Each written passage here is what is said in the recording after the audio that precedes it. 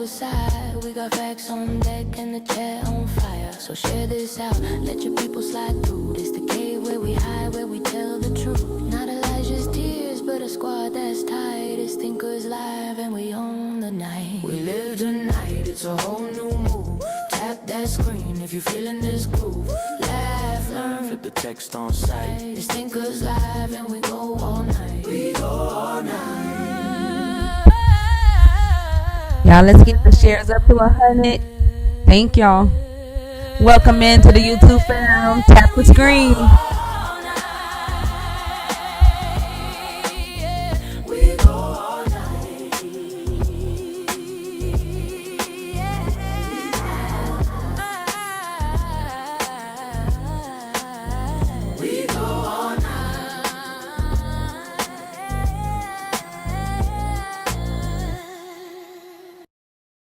Let's hit it one more time. We about to hit one more. Let's do this one. Let's get it hype in here, y'all. Welcome to the YouTube fam. Hey, Demonica. What's up, Ray? Let's get... There we go. Thank y'all so much for the 189 shares. What's up, Selena? Tap that screen for thinker. Share this live, let it ricochet. Go on, share that thing. Every time they come and they be trying to say, but thinker don't wanna be said. No way. Here they come in my chat talking sister repent. Texting with a Bible like the heaven sent. Trying to be my hero cape dragging in the dust, but I'm laughing on the mic. Y'all just doing too much. If you rocking with me, tap the screen right quick. Let the lights flow heavy, make the numbers flip. Hit the share button, tell your cousin, tell your crew who think I live in a room dropping facts. That's true. Tap that screen for thinker. Tap, tap, share this live, let it ricochet. Send it out. Every time they come and they be trying to say, but thinker don't wanna be said. No. Look, I ain't asked nobody to fix my crown. I built this whole vibe from the ground on down. Men get triggered cause they can't control the sound. But the more they hate loud, the more my people tap around. So double tap, triple tap, flood that screen. Let's push this live to the top of the feed. We laugh and learn and breaking chains in the night. If you came for control, better exit stage right. Tap that screen for thinker. Share this live, let it ricochet. Go on, share that thing. Every time they come and they be trying to say, but thinker don't wanna be said. No way. Thank y'all so much for being here. Hey, Selena, how are you? I'm good. How you doing? I'm doing good. Little man trying to bust in here with Ganny. He ain't busting in the door with both his little toy trucks. He like, see me. Get me. I love it. It's a trip. Also, I'm still mad at you. Oh, Lord. What else I do? He's supposed to sing. Oh. Did you not see the video I tagged you in? No. Nope. I was in class, and I don't want a video of you singing. I want you to sing on live. If you see the video, you'll probably What songs might did change you your sing? mind. What songs did you sing in church? What songs did you sing in church also? In church? Yeah. Man, that must have been like decades ago. He waited until I left and sung? I tagged you in the video. I sang. I don't want to be tagged in no no. video. I don't want to be tagged in a video. I want to hear you sing live. Okay, guys, the song that I sang in my live, would Thinker constitute that as me actually singing? Yes or no? And be honest. I'd tell you the answer, but you won't believe me. Somebody said you sung, but you were still playing around, so I still wouldn't have said that it was you singing. That's what I'm saying. I didn't give them anything that I wouldn't have given you. Okay, thank you. Now, can you give me what I asked for? Goddamn. On this one. I have the power to cut it out on my live. I can't. This shit lives on forever on your live. I'm good. Damn, Oso, that's fucked up. That's crazy. You know Y'all, what? the guest box is open. Since Oso won't One day. sing, we're going to mute One day. Oso for the entire live. Every time Oso try to open his mouth, we gonna put his free will on mute. The guest box is open if you are a believer in the God of the Bible, and you are 21 and up. The guest box is open. Chatty Catty, I think you requested on accident.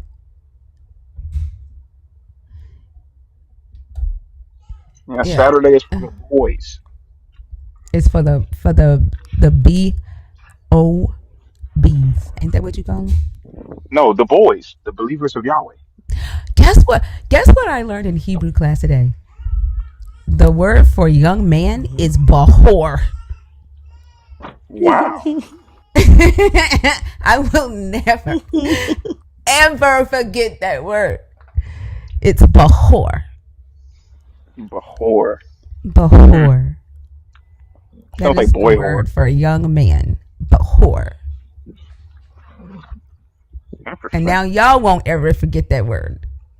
Bahor. Isn't it hilarious how they call women whores, but literally Young men are. young men are Bahors. Interesting. The next time a Hebrew Israelite come on here, I'm just gonna start saying Bahor, Bahor, Bahor. He's gonna be like, "Did you call me a whore?" I say, "No, I called you a young man." That's interesting. I am feeling a bit Bahorish today. Bahor. It's also Bahora. Wow. I swear it's so interesting.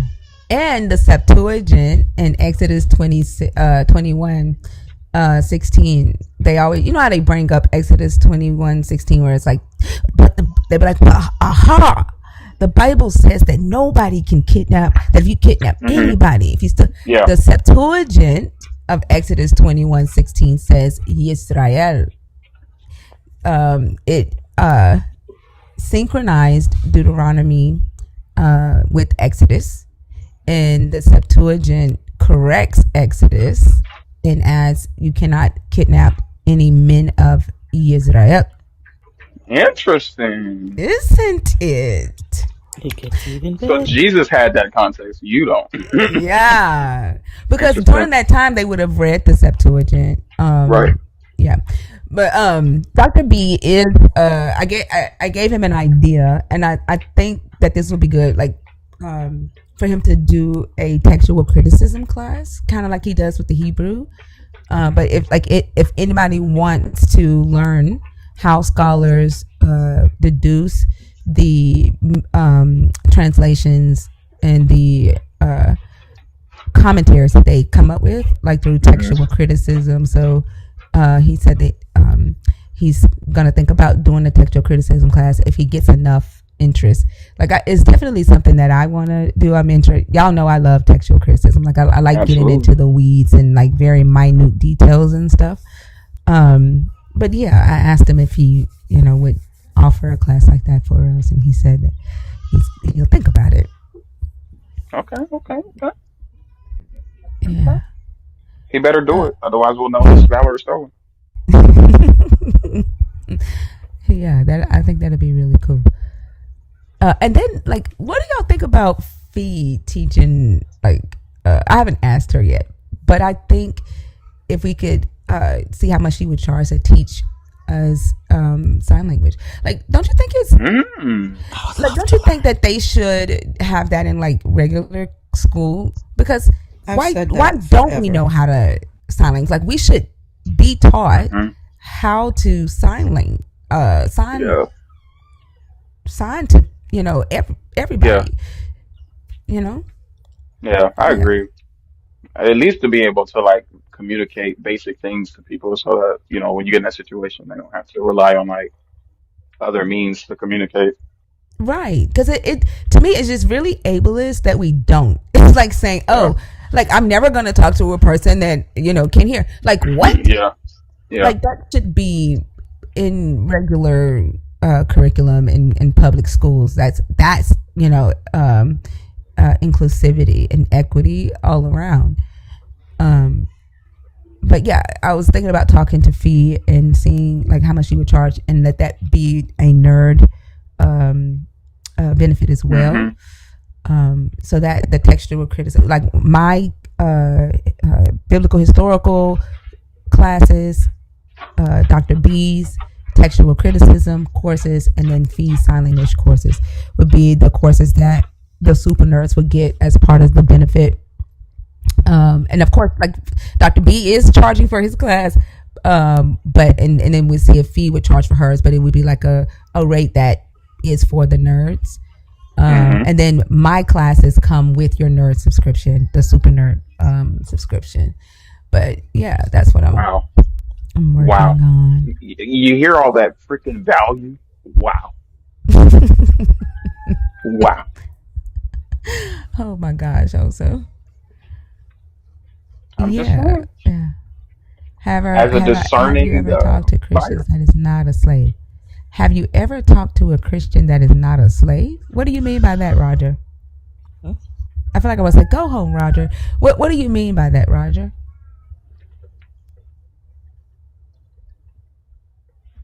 Have you ever talked to a Christian that's not a slave? I don't know anyone that's enslaved, Roger. So like all the Christians that I talk to would not be slaves, I guess. I don't know that slaves get access to TikTok. Right. Yo, did y'all hear? Hold on. Mong him array. You're not connecting, so I'm gonna take you down. 21 and up if you are a believer in the God of the Bible. Y'all keep sharing the live. Make sure you share it to people who do not know about us so that we reach a different audience. Appreciate y'all so much. What was I getting ready to say? Yeah, did y'all hear that there's a possibility that the majority of the board for the new TikTok app would be American Israeli? Really? Mm-hmm. That is going to Yeah, cause me backing. to lose For You Yep. page access. Exactly. I will not be downloading an app. I will not be doing it. And that's just, I did. So that's what Trump was saying yesterday. And the president of China was like, I haven't made a deal with them. They want to keep the majority ownership at 19.9%, like almost 20%. And I think they've agreed on that. So if ByteDance keeps that, they said they want to do that because they want to make sure that the app stays fair and equitable. So if ByteDance has the majority share, then they have the most of the board seats, and that would kind of protect us from a lot of bullshit that America and Israel might try to do. So China says they have not agreed on the deal. Trump is saying that they did, but the president said no, they have not, for that purpose. And they said they want to make sure that they're not discriminated against, and that, you know, people in their country can still invest in the American app without discrimination. So yeah, hopefully it's a weird day when we're hoping that China can protect our rights in America. That is fucking wild. You know what I'm saying? That is fucking wild. Right? Never thought I'd see it. Yeah. Creator Jesus. So what happened with the Jesus talk? Let's get back on the Jesus talk. Hey, bro. Hey, homie. Sir. Hey, don't you ever do that again. Like, I know how to run my stage, and when I'm ready to talk to you, then I will address you. Like, dang, I don't know what's wrong with Jesus's kids. Like, y'all got some audacity for that ass. Now, as I normally start off with, how are you today?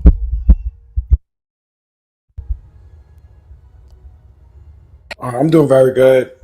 Very good. Thank you for asking. All right. How old are Me, 36 years old. you?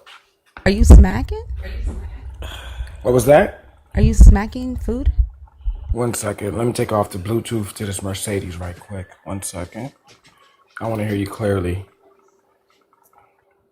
Bluetooth disconnected. All right. Can you hear me now? Nigga, is your phone in the hallway? Can you? Hey, Elso, watch out. I don't even talk to men after certain hours on Saturdays. Go ahead. What's a certain hour? Yeah, like right now. 5 o'clock Eastern Standard Time. Okay, well, it's not 5 o'clock Eastern Standard Time yet. You on different timing. You on Earth 365. I'm on Earth 377. Less karmic. Okay, continue, lady, please. My name is not Lady, man. Bahor. Yeah. My name is not Lady. Oh, man, whore is okay. I'm I said Jesus. Bahor. I said Bahor. Okay. Bahor. I was about to say, a lot of DNA tests says that, they're not the father because they're my fathers or mine's. Immaculate conception. Wait, are you gonna come up here and just talk a whole bunch of nonsense, I could or are talk you whatever. capable? Stop talking while I'm talking, okay? I am the Like, content. are you? Hey, homie, are you gonna come up here and talk a bunch of nonsense, or are you capable of having a civil, intellectual conversation? Are you one of those that just talks in like random sentences?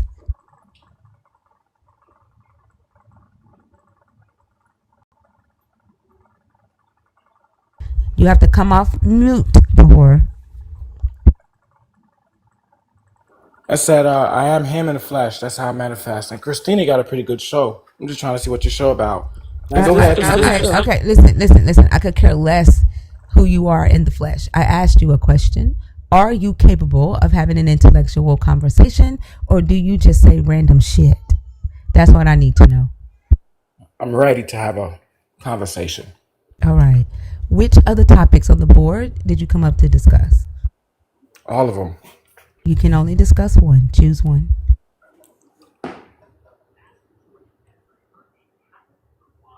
I'm not nice. I do not stroke egos. I see you are an asshole. That's what I see. I see that if Mama told you about this Jesus, you'd be a lot closer to God. I could give less than a fuck about Jesus. Like, I think it's interesting, right, that you even think that Jesus would fuck with you. Jesus did not fuck with Gentiles. Like, the fact that you even think you are Jesus. Your mama should have taught you early on when you became a teenager that you could put down the costume and that you are too grown to be walking around in a fucking superhero costume. Understood. And this is why all you guys have the same issue that I did. My father was not around and he was God. I know your daddy wasn't around. If your daddy was around, then you wouldn't be trying to say God was your daddy. It sounded like you just told me that God's my daddy. I said you wouldn't be trying to say God was your daddy. Like, if your dad was actually there. It's all right. You keep Like, talking. you know the reason why people say that they're being, the reason why people, no, you chose the I'm not nice. You chose the I'm not nice, therefore I'm not fucking finna be nice to you. But do you know the reason that people like you choose to be loved by things that you cannot see? Do you know why? Because the way your lips is hitting this microphone, it sounds like you're kissing the microphone. Yeah, And it you feels probably good. wish that I was kissing you. But do you know why people like say you? about Do you know kissing why me, people like you wish that things that you cannot see could actually love you? And it's because there are people that you can see that don't pay your ass any attention. And that's why you've lost your fucking mind, thinking that you can come onto my stage and behave the way that you are behaving. I could give less than a fuck if you think you are Jesus, if you think you are Yahweh, if you think you are Satan himself. You're not going to come on my stage and show your whole holy ass. Do you understand? You might be used to doing that shit everywhere else, but you ain't going to do that shit in here. Do you understand?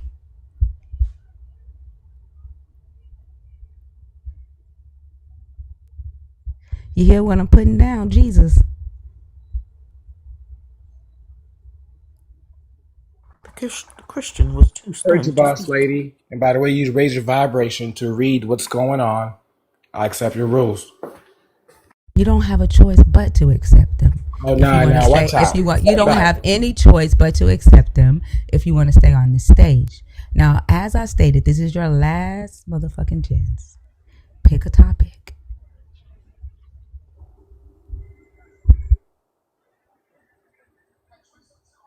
Is Jesus the problem or the solution for humanity?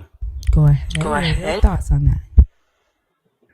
I became the solution for humanity when humanity decided to kill me. And my father destroyed the world, and now we're living in a simulation. This is why the years go by my name. After death, before death type shit. Even though your scholar tells you that's a Gregorian calendar, but they don't say after Gregorian death. It clearly says after Christ's death and before me. What is And before death? like Wildberry said, I like what Wildberry said. He withheld the truth. Go ahead, baby, cook. I hear you in the chat. And I see y'all. I'm everywhere. Something like God, but since I'm in the flesh, I'm Jesus. You know what I'm saying? And you feel me? And this what's going on type shit. And grandma was right. Every stars that you see in the sky is a different world for you in the universe if you align yourself. Y'all the ones going to hell with gasoline draws on. Y'all the ones going to hell with gasoline draws on. Pointing at me, but your own house all wrong. Call us demons, but you cheating all along. Yeah, you going to hell with gasoline draws on. Sunday morning, holy hands in the sky. Sunday evening, sneaking out on the sly. Preaching turn from sin while your bed ain't cold. Hypocrite game, same stories retold. Yelling repent when we think too free. But you're texting side pieces while your wife can't see. Better check your receipts before you call me wrong. Cause it's you on the road with gasoline draws on. Y'all the ones going to hell with gasoline draws on. Pointing at me, but your own house all wrong. Call us demons, but you cheating all along. Yeah, you're going to hell with gasoline draws on. Pastor in the pulpit say give your last, while he riding Bentley's pocket stuffing that cash. Talking about heaven while he asked for a pass. But the flock still broke, how long that gon' last? Focused on the afterlife, the mansion in the sky. While the hungry on the corner barely getting by. You walk right past, call it lazy living. Then toss them a crumb just to look God-given. Y'all know with gasoline draws on. Pointing at me, but your own house all wrong. Call us demons, but you cheating all along. Yeah, you're gonna hell with gasoline draws on. Claim you see God when the camera's near, but ignore the pain when the crowd can't hear. Charity for show, not a heart that's strong. And you wonder why we sing this song. So keep praying loud, keep pointing your hand. We gon' laugh in the chat, cause we understand the real devil's high in your church's song while you're marching to hell with gasoline draws on.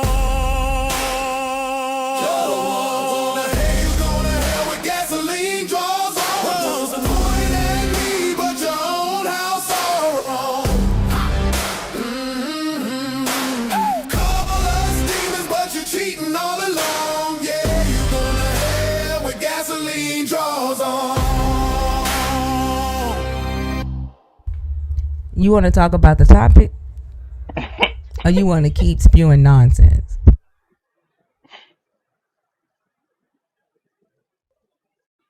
Jesus. We got one more topic to talk about, sweetheart. You want to talk about the topic, or do you want to keep spewing nonsense? Which one? You said you have 3 of them on stage. Now, let's talk about the topic. You already picked the topic. You already picked the topic. Oh, I forgot. It's paradigm shift. So I forgot what just happened. So let's go with another one. Let's cook. Did God withhold the knowledge of God of good and evil from Adam and Eve to protect them? So you're switching topics. So you realize that you can't discuss the topic that you actually chose. About yourself. The song was too much, right? Like you realize that you're the one going to hell with gasoline draws on, right? Hope you haven't sent, then you be hell proof. I think a rapper Lil Wayne said that. Love that guy. I streamed them in heaven. God was mad. I think you are in active psychosis, so I'm gonna drop you. Active You're psychosis, you're, you're sweetheart. like you're like a fucking random ass typewriter with This is why you nobody got to typing pray shit. sometimes. Somebody laid a motherfucking book on the typewriter and it's just typing random shit. That's what you are. But guess what? That's Your what you Pressure mind are. ain't walking on thinking it. anything. Pressure walking on the typewriter. Hey, Yeah, look. pressure walking on the typewriter. Guess That's what the what? fuck's happening right now. You know what Random happened? autocorrect. You need to Autocorrect. hey, You're go saying the lay right down. thing. You know that autocorrect. That's Go exactly lay what's down. happening. Go lay down. Go lay down. Yes. Good. The fuck? That dude is not okay. At Yeah, all. his family should really look into that. Like they All just right. letting him out here just be like without even getting help. But the To be guest box is fair, open. Huh? to be fair, if you had to put up with that for 36 years, you'd probably be a little bit over it. Yeah, that is true. That is true. 21 and up, if you are a believer, the guest box is open, y'all. I saw a couple of you hit the request box while your deranged savior was on stage. He is gone now.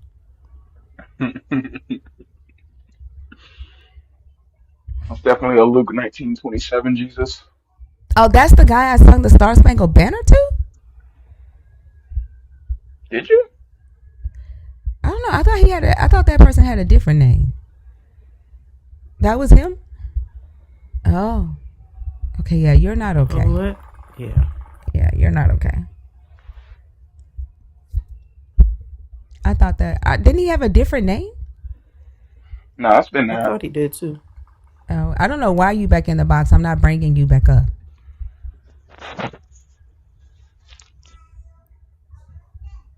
No He should means be able to no. bring himself back up, huh? Can you rise again? Right. Creator Jesus. Can you create an accept button?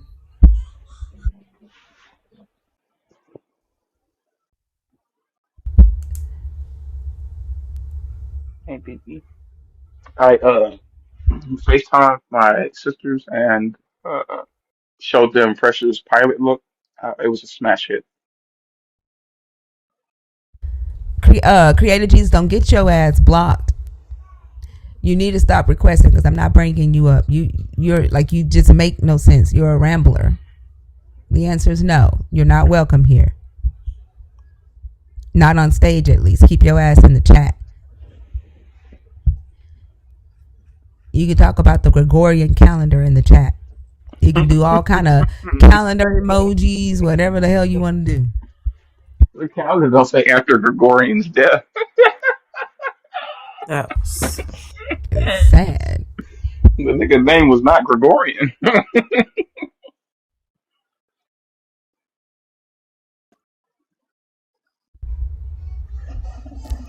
Issa? I don't know. Did you join on accident? Issa freight broker? It's a freak broker? It's a freight broker. It's a freight broker? Hmm. I guess she joined on accident.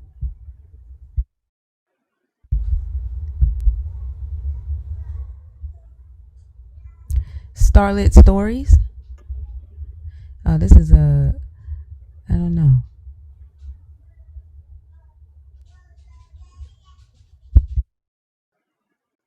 Interesting profile picture. Starlit? They're not connecting. I don't know.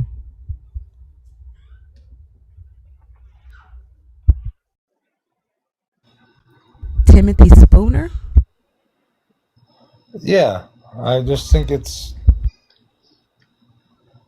strange that the question you're proposing seems strange. Why does it seem strange? Which question? There's two up there. Well, when Jesus comes back, that's supposed to be a bad thing, right? Jesus comes back, that's the end of the world. That's the end of everything, right? Which one of those questions is talking about Jesus coming back?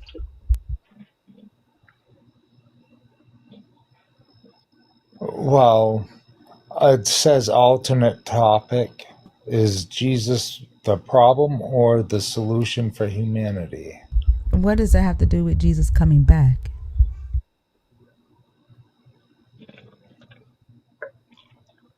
I'm not sure. So why did you say it? I was just kind of drifting off. I'm what they refer to as schizophrenic.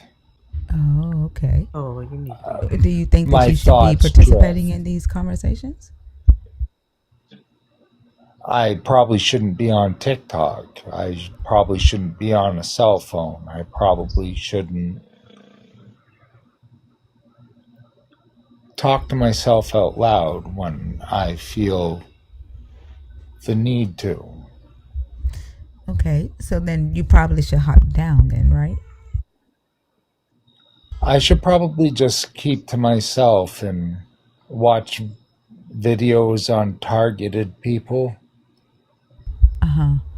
Or So, I'm not sure. What do you watch when you aimlessly scroll? I don't know, but maybe you should just go and do what you said that you should probably be doing. And maybe this live isn't it.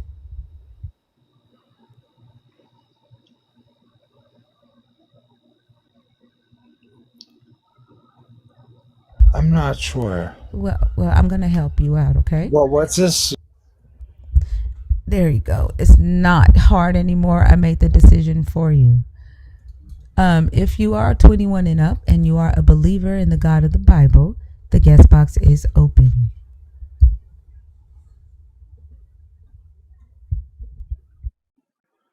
Mm. User X,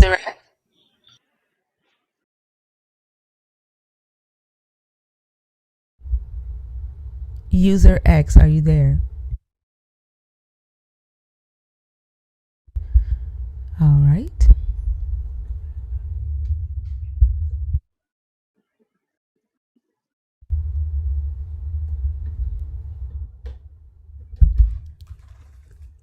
Like, I do know what y'all are doing. Timothy, the answer is no, okay?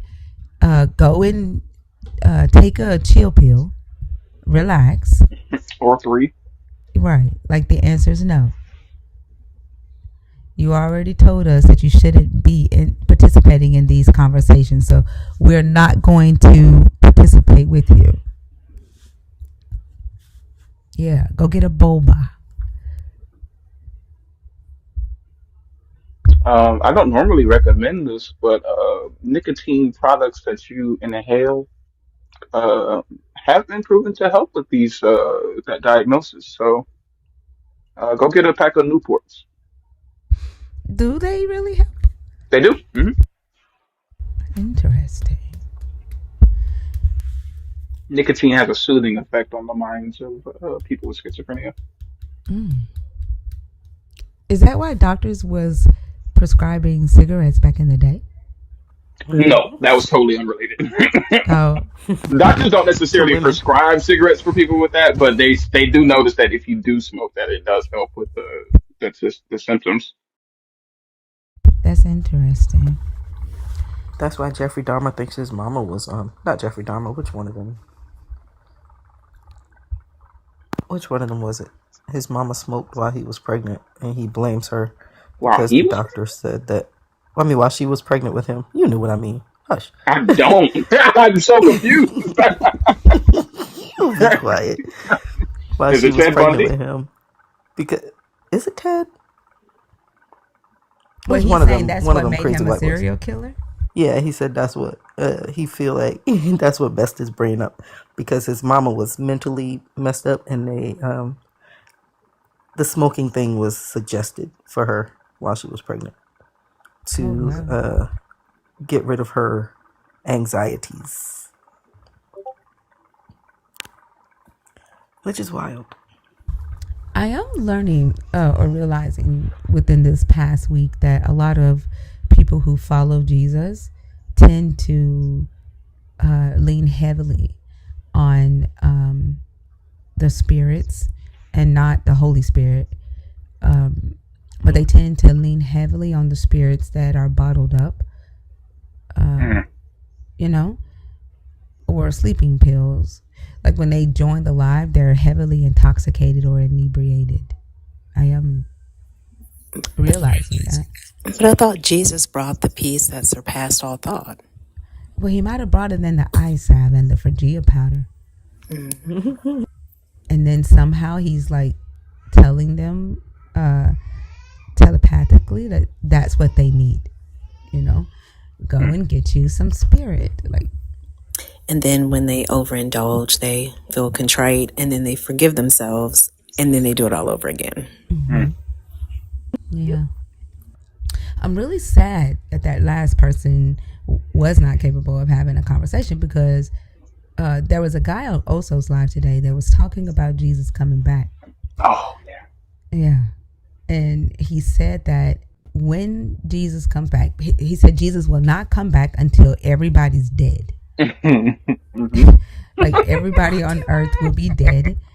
And then he's going to take the ones that went to heaven when they died, to hell when they died, bring them out of hell, give them a brand new body, judge them, then send them to the lake of fire. What are they being judged for? Wait a minute. They're coming coming out of hell to be tested to go back to hell? Yes. So the first decision or judgment of going to hell was insufficient? I guess. Because you didn't know why you. He said that you get taken out to get explained why you go to hell, and then you go back to, or then you go to the lake. Yeah. So double jeopardy? Like, what are we doing? Like they get a 1 day break. Somebody in the chat called it work release, and I thought that was just fucking hilarious.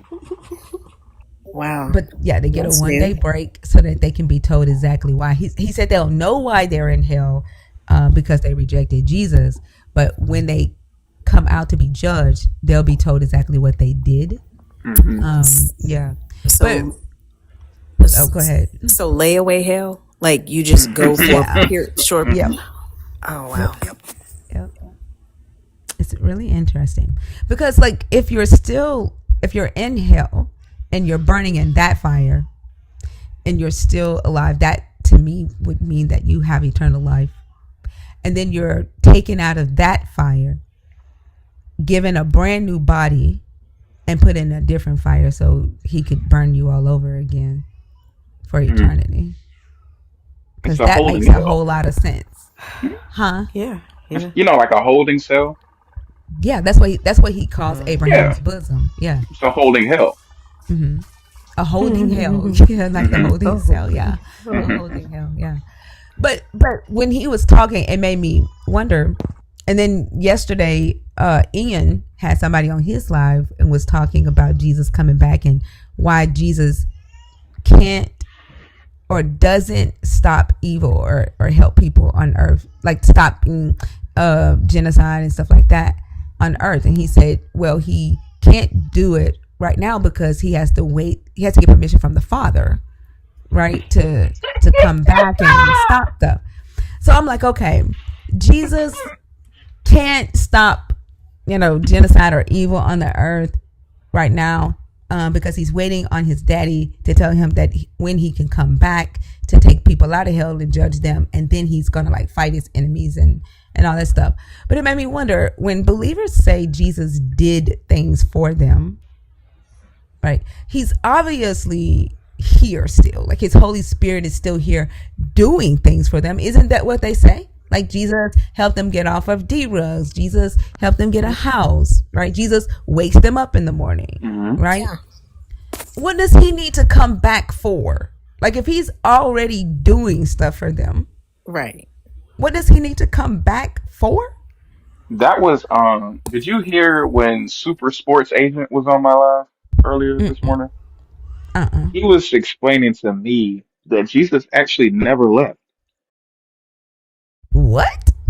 See? Yeah. We talked about how at the end of the fucking story, he ascended into the clouds. He was like, yeah, that doesn't mean that he left Earth. I was like, so when he was talking about returning to Earth with his disciples and with other people, what was he talking about? And he was like, oh, yeah, he was saying that those people wouldn't die before they realized that heaven is within them. What? the kingdom of God is within them. I was like, Supersport, this is dumb even for you. Like this is so bad. So Jesus never did he die on earth then?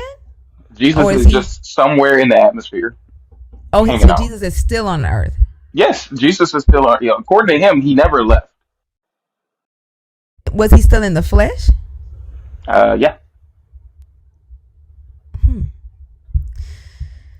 I was like, so there's like a Jesus floating in the atmosphere, stratosphere, or something, just chilling there, and we just never see him. He didn't go to heaven. Okay, well, he left the earth, didn't he? Nope. Okay, well, clearly you're saying he's in the clouds. What, like, where do they get these ideas?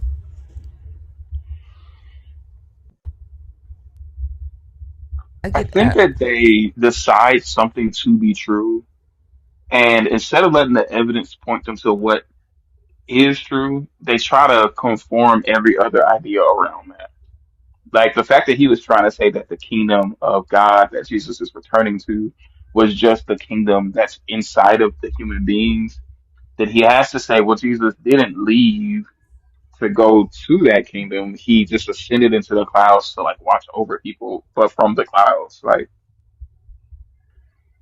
it's a bunch of made up shit to try to go so he around just the went one into idea. the air and just floated there? It still is. Presumably, I don't know if he thinks that Jesus brought it away in the sky. So clouds were still clouds? Hmm. Mm.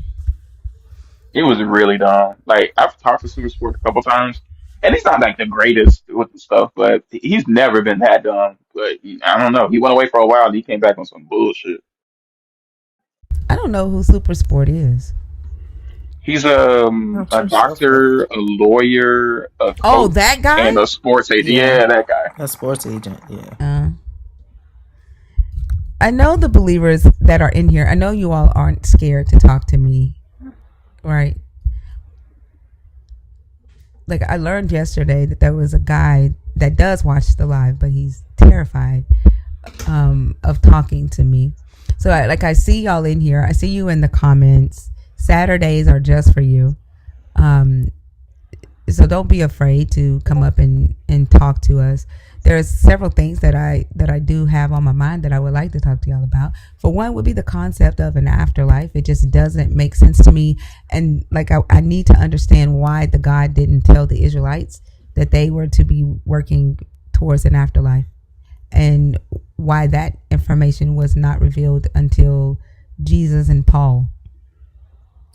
Thinker, why did he say he was afraid to talk to you? He said he didn't want to get cooked. Oh,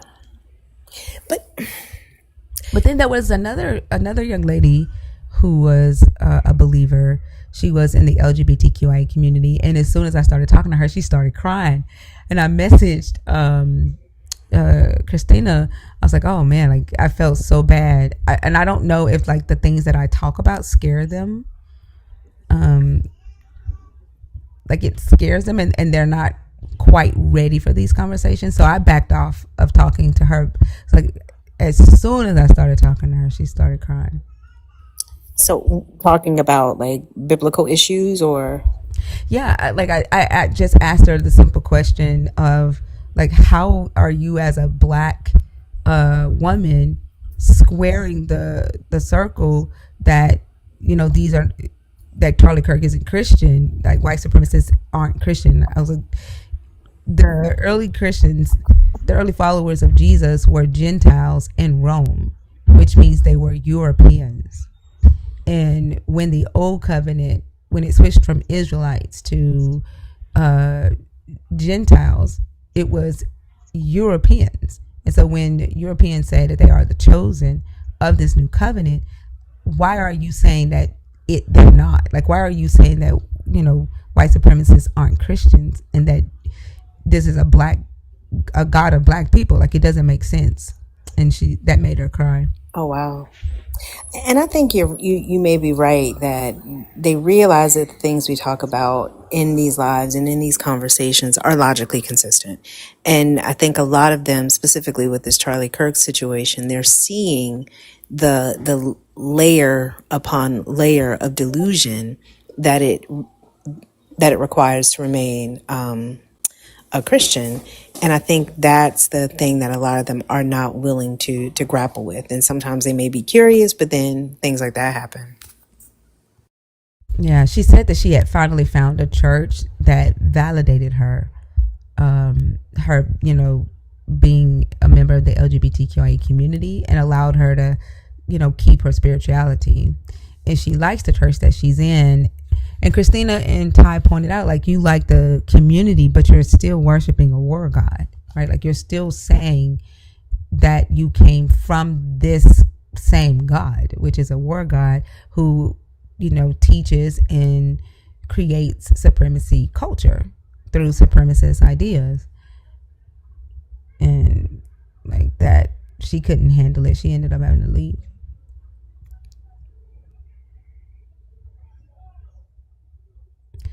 Yes, creator Jesus, which is why you are quite literally in war with yourself in your head, in your own body. Like you need some help.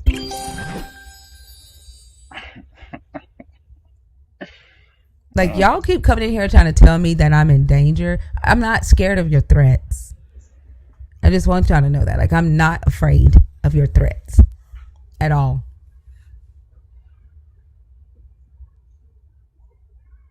I think they don't realize how they sound exactly like somebody would sound if they came in here to tell us how, Optimus Prime has told us that, the Decepticons are on their way and they're going to wage war against Earth. Like, it literally sounds the same way. It's just that your characters are different. So this, war god and this tactic of hell is very ineffective. Y'all need to just stop that. It to me, it seems like white supremacy. You know how whenever the black community got black leaders, it was a threat, right, to white supremacy, and so they would threaten or take out those leaders. Like, yeah, like I'm not afraid of that. And the fact that y'all keep coming in here saying that shit tells me that I need to keep talking, or I probably need to get louder. I'm not scared of you, and I'm not scared of death either. Gnosticism, how are you? I'm all right. Are you a believer in the God of the Bible? Yeah, I am. And how old are you? 25. And which topic did you come up to discuss? Either or. Just pick one. The first one. Okay, what are your thoughts on that? I think he was protecting Adam and Eve.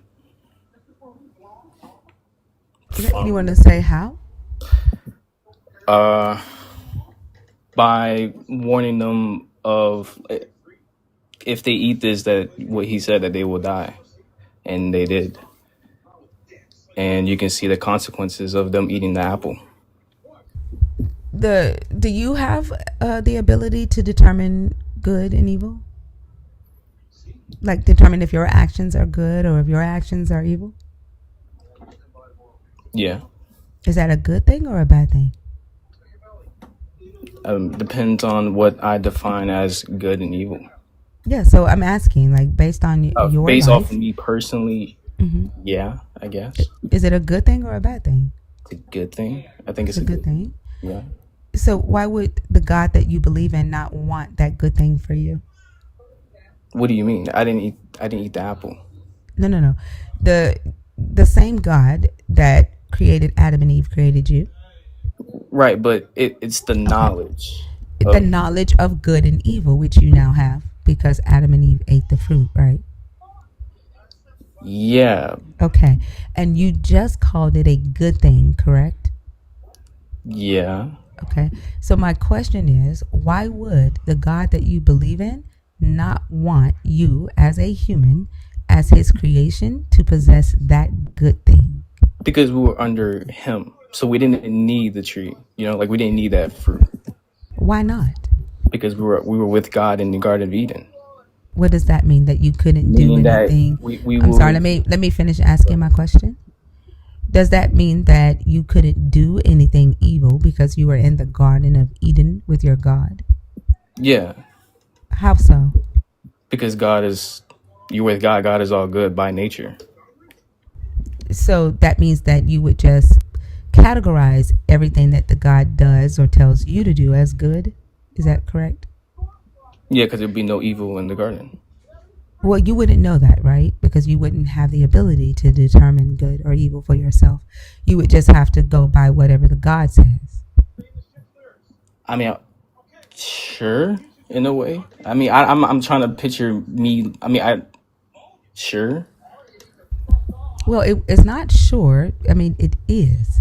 If you don't possess the ability, like you do today, to be able to determine whether a thing is good or evil for yourself, you would have to depend on the God to determine that for you, right? Not leaning on your own understanding, but leaning only on the God's.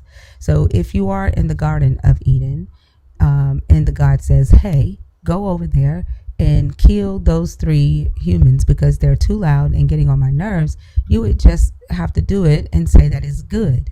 Yeah, Right? but that's not realistic. That's not what he did, and that would have never had happened. So no, So it's you know, not realistic for your God to tell humans to he kill would other never. humans? No, he would never. Why would he do that? No, you're in the Garden of Eden. Like, do you know what knowledge we gain? Like, what knowledge Adam and Eve even gained from that eating the apple? I think I already said it. The knowledge to determine Right, what is good and what is evil. right. But I who already did? said that. Right, but I'm saying the after effects of that. We can see the consequences of them eating that apple. I Right? mean, not really. How? How not? Because, well, you have the ability to determine what is good and what is evil, and you called it a good thing, right? So let's look at your God never changes, right? His personality, his nature is always the same. He's immalleable, correct? Yeah. Okay. So the same things that he desires or decisions that he makes, he would have made in the Garden of Eden, as we see him make throughout the rest of the book. So we have the Israelites, who are his chosen people, right? He does not like the Gentile Canaanites because to him they are evil, because they are worshiping other gods, and he does not like the way that they worship. So he decides to wake them up in the morning and then militarize his chosen humans to go and kill the Canaanite Gentiles that he does not like. And they are expected to just do it and call it good. Correct? Correct. So how is that different from the scenario that I gave you, where the God would say to you, Gnosticism, go over there and kill those 3 humans because they are loud and I do not like them.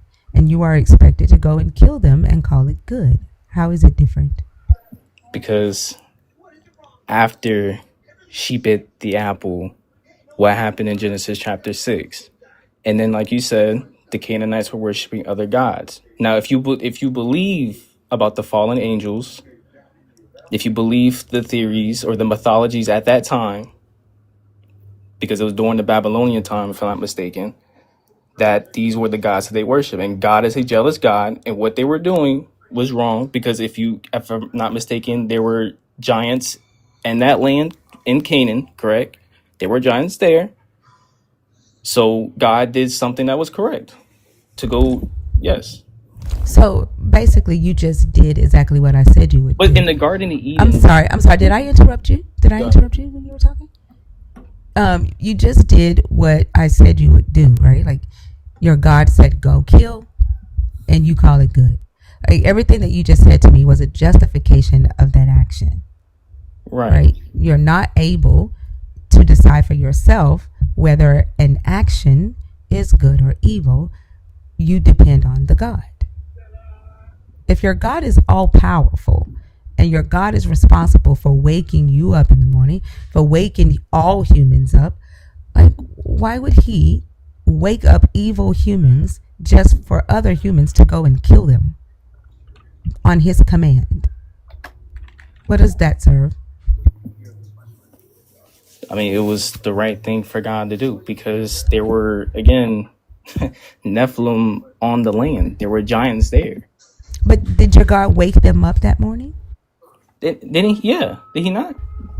But he wanted them dead. Because they were worshiping the other gods. There But were he woke giants there.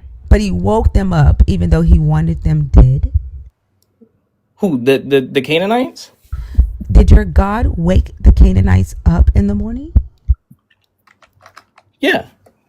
But he wanted them dead. Can you bring up the Bible verse? Can we bring up Hold the on, Bible verse? we don't necessarily need a Bible verse for this. Why? Listen to the words that are coming out of my mouth, okay? Did your God wake up the Canaanites in the morning? Yeah, yes. But he wanted them dead, correct?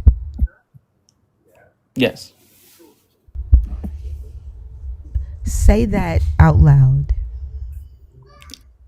He woke them up and he wanted them dead. Yes. That makes sense to you. Yeah, because they needed to realize what they were doing was wrong. Yeah.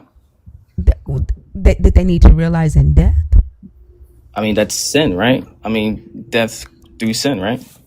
So they needed to realize that they were being killed because they sinned. They were worshiping the giants that were living on that land. Yes. I understand. So he woke them up, although he wanted them dead. Like woke up. Hold on, let me finish, please.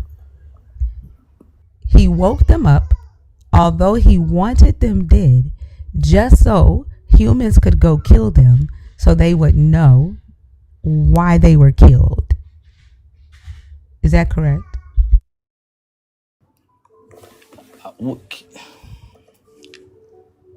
Yeah. Can you repeat that last part? Okay. Your almighty, all-powerful God woke up evil Canaanites, although he wanted them dead, just so he could send humans to go and kill them so they would know why he killed them.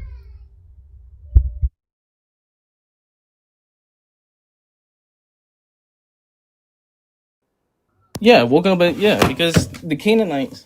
It was war between the two. You you understand that, right? Like the Canaanites did not like the Israelites, and the Israelites did not like the Canaanites because the Canaanites were worshiping the other false gods. Is your God all powerful? Gnosticism. Yeah, he's all powerful. And your God has the power to wake people up in the morning. They do not wake up unless your God wakes them up, correct? Hold on, let me pull up the verse.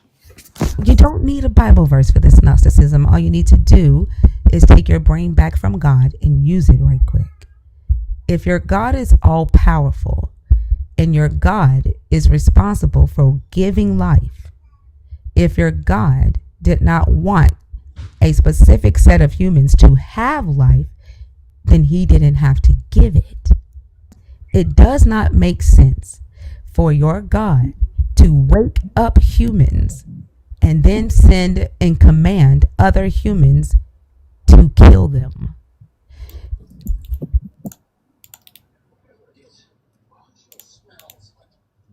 Does that not make sense to you? I mean, when you have a group of people who are trying to come at you, I mean, why would you not attack them? You know, why not just not wake them up? Gnosticism. So when you're saying waking up, you're saying literal as in they're sleeping, right? Who wakes up humans in the morning? Who wakes up humans every day? Gnosticism. Who wakes up human? You said what? Who gives life every day? Who wakes you up every day? Gnosticism. Yeah, I guess you get God, right? Okay, so your God wakes humans up in the morning, correct? Yeah. If your God did not want you to live, Gnosticism, does it make sense for him to wake you up just to send El Oso Rey to kill you because he wanted you dead? I mean, he wakes. I mean, he. What verse are you trying to put? What you? You keep saying If you're waking up, if your waking up. God, Like, if what are your you trying to God, like? if your God, listen, Go narcissism, ahead. Go ahead. your God did Mm-hmm. not want the Canaanites on the earth anymore, correct? Okay. Go ahead. Yeah. Correct. He didn't want them on the earth anymore, but he woke them up. So what are you saying? You saying that he could have did it himself or something? Like he? Why did he wanted? Why did the Israelites at the time felt the need to go do that? No, like if he didn't want them on the earth, he just didn't have to wake Right, them but up. it's not. That's not how it works, and you know that. Why? Why Because not? show me where it has it. Where else has it happened after that? What? That he just didn't wake Yeah, like people he up? didn't want to do it. Like, isn't the G word committed by other human beings? Correct. Like, so if we can do it, show where God has done that. Where has God like Sodom and Gomorrah. Now let's start over Sodom and again. Gomorrah? Sodom and Gomorrah. Okay, all Did he right. not? Did he not? Did he What? not destroy Sodom and Gomorrah? Yeah, the two Okay. cities. Yes. Yeah, Do you need me to keep going? sure, I did. Like, do you realize the question that you asked? I mean, yeah, you're saying he wiped out two cities. Wiped out two. I mean, he wiped out the entire race of those people, the ethics of those people. Yes, he destroyed Sodom Did and it, Gomorrah. right, but then in the He damn near destroyed the whole tribe of the Benjamites. Do you remember that? yeah, So again, but your God is all powerful. right, but this is the knowledge of good and evil that was caused Listen, by Adam and Eve. listen for your God is all powerful, right? He Okay, wakes people up in the morning, okay. right? If he didn't want the Canaanites on the earth, all he had to do was not wake them up.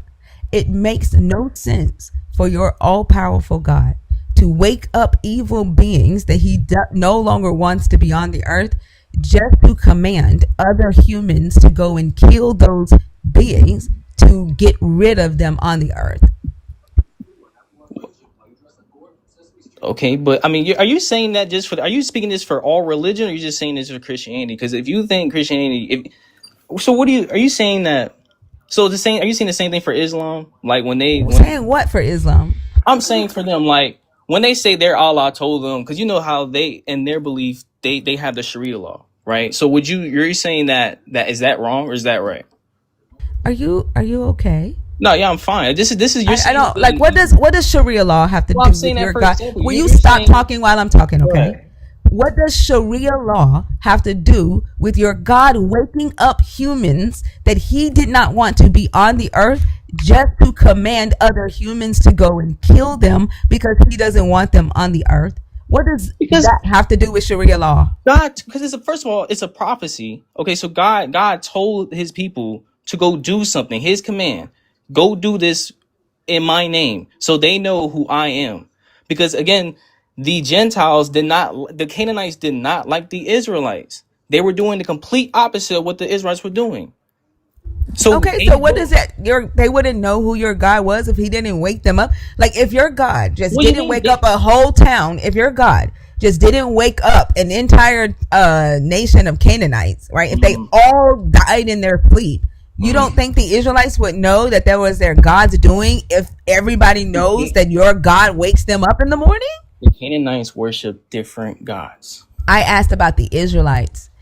If you all know that it is your God that wakes everybody up in the morning, right? Right. And then your God just decides not to wake up any of the non-believers, who are you going to say didn't wake them up? God. Right.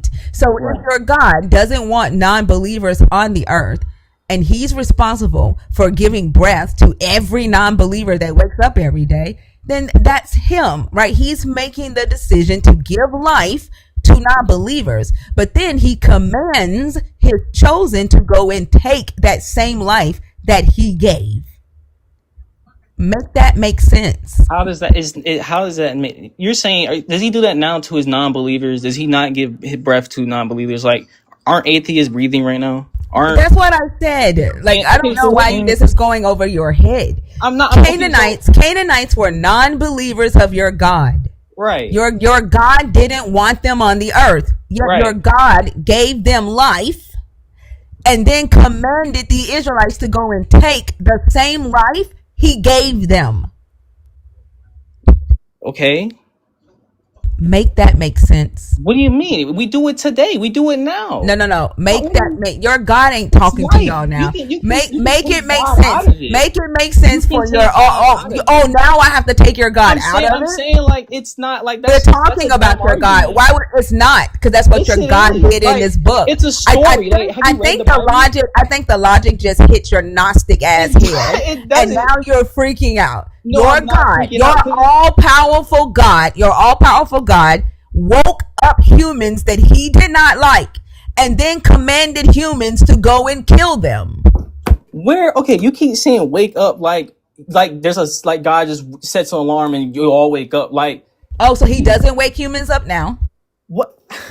So do you not wake us? You can say people who don't. Yeah, I mean you can say. I don't even. That's a good question. Oh, I mean, now, do I have the power? Do I have the power to wake myself up? For the wait, argument, wait. I just want to get this straight. Now, I have the power to wake myself up now. Your God isn't waking me up every morning. I mean, I'm saying like if you sure, my God wakes you up every morning. Yeah, sure. I mean, I don't. Okay. So if your God is waking up all humans and that power belongs to him, in this book, he woke up Canaanites and then told his Israelites to go and kill them after he woke them up. Right, sure, but I mean, the whole point of them doing that was for what reasoning? The reason doesn't matter. How does that not matter? So because here, hang on just a second, Gnostic. The fact that you're missing, or the piece that I think that's kind of kicking your ass right now, is that it's rational to realize that an all-powerful God could simply cause people to cease existing without commanding other people to go annihilate them, or without suffering, without bloodshed, without all of those. He could snap his fingers like Thanos and then his enemies are gone. What would be the purpose of giving life to something you don't like, you don't approve of, just to have your chosen people go take that life? That doesn't make any sense. That's what she's saying. Well, hold on, because the God of the Bible, he's an all powerful God, but what comes power, you can't. He's not just gonna take Great life. power Like comes great responsibility. I was thinking this, Lena. It's the Yeah, I was picture too. that Tone was coming. I know. But you can't say he can't if you just said he's all powerful. No, All I'm means saying all. like it's not the way you guys make it. Like you said, it's like Thanos. That's a movie. You're comparing Thanos, a fake character. Well, yeah, a fake character to a real character. Like Does Thanos have more power What? than your God? no, Thanos is a fake. No, Okay, so, well, I mean, and actually, Thanos is what's the difference between Thanos and your God? isn't Thanos a Marvel character? What's the difference? He's a Marvel character. This one, your God is a Bible character. What's the difference? What's the Well, symmetry one breaker? is fictional, one's non-fictional, right? Show me that. What do you mean show you that? We're talking Yeah, about the Thanos is Bible right real, now. dude. Well, demonstrate how it's real. I could make the same claim for Thanos that you're making for God, because your claim is faith based. If there was evidence for the existence of your God, you'd point to it. Your belief in God is faith based. I could say the same thing for Thanos, and we'd be on equal ground. No, because I can back mine up with Okay, I can back mine up too. Let's go toe for toe. Let's do it. What you got? Well, all right. Let's go with Genesis 6. Let's go with the conspiracy theory stuff, right? Like, you know, Freemasonry. Do you guys know who my profile picture even is? No. Have you guys read? Did you say Freemasonry? He did say Yeah. Freemasonry. What is Freemasonry? Well, it's a secret society. It's a brotherhood. Oh, you mean Freemasonry? Yeah. Oh, you forgot the N in You gonna there. I tell don't us know we what don't know? Freemasonry is. Oh, sorry.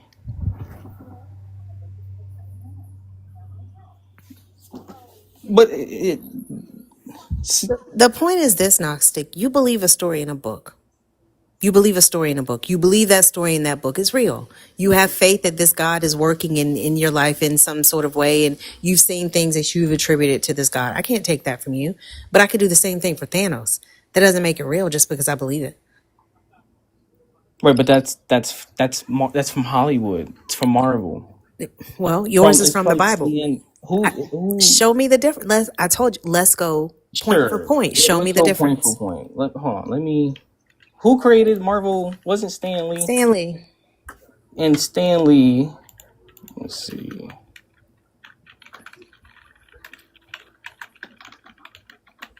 So you're proving the existence of your God by Googling Stan Lee? This is I thought you were supposed to hilarious. bring your point. Well, I am. I'm showing you because I mean, Stan Lee is a. I mean, he's Illuminati. So it's like It you're was trying to compare Martin Illuminati Goodman though. Martin to Goodman. Martin Goodman. Mark Goodman. Martin Goodman. He founded Marvel in 1939. I Right, but have a Marvel encyclopedia. Ain't Sorry, Stan Lee, Marvel Bible. It's a Marvel Bible. My bad. Sorry, Fee. I didn't mean to take that away. Oh no, you're good. then Stanley created the characters, right? I mean, Some of them. yeah, some of them, but I mean, that's just who wrote it. I have the Holy Spirit told me that it goes well before Stanley, so I have a relationship with Thanos. Oh, You connected to the Phoenix Force? Yeah, yeah.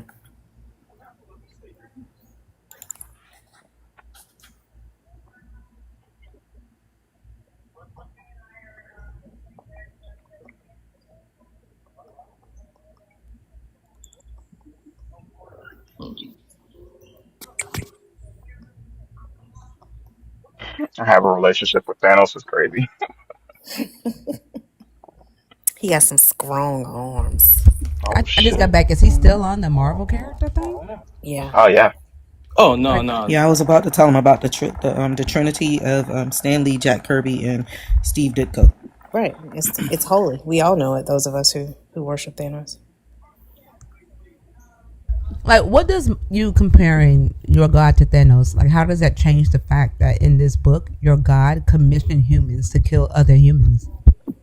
Because at that time there were giants on that land, and they were worshiping other gods. I get it, but your God is responsible for giving life. If he didn't want them there, all he had to do was not wake them up. Right, but it's a story because of if you remember that Adam and Eve, if Eve bit the apple of knowledge, who you that knowledge that she ate, right? How did that get passed down? Well, you're using it today, aren't you?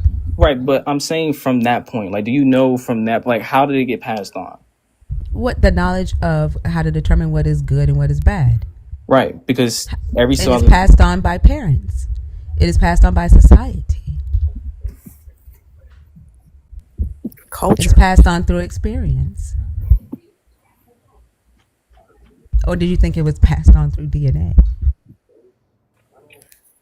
I mean, it varies culture to culture as well. Like that's things why that that's are what I'm saying. acceptable. Like, every culture has like that yin yang, like the good and evil, the good and bad, right? But who determines that? Like, if we take God out of it, who determines good and evil, I right? think I just told you, right? What? Like, you learn that from your parents, from your community, your society, right? From your life experiences. Who You are determines that, determining though? that.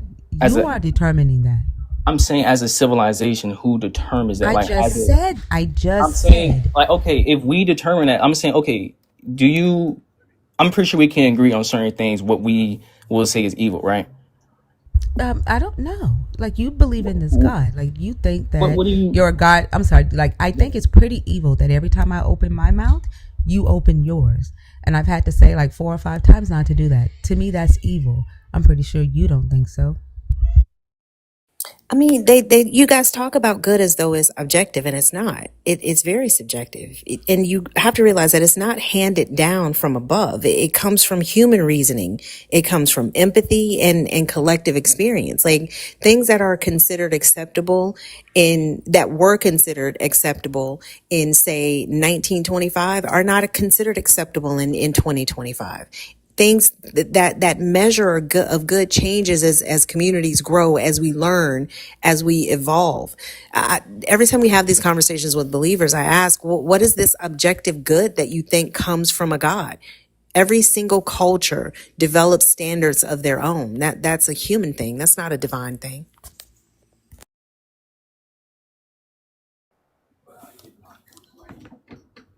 But you said civilizations, right? That the end part, you're ending, right? You said civilizations determine The the, culture, the yes. culture, right? Okay, the culture. But So you can also we? have your own set of standards and personal values. You Yep. don't agree with everything that your civilization says is good or evil. Right, right. So can we give an example of one of civilization?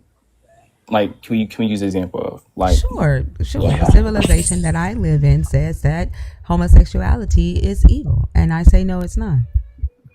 Right.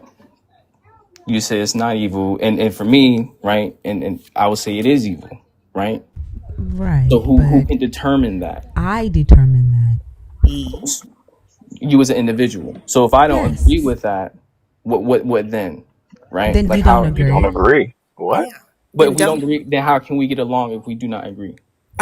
You can't. Is this, is You somebody can't trying get to use his along. cards? No, no, I'm saying like if I do not agree with the collective, right? If the majority says that it's not wrong, but the minority said it is wrong, and they're do not get along with some bump heads, they bump heads. So what do you do, right? If we can live in unity and peace, right? Because I'm pretty sure that's what we all want, right? Is peace, right? I mean, do you think that in order to live in peace, everybody has to think the same thing and think the same way? Yeah. No. And that is what your God taught you, right? No. Like your God has this supremacist ideology. Do what I say, believe what I say, live the way I tell you to live. Don't Diversity to your God is the devil. No. Yes. It, Yes. it's not. I don't think you've really read this book, Gnostic, because if we were going by the standards that your God approved of, slavery is okay. Your God didn't have an issue with slavery. He told you how to do it. He told you Well, how long it would last, right? So as a society of human beings, we evolved collectively to realize that is not okay. It's still clearly in process because it still happens across this globe. Your God did not set a standard that was above humans. Your God standard in most cases are below it fall well below mine as a human being because I know women aren't valued less than men. I know that it's not okay for a woman to be viewed as property. I know it's not okay to punish a baby and kill a baby for something his father did, or to have 10 women raped for something their husband did. I know that. So, like Thinker said, my standards are way better than your God's. well, God didn't create slavery. I didn't say he created it. He regulated it and he outlawed the things that he didn't want them to do, like eating shrimp. But slavery, this is where you get your slaves from. Pass them down to your children as an inheritance. No, this God can't tell me anything if he thinks that's okay. He But didn't create slavery, but he created a slave system based on discrimination. He created the system that says these people cannot be enslaved because they are this ethnicity, but these people can because they are of this ethnicity. That was created by your God. yeah, but God, slavery back then and now, God didn't say you're slaving until you pay off your debt. And I think it's like No, what after a couple years that no. you're released. That is only for those of the Israelite ethnicity. Right. If you are not an Israelite, then you were That was enslaved for life. right because you're a Canaanite, and those were Listen, hold on, let me finish. Hold on, no, no, hold no, on. no, no, no. Go ahead. As I stated, your God did not create slavery, Right. but your God created the discrimination-based slavery. Right, because during that time, the Canaanites again were worshiping other gods. So you gotta think So were the Israelites. they were worshiping the true God. They were worshiping other gods. And No, in fact, the Israelites were the ones who built the Tophet to Molech. It was not the Canaanites. And this right? book says that the Israelites built the Tophet. The Yes, Israelites were sacrificing their children to other gods as well. yes, And they your did. God did not. And your God did not annihilate them. No, Right. Your God is discriminatory. Your God is no, a supremacist. He has certain punishments for those who are Israelites and certain punishments for those who are not. Your God is a supremacist. no. The Canaanites were worshiping the false gods, the fallen So angels. were the Israelites. No, because they were The worshiping. Israelites worshipped other gods. It was one God.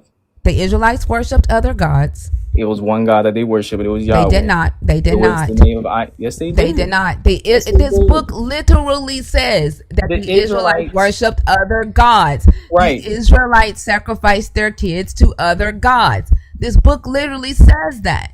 right. Hold on. Okay, so the Israelites were always doing things that God told them not to do. And did your It was God not, annihilate them? no, because it was His people. He had to. Exactly. That is discriminatory. No, it's not If because he's going to kill an entire, hey baby, come here. Hold on, I'll be right back. Hey, think about it. While thinker is away, make sure your fingers are tapping. Tap the screen, guys, and let's get that gift goal reached within the next 15 minutes, please. They're only one little penny. And share it alive. I think we are at, is that 245? Let's get up to 300 shares. And thank you for gifting. Thank you for gifting the panelists of your choosing. Thank you for grabbing those heart me's. And don't forget to get your points. Keep us up in the league. And thinkers back. That was my 17-year-old. He was coming to surprise me to take me to a bonfire. I was like, you should have told me. But yeah, like what you are saying is that it's okay for your God to have specific punishments for the same crime for a different group of people because they are chosen or elite, and that it's okay for him to have harsher punishments for a different group of people because they are not of the same ethnicity. That is clearly what white supremacy did. So if you agree with this type of discrimination, then you have to agree with white supremacy, because what European Christians did is followed the book. They did everything the Israelites did, everything that God told the Israelites to do, they did it. And if it's holy for them, then it's holy for them.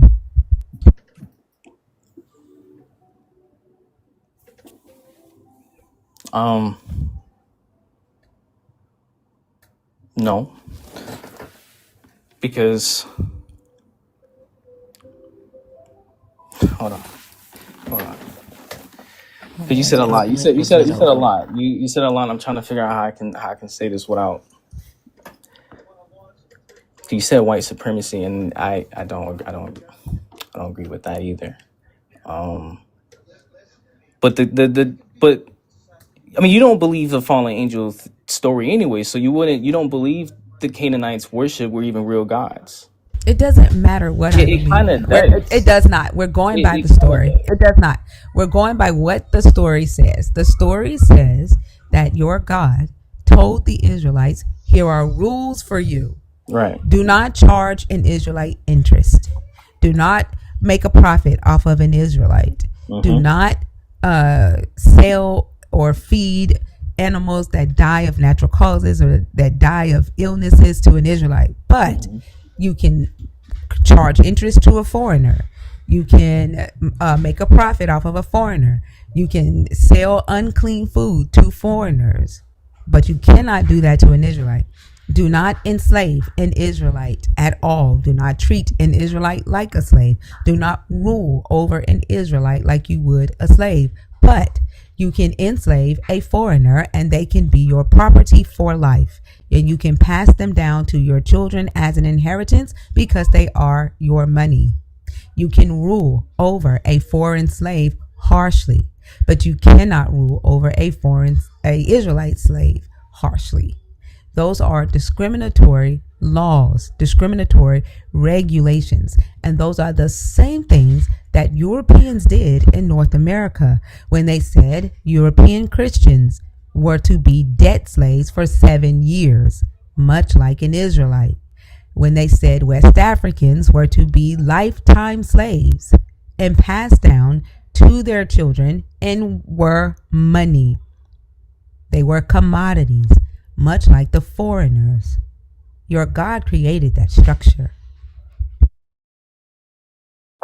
And if we're going to look at this fairly, we have to look at the act, not the actor. And if you change how you view the act based on who's doing the action, ultimately you're not, this isn't morality, this is preferential treatment. And that's definitely bias. That's not an intellectually honest way to look at this thing.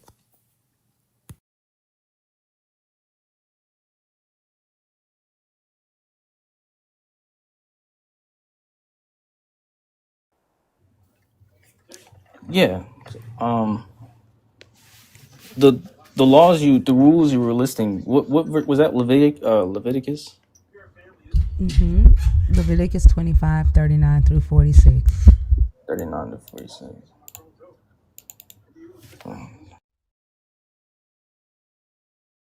I think the fact that you aren't able to just look at it and say that it's discriminatory when there are certain rules for a specific group of people and certain rules for another group of people is the mindset of not being able to determine good or evil for yourself, and you depending on the God.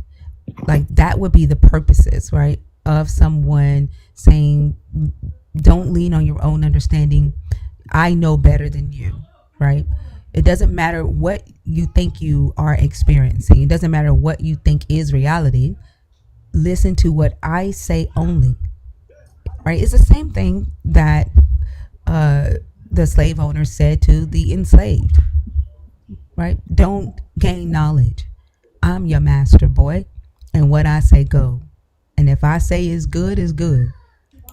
If I say it's bad, it's bad. No, it's not. It's not even like that at all. I mean, what I can really say. I mean, what you're saying at that time, it was different living standards at that time. Like, times was different from back then and now, because the Israelites at that time are not the Israelites today.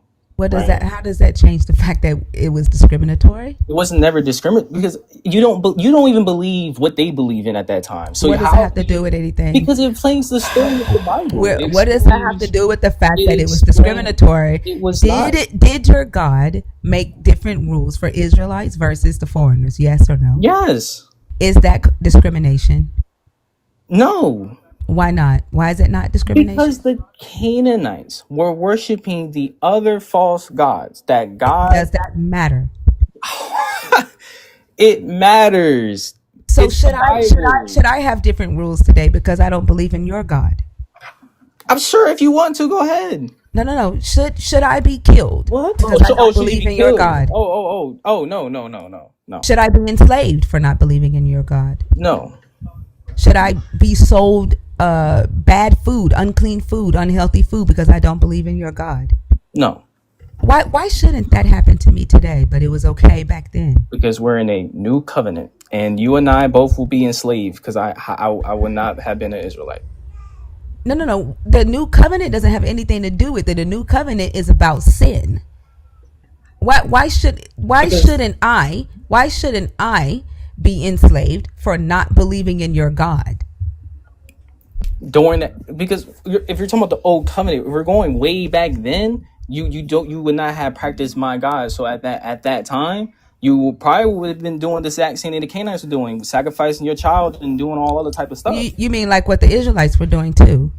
They were doing the same thing too, but they got that's the old covenant. So, but they were doing it with the Canaanites, and if they get caught, I'm pretty sure there's somewhere in the matter of fact.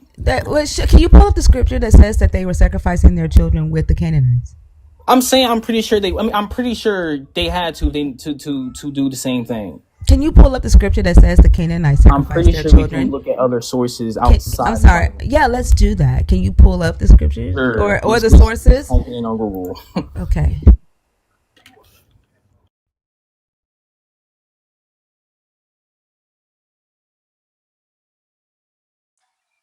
Hey, Hey, Lala. Hey, la la. He hey, gonna have a Lala. fit when he find out they actually found funeral urns with the inscription to Yahweh and Asherah.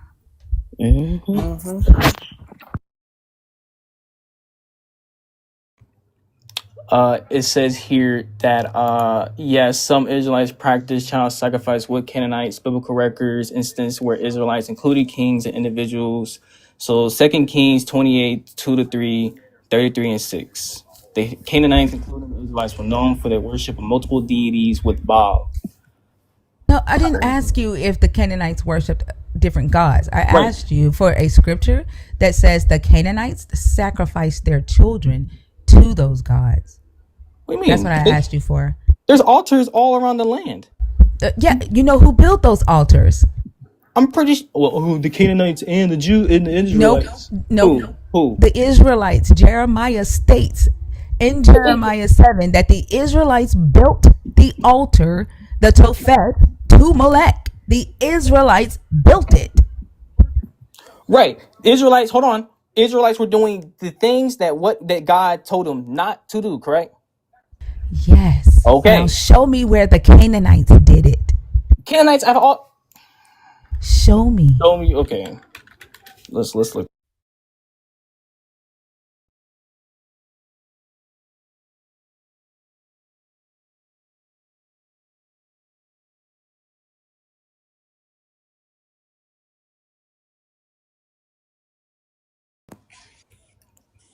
Anchor, don't forget to reset your gift goal. Okay, thank you.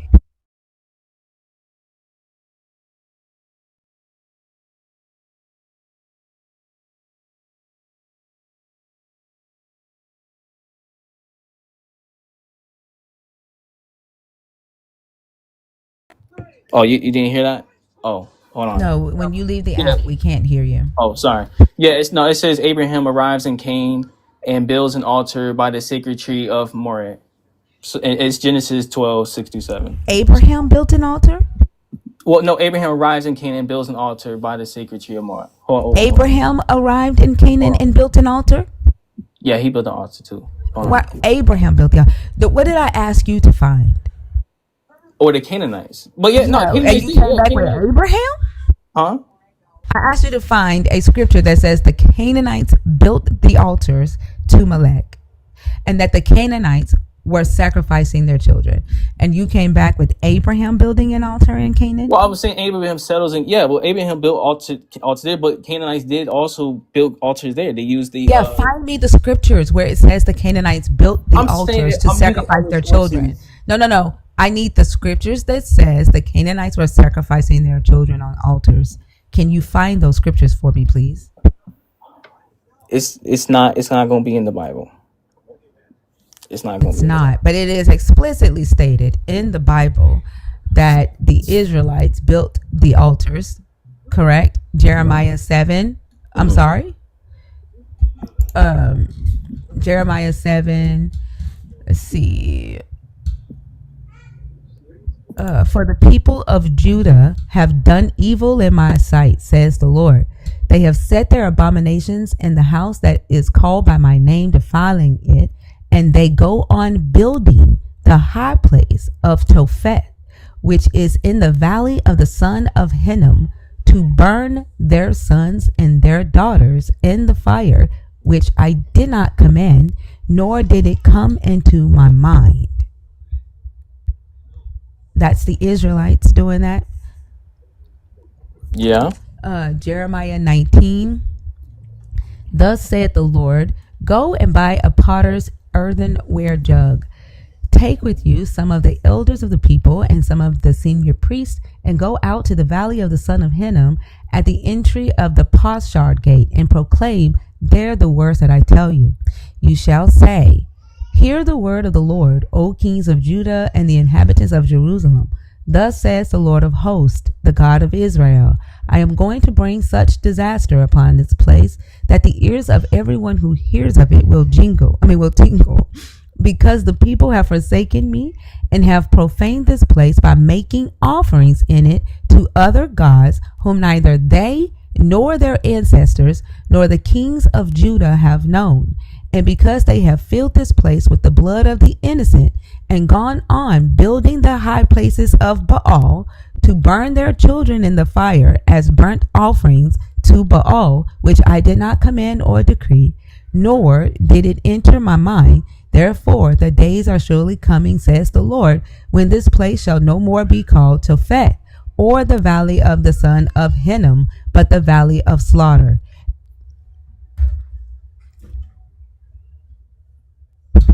Now, it is explicitly stated in this book that the Israelites were building altars to other gods, that the Israelites were sacrificing their children to other gods. The only thing you have is an inference that the Canaanites were also doing it, because the Israelites was in Canaan.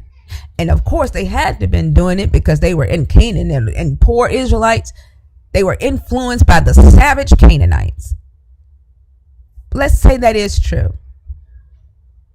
You are saying that it is okay for your God to genocide an entire group of people while just lightly punishing the Israelites for doing the exact same thing. That is supremacist ideologies. That is not supremacist ideology. Yes, it is. No, it's not. Because Does your God dislike people sacrificing their children to other gods, or does he just only dislike it when other people do it? well, you just read out loud that he didn't like his own people doing it. Did he genocide his own people? No, he warned them what would happen if they continue on doing this. Did he genocide other people? They were not his people. Not his people. Time. So if they were not his people, then he had no right to send his people in there to kill them for doing something that he never even talked to them about. If he's going to give mercy to the Israelites because they are his people, and not give mercy to the other people, that is supremacist ideologies. No, it is not. Because if you go ahead. Gnostic, what would supremacy ideology look like if it doesn't look like this? I cannot say that on this platform, and I don't think we should. Next question. I can't answer that. No, actually, you can. Like we've been talking about it. It wouldn't require any words that we haven't always already used. So, what would it look like? What would those particulars be? What would the God do, and how would he react to what the people did if it was actually supremacy ideology? If I mean, let's just say, God. Let's just say Jesus said they call themselves Jews and they're not. So that is what I believe is a supremacy group. That's not what I'm asking you. What I'm What? asking you, Thinker read this scripture, right? And she showed where the Israelites, who are God's chosen people, which why we're debating whether or not this is supremacy when there is literally chosen in the sentence that we're uttering right now, but they were his chosen people, and they did a thing that he didn't approve of. You have an inference that another group of people that were not his chosen people did the exact same thing that the chosen people did. The other group got a consequence that his people did not, one that was much harsher, i.e., complete annihilation. How is that not preferential treatment? And if it isn't preferential treatment, what would preferential treatment look like in that scenario? It was not, because when you're saying chosen people, it's not like they all believe they're better than the Canaanites. Like, it's not in that sense of chosen people. It's that God chose Abraham to represent him because of other gods at that time. Did he treat them differently? Did he treat them? Yeah, he treated them differently. How is that not preferential? Because they were that's evil. That's from the Eve eating the apple of good and evil. That was all evil wickedness. No, that's not my question. Uh, If he has a chosen people and he treats this group of chosen people differently than all other people, how is that not preferential treatment? because it's two different people. It's two different. God chose these people to represent Him because He is the one true God. How is So that? you can okay. I'll say just for I'll say it is. I'll say it is. So, I'll say it. preferential treatment, treating one group of people differently, i.e., they are better than other people. I wouldn't say better. So, what are they chosen for? What was To their reason? represent Him, to follow Him. So, take better off, okay?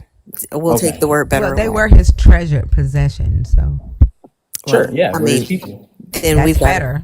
we've got to put it back then. If the book says treasured, then that means that's giving them a designation that others don't have. Would you agree? Sure. Let's keep better. Let's keep Oh, better. okay. Is better usually inferior or superior? It depends on the context, really. I Show mean, me a context where better means inferior. I can't really think of one. You can give one. You can give. Well, no, I can't because that's logically inconsistent, right? How are you gonna ask her to give an example for your thought? Well, I'm trying to think it through. But that's your thought. She can't give you an Well, I'm saying example she can for give an your thought. example. She can give an example. She doesn't agree with that. That's your thought. Sure. Okay. All right. So And I think we're going like around Jack's ass to get to his elbow unnecessarily because we know what preferential means. Like we know what chosen means. We know what designated means. We know what treasured means. And we know what supreme means. And we know logically that having a consequence for one group of people that's much more mild than the consequence for another group when the two groups did the exact same thing, we know what we're talking about. It makes you uncomfortable because of the entailments that creates for this God that you believe is all good. But words mean what words mean. Like, let me ask you a question. Would you say that white supremacy had a chosen status? I don't believe in white supremacy. So Would you say that white supremacy said they had a chosen status? no. So you're just gonna lie? Lie and say about that what? white people didn't claim to be superior, the superior race. You're just gonna lie? I mean, what you call it? They gave Did them, white people claim to be superior? Yes or no? sure, at one point, sure. Did they claim land rights? Sure, yeah. Did they have different laws for them versus other people? Sure. Did they have different treatment for people that were not white? Sure. And did they justify this using Christianity, using religion? Yeah. Now let's do this with the Israelites. Did the Israelites have a chosen status? Sure, yeah. Did the Israelites claim land rights? Yes and no. You are so dishonest. Did I'm the not. Israelites claim land rights in Canaan? Yes or no? Yeah. At that time, yeah. I'll say at that time, yeah. Sure. What do you mean at that time? Well, at what time did they not claim land rights? Well, they got kicked out in 70. Did they claim land? Do they still claim land rights today? That's not the Jew. No. Do Israelites still? I don't care who you think Jews are. Do they claim land rights? No. So there are no Israelites on this earth today that claim that Canaan was given to them by their God. That's why I said Jesus said those who call themselves Jews are not. No. Are anybody who thinks that they are the real Jews? No, we don't have any land. There's nobody. Do y'all claim land rights? Do y'all claim that your God gave you land? I didn't ask if you have land. Did your God promise you land? No. Well, no. You are a liar. I'm not lying. I'm saying like in the old covenant, the old Israelites, yeah. Did your God promise land? Yet did they claim land rights? You are a fucking liar. I'm not lying. Yes, you are. And the thing is, like, you know your God is a supremacist. That's why you're fucking deflecting and lying.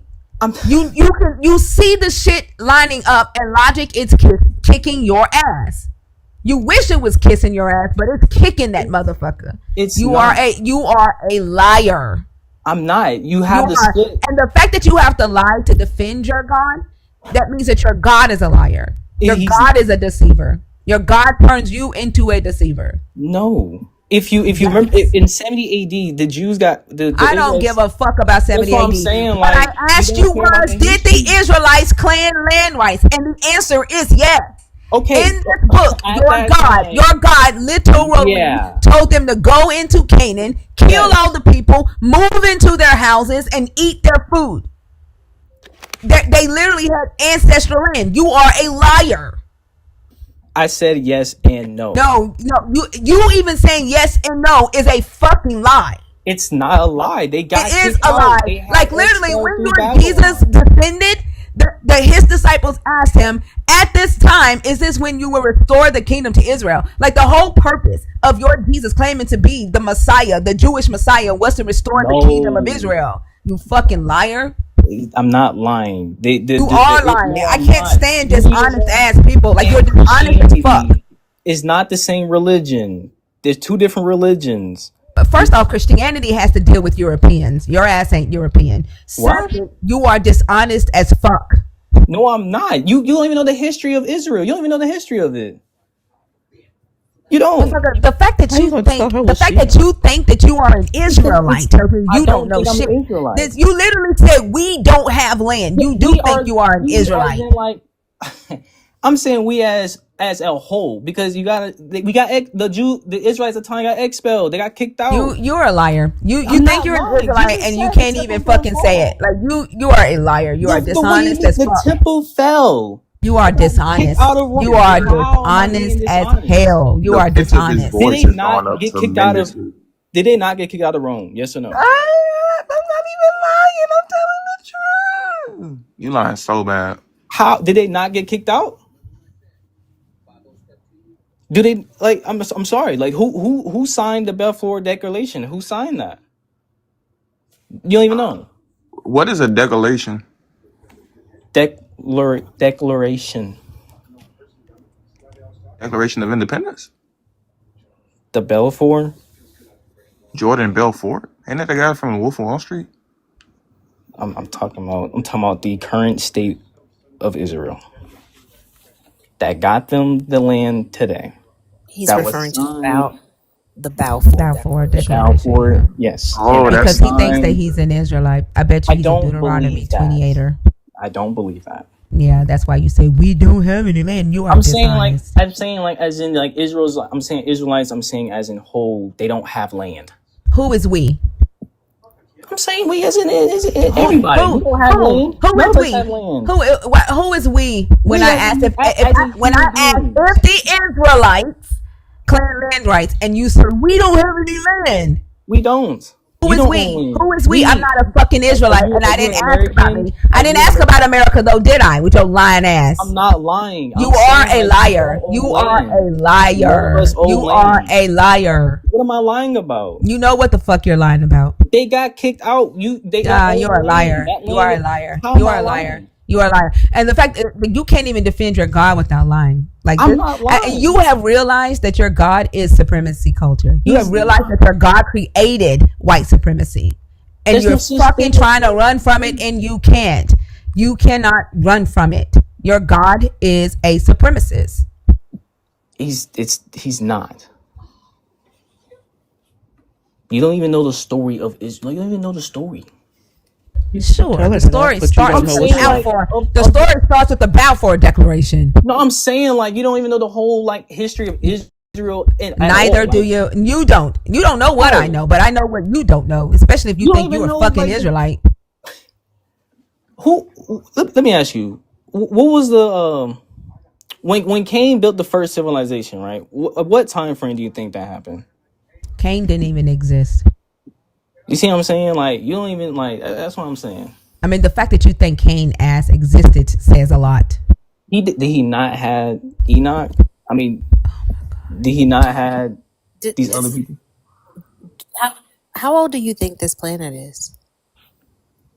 Like 6,000, give or take. Oh, I need you to log off and In go to a real life. geology class Well, right that's now. well. See, Go to a geology class this is right this is the knowledge this of good and evil. second. Who had the knowledge? You know what I'm saying? You don't. This is the knowledge of good and evil. You don't. Well, I mean, it's knowledge. You right? saying that the Earth is 6,000 years old is the knowledge of good and evil? Yeah, because people believe it's millions and billions years old without having any evidence with that at all. Besides saying it's scientific because of dark carbon dating and all that other and fossils Carbon and stuff. dating? Yeah, Do you carbon have a dating, habit of saying words you don't know? You Yeah, know he's that, carbon, right? 26, carbon. 25 You or said 26. I can't you remember. said Garbon dating. I said carbon. No, you said Garbon. Well, I mean autocorrect. My bad.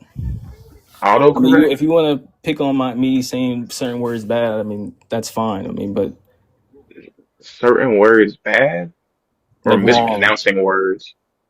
I mean, the yeah, word would be incorrectly. or yeah, incorrectly, incorrect. Lee. Maybe you should just start over from just pre-K, just all the way through. I don't think Well, English stuck either.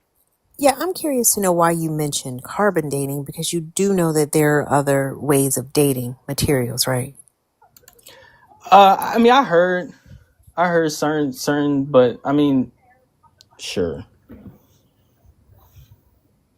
Yeah, I'm just not sure that like the things that you're saying. I'm not sure that you. Did he did he say CERN or certain? I think he said I don't know. I'm just not. I'm not clear on where you learned the things that you've learned, but the Earth is not 6,000 years old. I always recommend a resource called Khan Academy. They have some great auditable classes for free. If you are curious to confirm that what you believe is actually true. Well, I mean, if you can kind of use the Bible to kind of tell how old the Earth is. I mean, if you go from the flood period up until about Cain time, and then up to about now, you can guess around 6,000 years. You know, and in about 100 years, people are gonna think that the Earth started when AI Charlie Kirk Yep, came on the scene. probably so. Do you realize that Eve was a great, great, great, great, great grandmother before she gave birth to her third child, Seth, according to biblical chronology? Okay. You do realize that the Bible thinks bats are birds, and we know they're mammals. It it There are also it multitude. also says that she did not have Cain or Abel. It says that that she just went straight to having Seth in Genesis 5. Mm.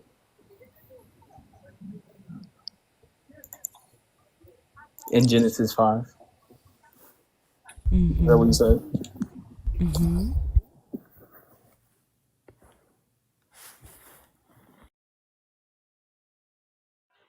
It also says that the Anunnaki took over the world and God had to kill them in Genesis 6.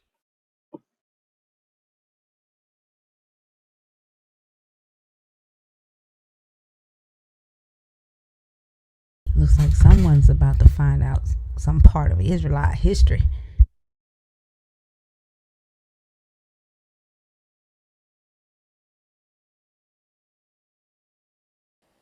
You said Genesis 5, right?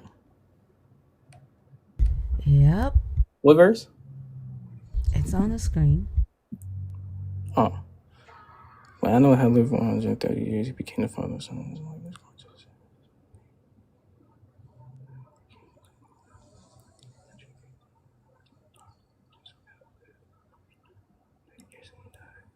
Okay, it's stating the ages. So what you're saying? You're saying that she's the grandmother of Seth. No, no, no. How old was Adam when he had Seth? Well, I know how lived 150, 130 years. All right. All right.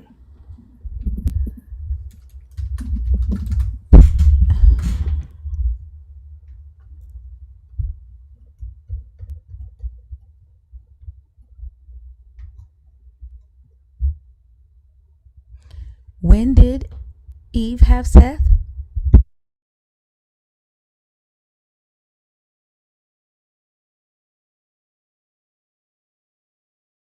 When did Eve have Seth in Genesis 4?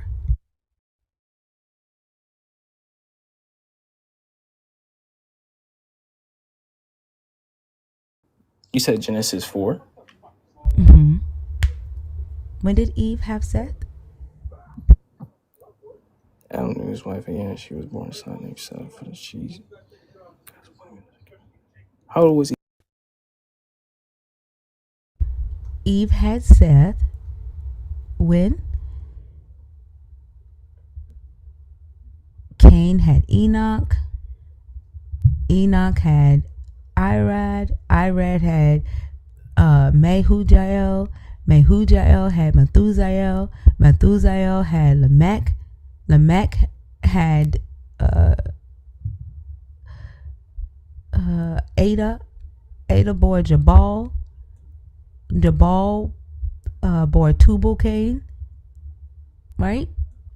And then Adam knew his wife and had Seth after Cain had all those kids. But Genesis 5 says when Adam lived 130 years, he became the father of Seth. And then Seth had Enosh.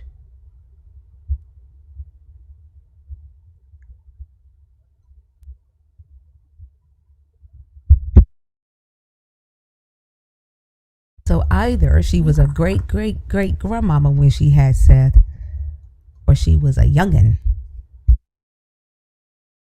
I mean, how young are you talking? Because you don't we don't even know how She would have old. been 130 years old if Adam was 130 years old, because they were created at the same damn time. Okay. Maybe it was on his birthday and she was about to be 130, so she was like a 129. Okay. But that's just a give or take of how old they were, because again, they were in the Garden of Eden before sin. So we this best guess estimate 130, right? How the fuck do you know that? What do you mean? They were in the Garden of Eden before under Hold God. on. Did God not dictate this to Moses? Was God guessing? What do you mean God was guessing? How did Isn't it the get to? belief that Moses wrote I'm saying far as us to really go off of. No, you're saying the 130 is a guess, and I thought that the No, I'm Moses saying wrote the like Bible because God. I thought Moses wrote Genesis because God told him to. I'm saying for how long they were even in the Garden of Eden, right? We're not Like they talking about that. lived, because remember when she ate the apple, they were going You're to the only one die. talking about that. So they only live up to We're talking 100. about when Seth was born. Right. Well, I'm saying they lived up to 130. So it doesn't mean they were only 130 years old, because before they ate the apple, there was no sin. When Adam had lived 130 years, he became the father Hold of on. his son in his likeness. You think that means he could have done it anywhere between 1 and 130 years old, and not when he became 130? Or you came 130. Yeah, sure. We can say 130. What I'm saying is, don't know how old he actually is, quote unquote. He just said it. When he became I'm saying, never mind. 130 years old, why are you adding a All right. Even, variable of the age recalculation that's not in this book? what do you mean? I'm saying like, okay, you guys saying that she's a grandmother or she's a youngin. So if she's a youngin, what are you saying? Are you saying what are you saying by saying she could be a youngin? How many generations? How many generations after Cain was named before Eve gave birth to Seth? I think 3, won't it? No, Hold on. it was more than would be required to get to 130 years old. How many do you think? It's either 5 or 6. I counted it yesterday when we were looking at the scripture for something else. So doing the math, like if we do the math, let's say Adam and Eve had Cain within their first year. Like we don't know how old they were when he created them. We don't know if they were adults. But let's say she was about 20 years old, right? She had Cain. Cain had Enoch, right?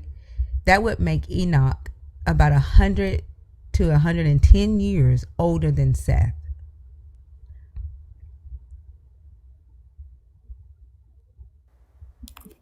Okay. Then he had other children after that, before Seth was born.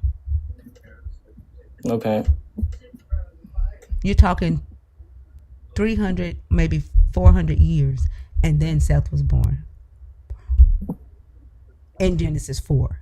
But Genesis 5 says Seth was born when Adam was 130 years old.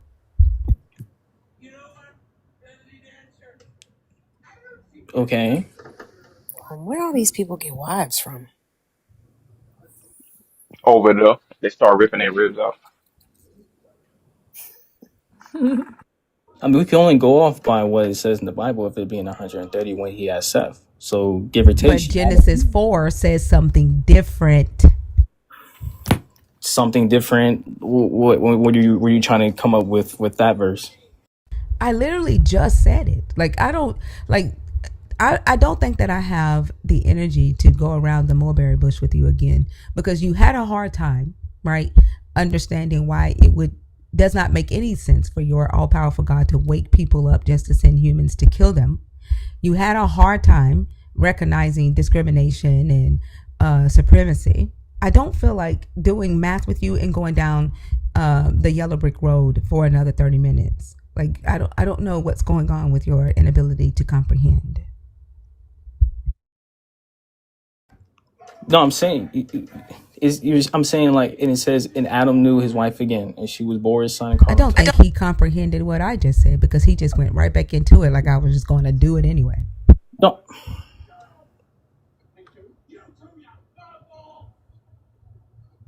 Okay.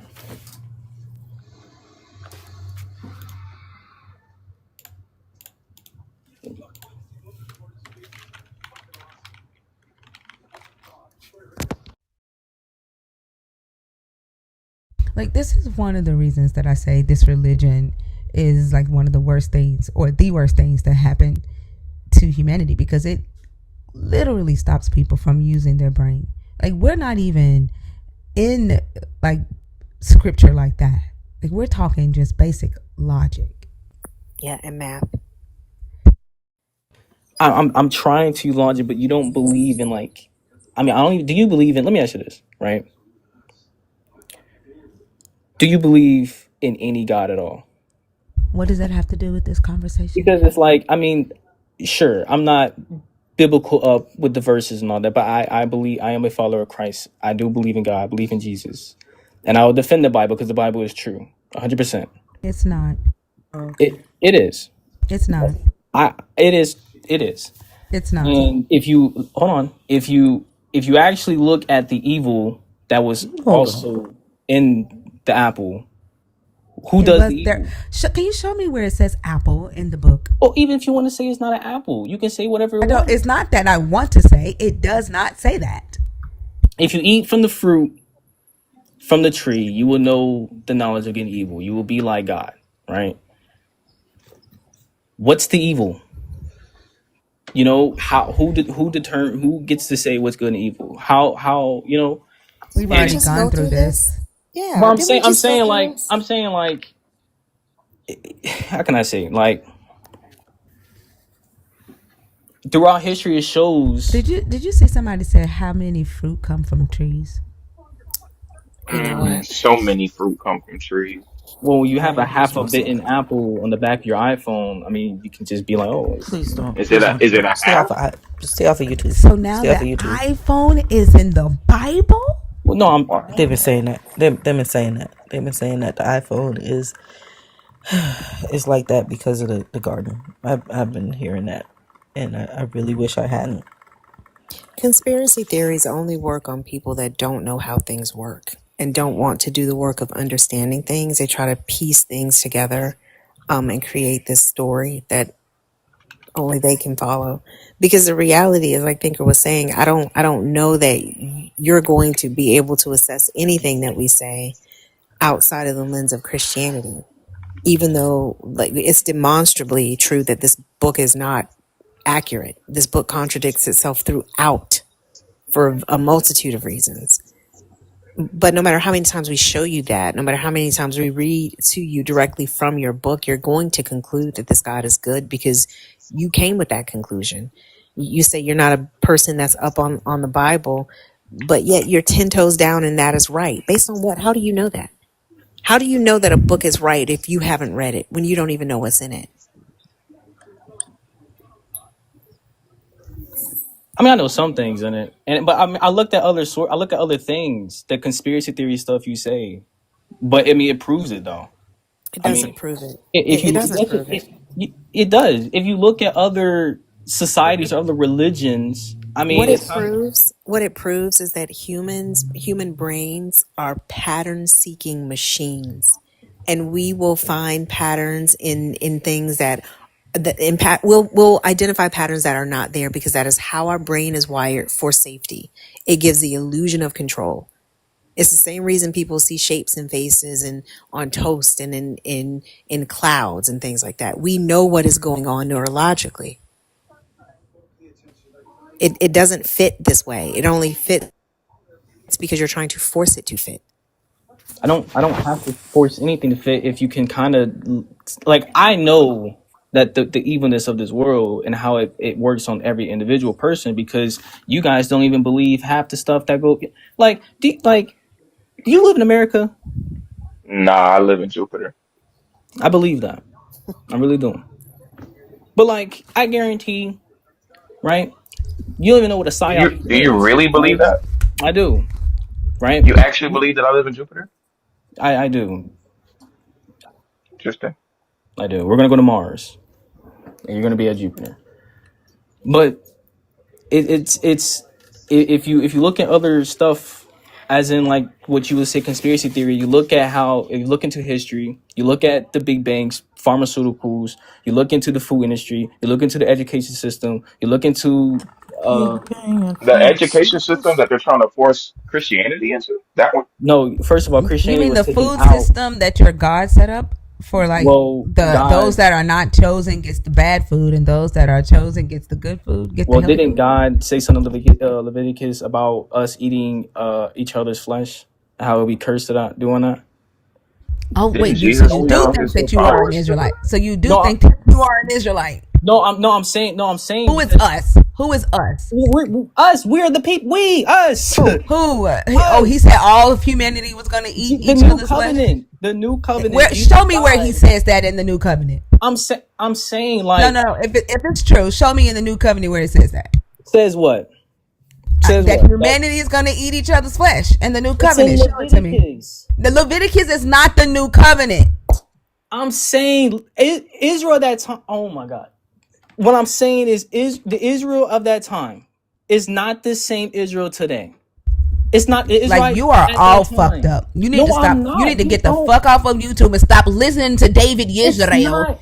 You need to It's. get off of YouTube. I'm not even on YouTube. Your ass is getting your education from YouTube. Like, Bro, ain't you no are fucking way. lying. I'm not You are lying. getting It's these from not the YouTube videos. same. You are lying. I'm not lying. What I'm article did you saying Hallelujah. read? it's not What the article did same. you read for this? What article I read from what? From this? Where I'm getting For this all of from? this, for all of this fringe, what's Uh, it called? Conspiracy theory this bullshit. guy named Dustin Nemos. Um, I mean, I got Rumble. Nemo? Did you Dustin say Nemo. Finding Nemo? Dustin Nemos. Yeah, Dustin. Like, Is that the name of the book or the article? Because I No, remember I it's asked you this for that. guy. No, it's this guy that I go and look Oh, into. okay. Does he have videos that explain these things? Yeah, Can yeah, I he find them on does. YouTube? No, you find. No, I said Rumble, or you go on his website. Can I find them on YouTube? No, you can't. You can't find him on You YouTube. can't find him on YouTube? It's on Rumble. he has an album. Be careful who you trust. I was just about to say this the guy that has the Children Trump rap edition? Is that what this is?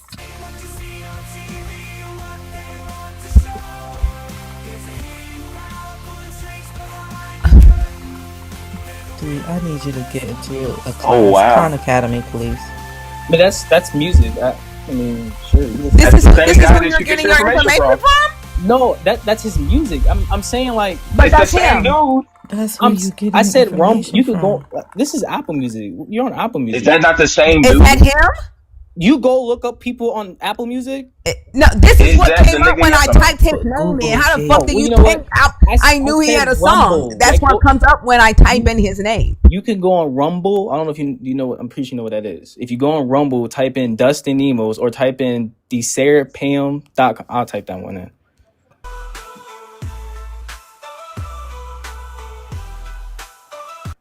Oh, never mind. TikTok. his I mean, first YouTube gonna get me because Yeah. yeah, I his can't play first shit. video says Charlie Kirk hoax recap. Yeah, see, that's a psyop. The only thing that comes up is his music. I don't know. Actually, he wrote some anti-Semitic shit. Are the Jades human? Yeah, he's a anti-Semitic piece of shit. Is what this person is. Well, you see, and Not surprising. We've heard what Gnosticism keeps saying about the synagogue of Satan. yeah, I mean, this is the lack of knowledge that You're talking about lack of knowledge while claiming that the Earth is 6,000 years old. Which, it if it were, is. you realize if that was the case, we wouldn't have any oil or coal Oil is a or natural. gas. Oil was started by the Rockefellers, and it's a natural resource. Do you know how it's Was formed? It started is. by the Rockefellers. Well, I mean, If they're the it, ones who got that oil running, right? I mean, they're one of the 13 bloodlines, right? do you So they know how created it's oil. formed? They didn't create it. Do you know how it is formed? No, I didn't dig into the creation. Matter of fact, Because there's you like matter of fact, knowledge. I do. If not right now, I don't know on the top of my head right now. But hold on, well, I'm saying like there's a podcast that you could listen to, and they Have talk you ever about heard of Up. fossil fuel But by have you ever heard chance? of school? Have you Well, ever heard of actual school? yeah, I Them know motherfuckers what Like sending us school the is. rumbling podcast like the school don't fuck? exist. Like fucking books don't Started exist. by the That's Rockefellers crazy. family. Hey, I mean, I don't know what you want me to. I You mean, think education was started by the Rockefellers? of the American system, yes. Of the American system? What does Of that what we mean? have of the modern Whoa. today's education system Now he switched the was whole word up. founded That's by the crazy. Rockefeller family. He's a QAnon? Yeah. I don't know what that is. You in it. You should You know. you have no idea what QAnon is, No, and you are You in listening it. to You this should man? know. Oh my gosh! You saying like the Q thing? Because like that's a psyop. That's not. I mean, that's like it's like misinformation stuff. This guy What is is a I QAnon. The yeah. fuck? He's not a. What is He's not a PSYOP Q. short for? Do you know? Psychological. PSYOP is short for psychological? What? You think PSYOP is short for psychological?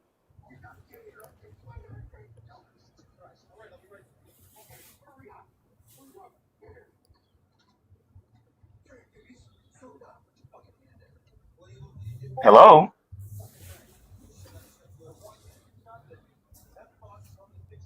Are you just now learning about your leader? Like you didn't know he was QAnon? I'm gonna say no. He's not that. Literally, I'm looking at it. It's on the page, bro. I'm literally looking at it. QAnon.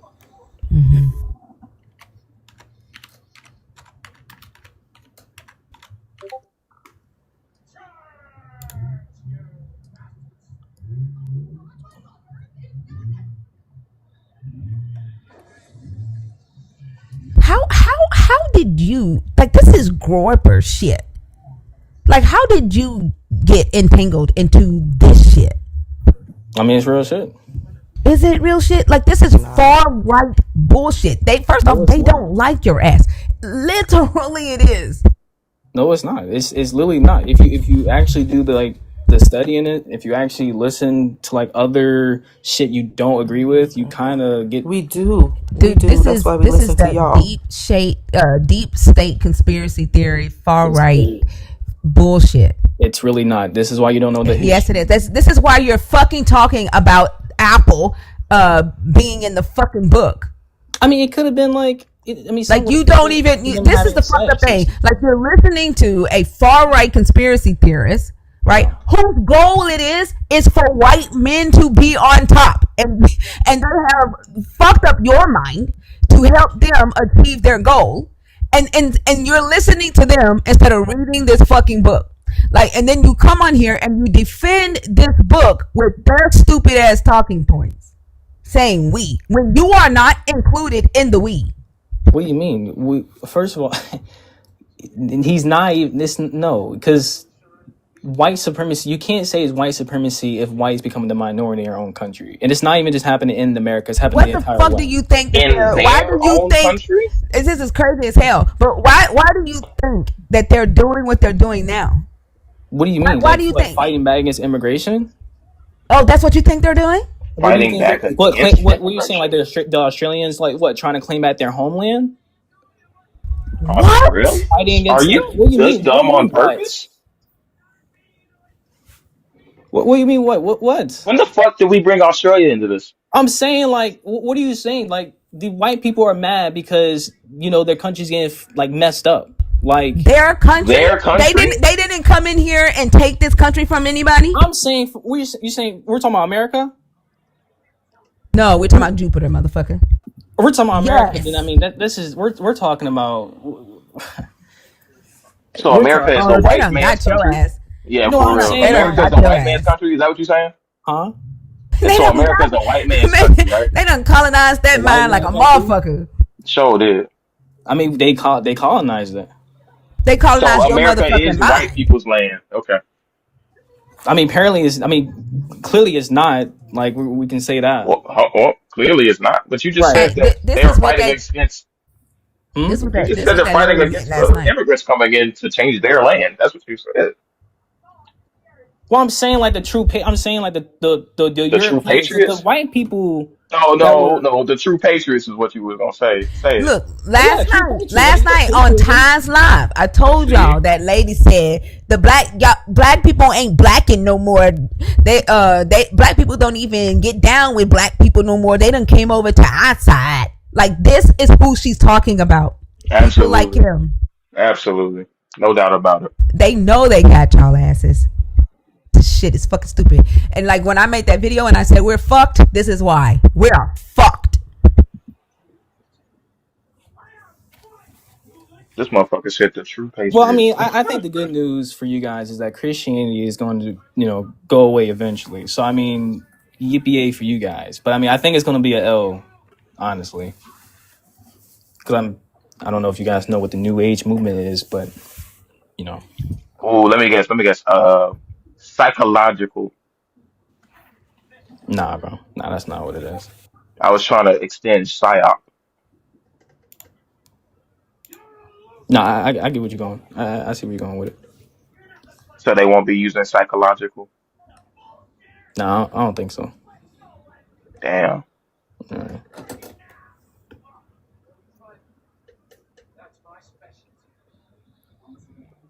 Hey, can I make a suggestion? This is sad. I'm What's gonna up? make it anyway. I suggest that you go to a junior college and take a few classes. You don't have to be going for like a degree or anything, but just take a few Oh, classes to really get grounded. You seem like you spend a lot of your brain power in the fucking clouds trying to prove conspiracy theories. When you know that they're called conspiracy theories for a reason. That's why you keep saying they're so-called conspiracy theories, because you know this shit does not make sense. And these lines only connect if you fucking blur your fucking eyes to try to see something that's not there. Like this shit does not make sense. The fact that you're saying that white people are fighting back against immigration to protect them or to protect them in their country, like you are so yeah. down the fucking rabbit hole, it's not even funny, bro. Like we can't even see your ass no more. You are stuffed down that motherfucker. And the fact that you think that you are the arbiter of this knowledge, that you have a divine connection to this wisdom, and you can't even fucking speak English correctly. Like you don't know how to structure a sentence to make it sound coherent. Like you don't know these things. You don't know how oil is formed. You don't know how old the earth is. You don't know anything pertaining to actual real life. All of your brain power is being used by this fucking dumbass black hole that you found yourself in of right wing propaganda. Like you really should just go take a few classes at a goddamn junior college. I'm not even saying that to be funny. I think you really should. Junior colleges provide a lot of good information. You should go there, take a few classes. It don't even matter what you're studying, but I think it'll ground you in reality enough for you to be able to make some of these connections kind of look like what they are, which is bullshit. Mm. No, I agree. I agree. I mean, I went to Hillsdale. I mean, I attended some classes there online. The free courses, obviously, can't afford it.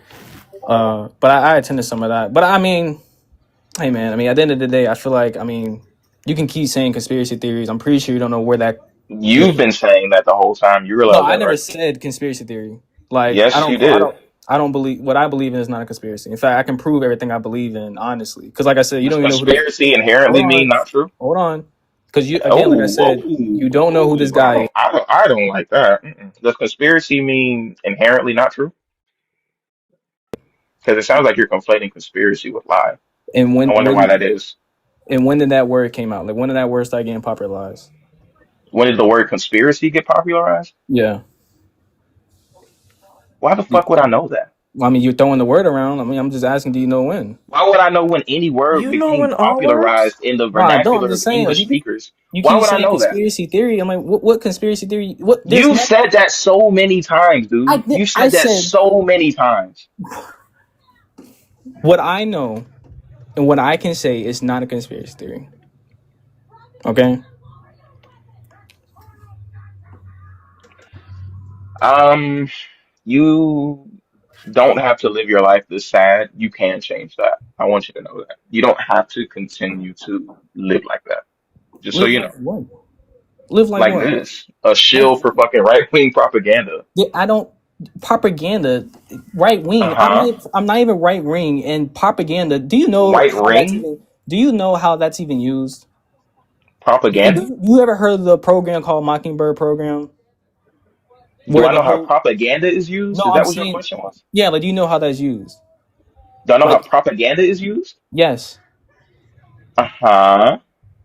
Okay, so like, how do you think that's used in today? Like in today's time, how can you tell what's propaganda, what's not? Propaganda? Yeah, like how can you tell Critical today? thinking, my guy. Critical thinking. Yeah, I mean, honestly, the fact that you don't understand what I'm relaying to you, but I'll give you an example of some propaganda that I think is pretty vile. Pastors are playing an AI voiceover of Kirk, where it's a bunch of words that he's never said in his life, at least not in that order. Talking about how he died for Christianity and how the cause needs to be strengthened by his death and how he should be going out and getting more people because the end times are coming, right? I Hmm. think that that is an example of mm, radicalization. Well, propaganda for the purposes of radicalizing people. Right. To do what? To divide, right? Could you say that that could be a tool to use to divide people? So if you get a bunch of pastors to, My you network's know, just to get along. crazy. Well, I'm saying this is how I'm saying. Like, Wow. don't you think that you can get a couple pastors saying, "Hey, speak highly of this guy Kirk." Get people to feel bad for the loss of him. Get a bunch of Christians and Catholics who believe in what the message he was saying and get along with it and get the people who do not agree with it. Well, push the media for that. Don't you think propaganda can be used for that? I To ain't get gonna lie, I people. completely zoned the fuck out. What'd you say? Yeah. Propaganda is used in multiple ways through news, through video games, through movies, TV shows, music. It's Sure, all sure. Not throughout. all But of in it's right wing America, though. huh? Sure, not all of it's right wing though. Right. It's left and right, correct? But I also don't think that was the question. The question wasn't how was it used. Your question was how do you spot it? Right. And I'm curious to know what are you looking for when you're looking to spot it. It's the same narrative. It's a narrative from both sides. I That's mean, if not you the don't, if question. what do you That's not mean? the question is how do you identify what is information and what is propaganda? And I think this is a very important point. How do you do that? Well, What is somebody said earlier, critical thinking, right? right? So how have you utilized that with respects to what you're claiming right now? Well, I know that cartoons were created because of propaganda was to push for the use of military, and the only reason why we That's hold on, the only reason why we have Disney, right? whoa, no, Because don't do that. Don't do that. We've already said that. Don't do that. don't I can't say what Disney. No, don't say hold on Oh when well, someone interjects. well when you have big guys like Walt Disney who work with You're the giving CIA. you're giving me examples. I'm not asking you for that. I'm asking you for a template for identifying what is propaganda and what is information. Propaganda from information you can use. I mean, how I personally tell it is by knowing that, like for example, what he said, Kurt, right? I know that that's propaganda, a form of propaganda, because it's pushing a narrative again for the right to feel bad again for the loss of him, and just say that the left is going. This is the third time I've asked you this question, and I'm saying in you the keep narrative. hold on. You Go keep ahead. telling me how it functions. I'm not asking you that. I'm asking you as an individual, when you get a piece of information, what questions do you ask yourself to determine whether or not this information is propaganda or if it's just data? What do you ask yourself? I ask myself, what are they trying to get at? What's the point of me seeing this? What's the point of them putting it out there on the news, right? Mhm. And that's how I determine. And that's not efficient. And I can tell you why that's not efficient. Okay. Because any piece of information that's being put out is being put out for a purpose. Correct. Like it's being put out to sway an opinion. Correct. So one of the first things you should do is check the tone. What is it intending to make you feel? Usually propaganda has a goal behind it, is to make you feel something. And you're absolutely right. There's propaganda on both sides of any political spectrum. That's just how it is. But the problem is that most people hear a thing, it already aligns with something they already believe or could be potentially suspicious of, and they jump right on it without checking any claims, without checking any evidence, without verifying the actual source to identify what's the bias this person is trying to get me to assume by reading this article or listening to this video.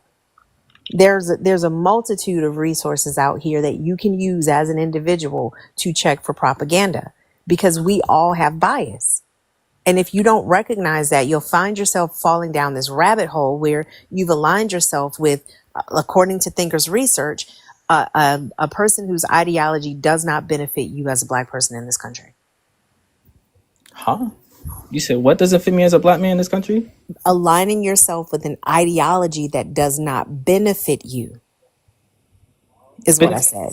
Does it benefit me in how? What do you mean? How?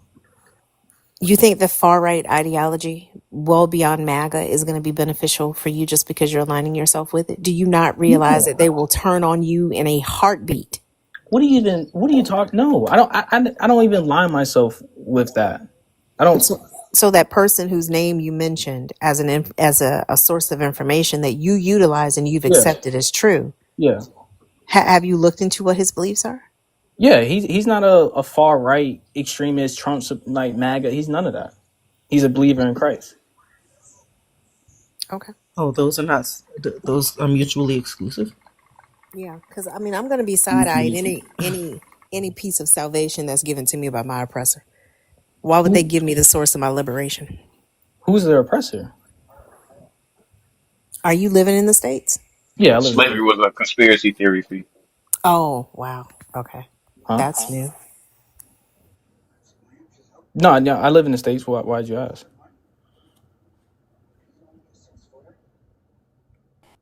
It just didn't seem to me that you understood. No, are you talking about slavery or something?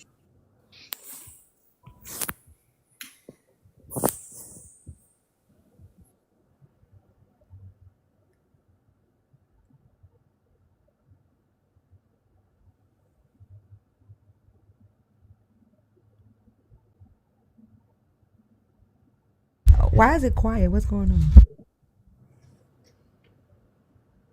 We were talking I about think that we're We were pretty all much, just too stunned to speak. yeah, I think we're What pretty much happened? done. we were I mean, talking how many about times could we tell this dude the same thing before? You know? and the conversation kind of drifted towards how to identify what's propaganda, but it took a few times for him to stop telling me examples of what is propaganda to really identify what we were talking about. But I think this is a bit of a lost cause. Well, I mean, not really, because I mean, I don't know how powerful you think propaganda really is, but I mean, that's kind of how like you can shape certain cultures and shape certain things in the way that you want it to be in if you have an Absolutely. objective, Sure. Of right? course. I don't deny that. So like it can go from both ways, left and right, and just individual, even for people who don't, let's say, how do you know where your beliefs come from? Like, how do you know your belief is correct? How do you know what you're saying is What correct belief based off though? of? That's I'm based off wrong. what you believe. I mean, I don't know. I asked Like, what God you believe in. You said, why does that matter? but here's the thing that I think you're missing, Mm. Gnostic, is that I don't know what belief you're referring to. I don't believe in any God, none whatsoever. None of the claims that I've investigated thus far have convinced me that any of these gods are true. But the difference between you and I is that I'm not cemented into a position, and when I get information, I verify that information. I validate that information. If my position on something needs to adjust, it will adjust because I'm not locked into a belief system where my conclusion already comes prepackaged for me. I follow the data where it leads. When we know better information, then we adjust sail. So when you talk about what do you believe in, my beliefs aren't fixed. They're not, and I would never want them to be. The only thing that I'm fixed in is accepting the truth and accepting reality, and not, I guess, venturing off into some fantasy world that makes me feel better about the uncertainty of the world that we live in. That's the only belief I hold onto very strongly. Oh, oh, that makes sense then. Well, that makes sense. Do you think it's possible for you to approach the world and like that instead of these conspiracy theories? I don't believe in conspiracy theories, but Yes, you do. it is. You're I don't. following them. I can literally prove it. Like everything I say, I No, you just can't. can't. I No, can't. you If you, can't. I post You it. believe the Earth is 6,000 years old. You Yeah, cannot prove anything I can. if you sit here believing the Earth is If 6,000 years old. When if people are older than that, people are in the triple digit thousands. what do you mean, people? What do you mean? Who People, as in people are so As in much older humans, than 6,000 years. we don't go further. This continent is older than 6,000 years. We can date back to when this continent was Pangea. We can go back to when it was so many other different landforms that divided. I have like I have a page, right? I'm not shouting myself out for now, but like I can really send like all my information that I have. you I got from mean, YouTube. it's none of it's from YouTube. Like none of it. I mean, certain guys posted videos on YouTube, but it's like they're in the stuff. I mean, it's What are your sources? How did you verify your sources of this information? well, I mean, I have Telegram. You know, you got Rumble, you have the internet, you have websites, Telegram, you like have one of those far right grower groups that you're in. what is this?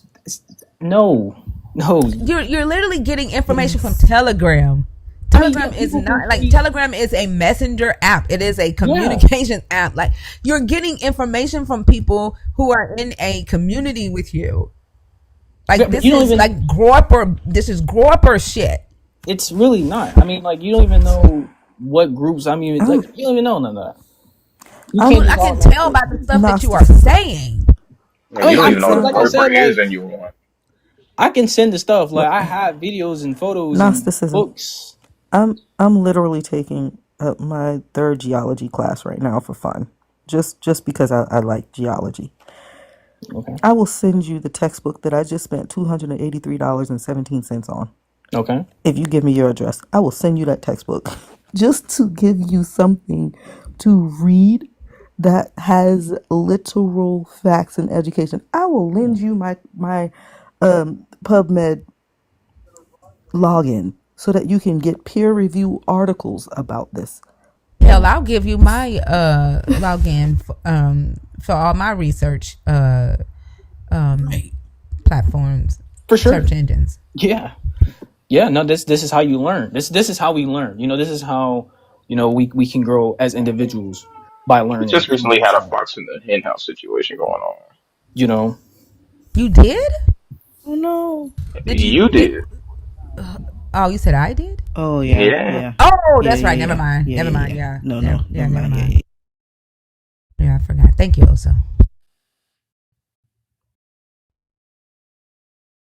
I mean, I think the thing. Oh, he's on TV. Oh, you have to remember too. Like, people can put or publish anything. There's a reason that the scientific community utilizes the peer review process. And if the source that you're utilizing does not include that, then you're gonna have to work on verifying your sources a whole lot better. No, yeah, no, yeah. I'm gonna send you the stuff, and you can just let me know. I mean, look at it, talk about it, and we can go from there. I mean, But that's not I'm pretty how. confident. But that's not how you verify that what you're reading is true. Like, don't you realize what I'm saying? Do you know what I mean when I say peer review? Yeah, yeah. Like I mean, I do my own research. I look into. I just don't read it and believe it. I look into this stuff. I mean, I watch videos of it. I mean, I just don't take everything for word. Do you know what the peer review process is, though? That's what I'm asking you. Do you know the importance of utilizing at least one peer reviewed source if you're engaging in research? Yeah, like if I'm going to look at this one, I look at something else that's talking about the same thing to see if I get the same point of view, maybe. Yeah, no, that's not the peer review process. Oh, what's the peer review process? What is Literally. it? Look into that, right? Because I think if you start there and you also start with like the basic fundamentals of critical thinking and identifying logical fallacies, I think those three places would be a great place for you to start. Because if you're the source of the information that you are citing as proof of what your claim is has not been peer reviewed, you don't know the work that went into it, and you can't the person that makes the claim cannot show their work.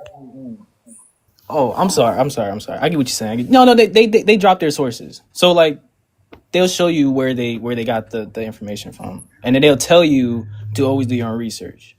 And What are the search the peer reviewed search engines that it sent you to? The sources have sent you to that like you've had to they'll create? leave a link. Hold on. That you right. And for most of these, if they are peer reviewed, credible sources, you have to create an account to access this information. What peer review search engines have you created accounts for? I mean, I'm guessing I'm gonna say.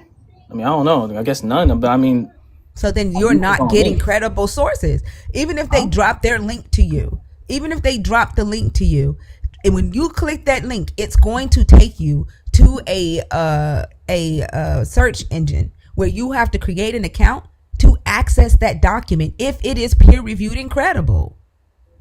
so you're saying, hold on, because I don't. Where do they do that at? Like, what? Can you tell me a video right now? I can go on and click on it and see that. Because like, if I go on YouTube right now, Hold on. Did you You go to kept college? denying that you go to YouTube, and now. okay, or I'm thinking, Yeah, it's okay. I know you lied earlier. It's okay. Like, have you ever heard of JSTOR? JSTOR? Yes. No. Baby, you're ain't no way in hell. If you've never heard of JSTOR, like you're not reading credible. I'm not reading. You cannot be. Yep, you've never heard of JSTOR, PubMed. What's the other one that starts with a B? God, I cannot think of it right now. It's on like the letter JSTOR. OR, yes. I mean, no, I never heard of this. This is where a lot of credible articles can be found about different things. Like, yeah, all you really have to do when you want to access peer-reviewed studies, ResearchGate is one. When you want to access credible information that has been peer-reviewed and thoughtfully researched, just go to Google, do asterisk Google Scholar, and it'll take you to a completely different search engine. Because on the regular Google, you're getting a lot of op-eds, like a lot of opinionated based blog articles, just written by random people who put up a website and add a blog to their website. To get to the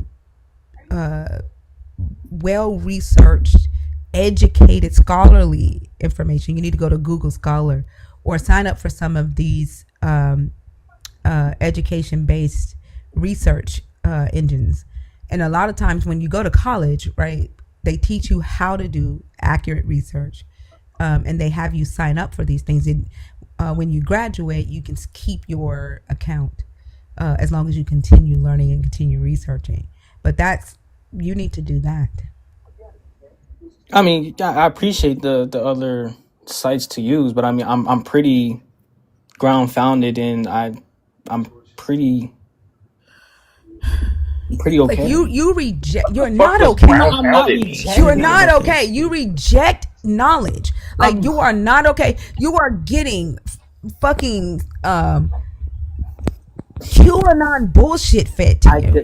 that's not You even. are the guy that you It gave us is. is a Q member. He's a QAnon. He used He's spewing QAnon he's conspiracy theories, not. and you are here reciting. Dude, you literally Are you said saying you he got an used to be? apple. You got a half eaten apple on the back of your phone. Adam and Eve. Adam and Eve. Like what? Well, I'm saying like Did you you can see say the he used to be? mockery. You can see the mockery of what it is, right? I mean, this, this is the conspiracy theory stuff, right? But What the fuck does Apple well, iOS what I'm the fuck throwing it does out. iOS have to do Well, with your phone?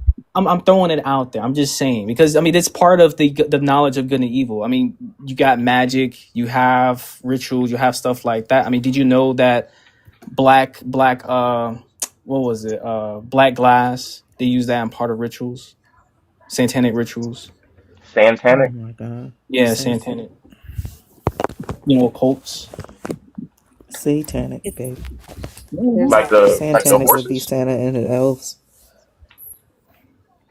I mean, what do you think, Lord of the Rings? You know, And this is why I say, like, you're not engaging in research. The fact that you said, yeah, I'm good, I'm pretty well set, you're cemented in your viewpoint. You're not open to learn anything. You think you're already right.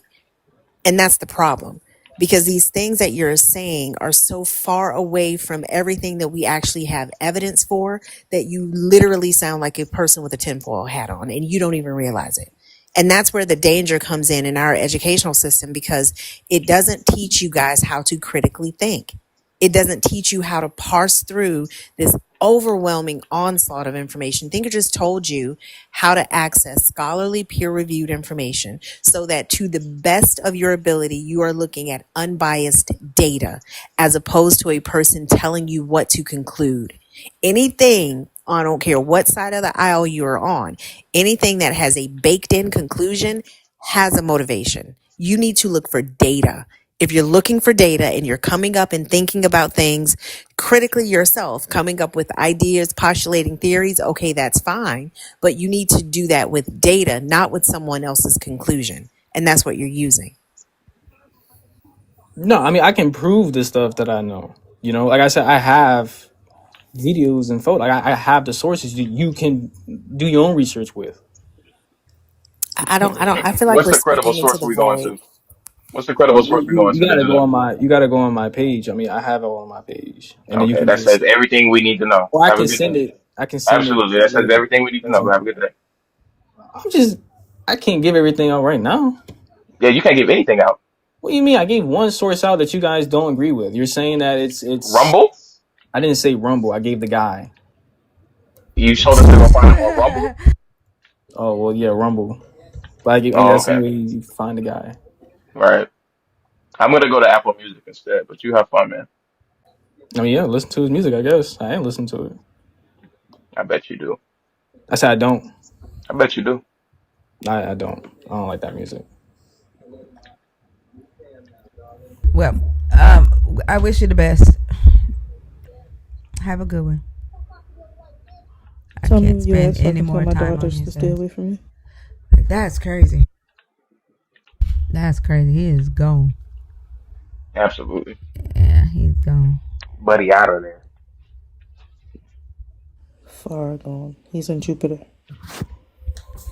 Don't you put him No, where I'm at? I ain't got a request up. My fault. You can drop me down. It's No too late. worries. You're here now.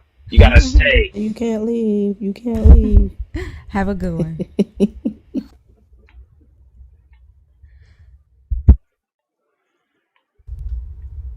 Then he said, I don't listen to his music.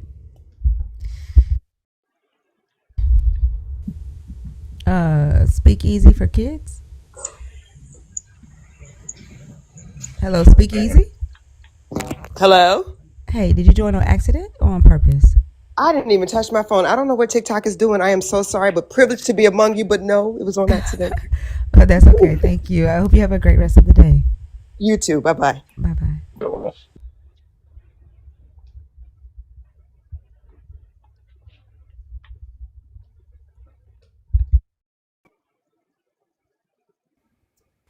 Coined it? Yes, ma'am. How you doing? Good. How are you? I'm well. I was actually up here the other day. Um, we had a decent conversation. I was at work. But I don't quite remember, but that's okay. I don't live in the past. Do me a favor and give me your age. And are you here to talk about one of the topics on the post, or? I'm 30. Nah, I just kind of wanted to share a thought. That's all. I actually don't allow that unless you are a nerd member. And today conversations are only for believers. For us to talk about these topics for believers. Okay. All right. I appreciate you. All right. Thank you so much. I hope you have a great day. You do the same. Osei said, I don't remember the conversation with him. I remember the name, but I don't know if the conversation went well or not. I wouldn't classify it as good. It wasn't well. It Yeah. wasn't. A majestic Who moose. else? Oh, this is a nerd. Gotta take you down, friend. Oh, it didn't go well? Oh. What I remember else? the name, but I can't remember the conversation. I remember the name, but yeah, I don't remember the conversation, Edub? Hello. Hi, how are you? I'm doing great. Are you a believer in the God of the Bible? Absolutely. And what is your age, please? I'm 53. Thank you. It's always weird to see believers with the nerd badge. It's so weird. Which topic did you want to discuss? We can start with the knowledge of good and evil. I mean, that's what you got up there. And I guess you're saying, was it a control mechanism versus a protection mechanism?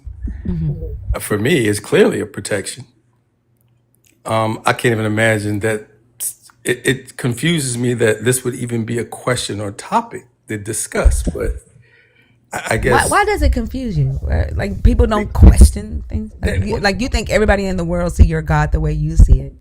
well, it's not even that. It's just the premise. It's if you understand. Okay, so it's all about context, right?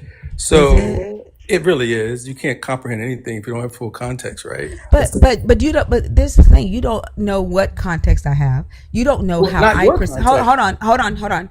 You don't know what context I have and how I perceive the story, right? How I perceive the guy. Like you came in here like, oh my God, this is so like unusual. Like I can't believe It anybody is. would ask I that type of still question think that. because you came with the supremacist mindset that your God is the only right God and everybody sees your God the way you do. That there's nobody in the world that could possibly see your God as a genocidal. No, wait. You're You making a came lot in. of Can emphasis. you stop? Can you stop? Can you stop?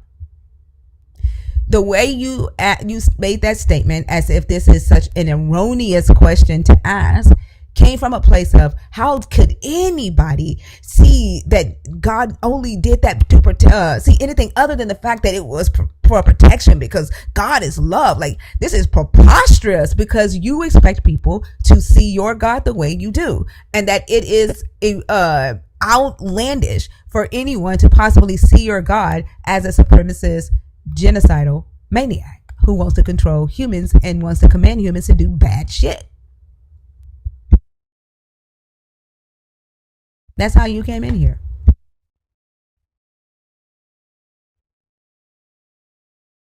Now it's your turn to talk.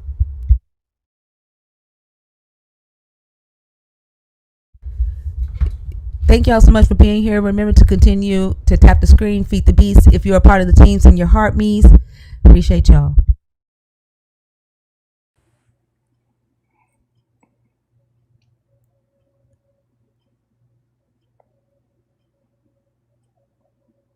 You don't have anything to say? I do. I was just waiting. You were talking, so I give you a chance to. You're running the floor here. So basically, what I want to say is that yes, I do find it strange, and just that's just me. And I feel like you guys seem like, when I say you guys, you seem like you're decently read of the Bible and some historical references. So I think it's safe for me to assume that you have a good historical and literal context of the scripture. So I think I'm safe in saying that. So that's why I'm saying, for you to have that information and historical position in time and history, I find it remarkable that you would pose that question based on what you already know. And the reason why I say that is because you seem as if you guys seem as if you just, my question to you, are you a believer? Do you believe in God, first of all? Like, do any of that that's on the screen scream, Jesus is my savior? Do you believe in God? I'm asking you, by the topics that I am discussing, does any of that say Jesus is my savior? I also think that if No. you're listening to us to conclude that we're familiar with this book, I think also our position on this book would have been clear as well. Like, was that left ambiguous for you? Yeah, because it almost seems as if, I don't want to say this, but I'm just going to say it. It almost seems as if, like, you're on maybe some type of crusade to prove. Like, hold on. Like, what I'm not about to do is have you up here whining about people who don't like your God. Now, either you can participate. Hey, that's what you're about to do. I don't care. You don't know Hey, that's what you're about to do.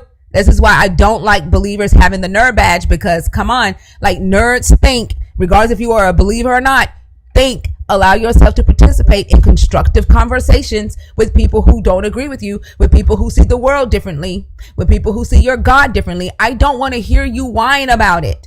Okay? If you don't like it, you don't have to come in here and you don't have to participate. Let us move on to someone else who can participate in these types of conversations. But I don't want to hear you cry about how you think that people are dead set on going against your God. Okay? I don't believe in your God. I don't like your God. I think your God is a supremacist. Now, you can either deal with that and participate in the conversation, or move on so somebody else can take that spot. He has a nerd badge. He has a nerd badge, and that's what I do not like.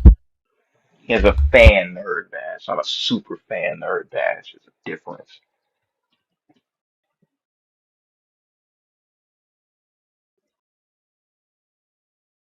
You'll only see it if he types it in the chat. You won't be able to see it while he's on stage. You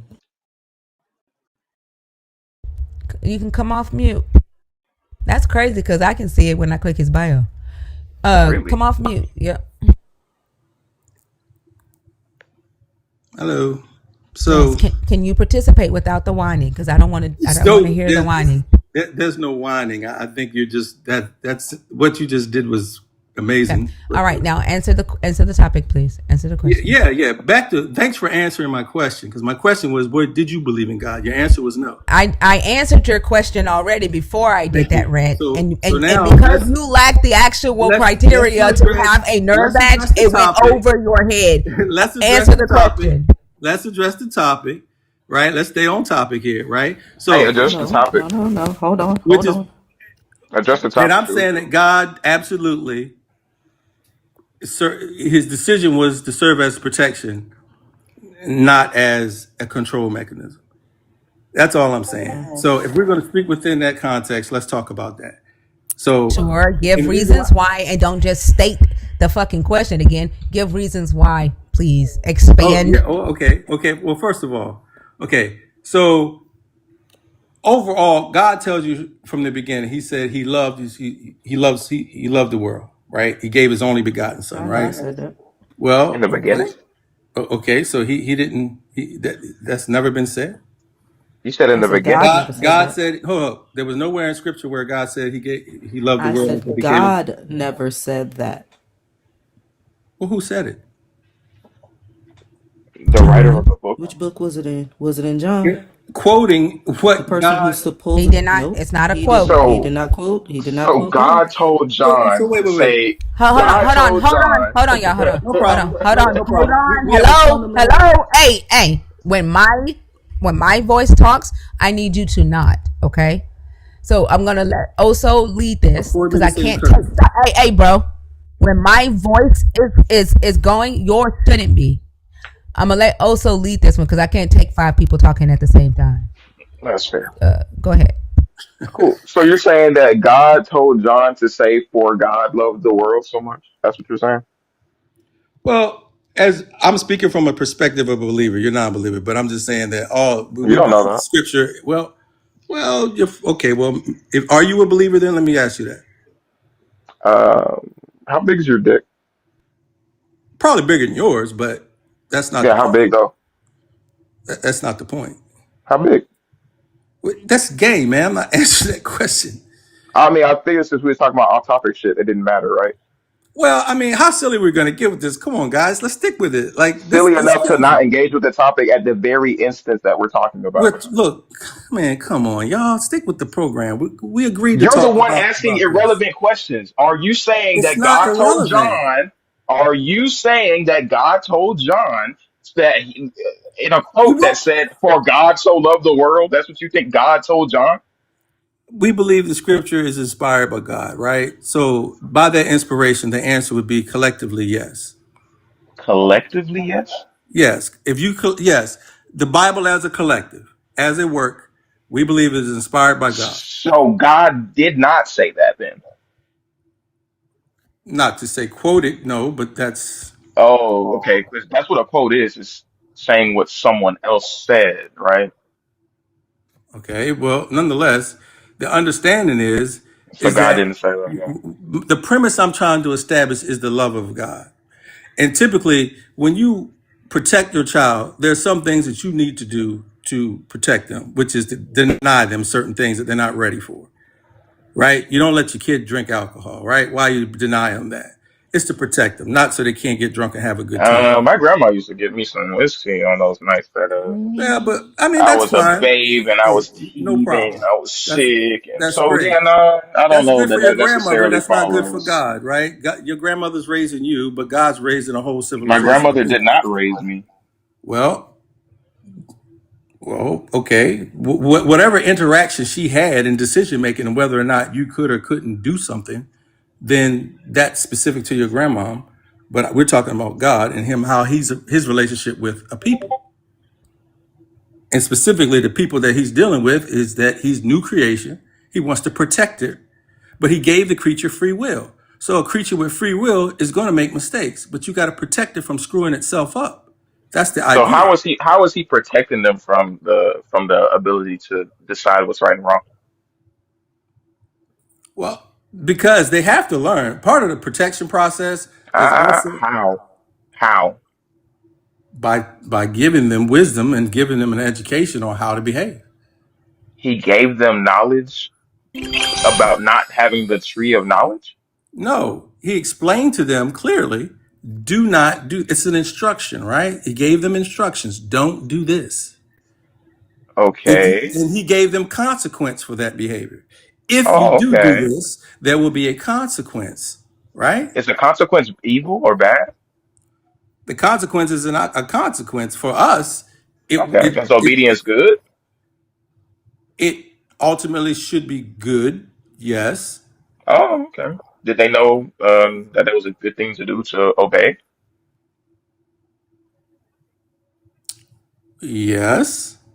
Oh, they knew? They had knowledge of good before they ate from the tree of knowledge of good and evil? Well, they were inherently innocent. So Does that by mean they know what reference, good is? well, Babies are innocent. They don't know what good is. I'm stating that they were good by proxy of their innocence. I asked you, no, no, no, no, no, no. I asked you if they knew obedience was good.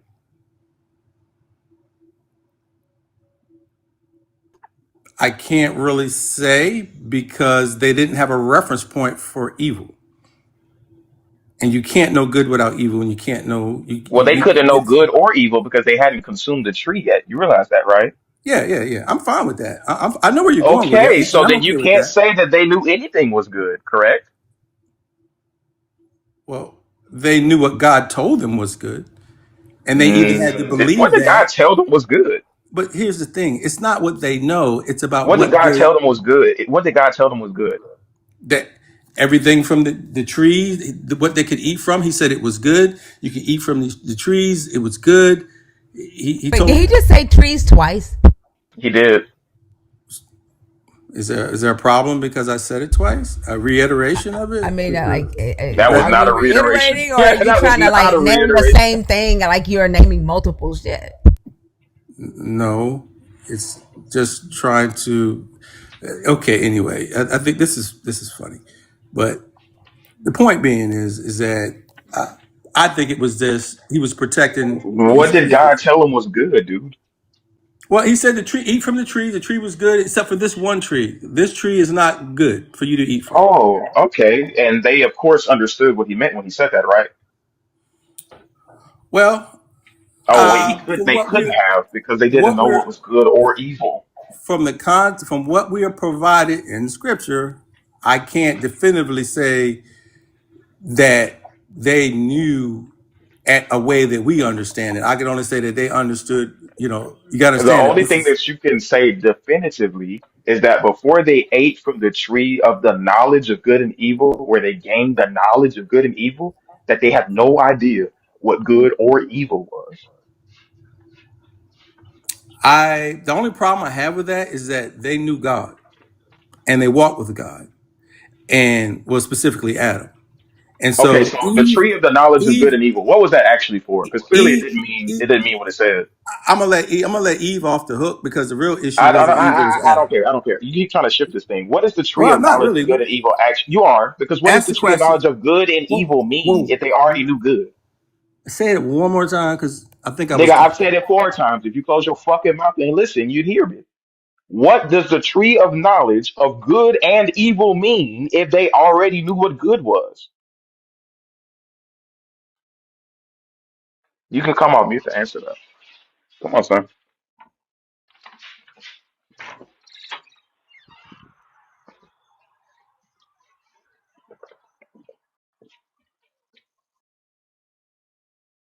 Hello, old man Withers.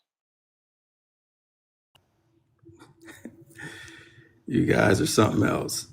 Yeah, I'm something else for sure. Answer the question. What was the purpose of the tree of knowledge of good and evil if they already knew good? Well, wait a minute. You just okay, fine. All right. The same So question I've asked if you five if you times. the purpose of the tree that God that He put there, I from my understanding, I would say was that at some point in time it was served as a test. What did the tree of knowledge of good and evil give the humans, bro? What did they give them? Uh-huh. A choice. It served as a choice. The tree of when they ate from the fucking tree, what did they get? Well, they got their eyes open to good and evil. What does They looked Genesis to evil. 3:22 say? So scripturally speaking, their eyes were opened up. And they what? And they gained what? A discernment between the two. So they gained the knowledge of good and evil, correct? Yeah, we could say that. Yeah, Okay, so they would have had no idea what good was in the beginning, correct? that's kind of right. Okay, so when you say God was protecting them by telling them what was good and what wasn't, how Yes. the fuck would that affect them? They don't know what that means. Well, just like any other parent, if a kid doesn't understand, don't touch the fire, they have no concept that the fire burns, but you tell them it burns. But until they touch and experience it, they don't know it burns. Now they know. But Okay, your so goal in is to that prevent them scenario, from do burning you kick your themselves. child out forever and curse them and their descendants for all the rest of the time? Is that what you do as a But, parent?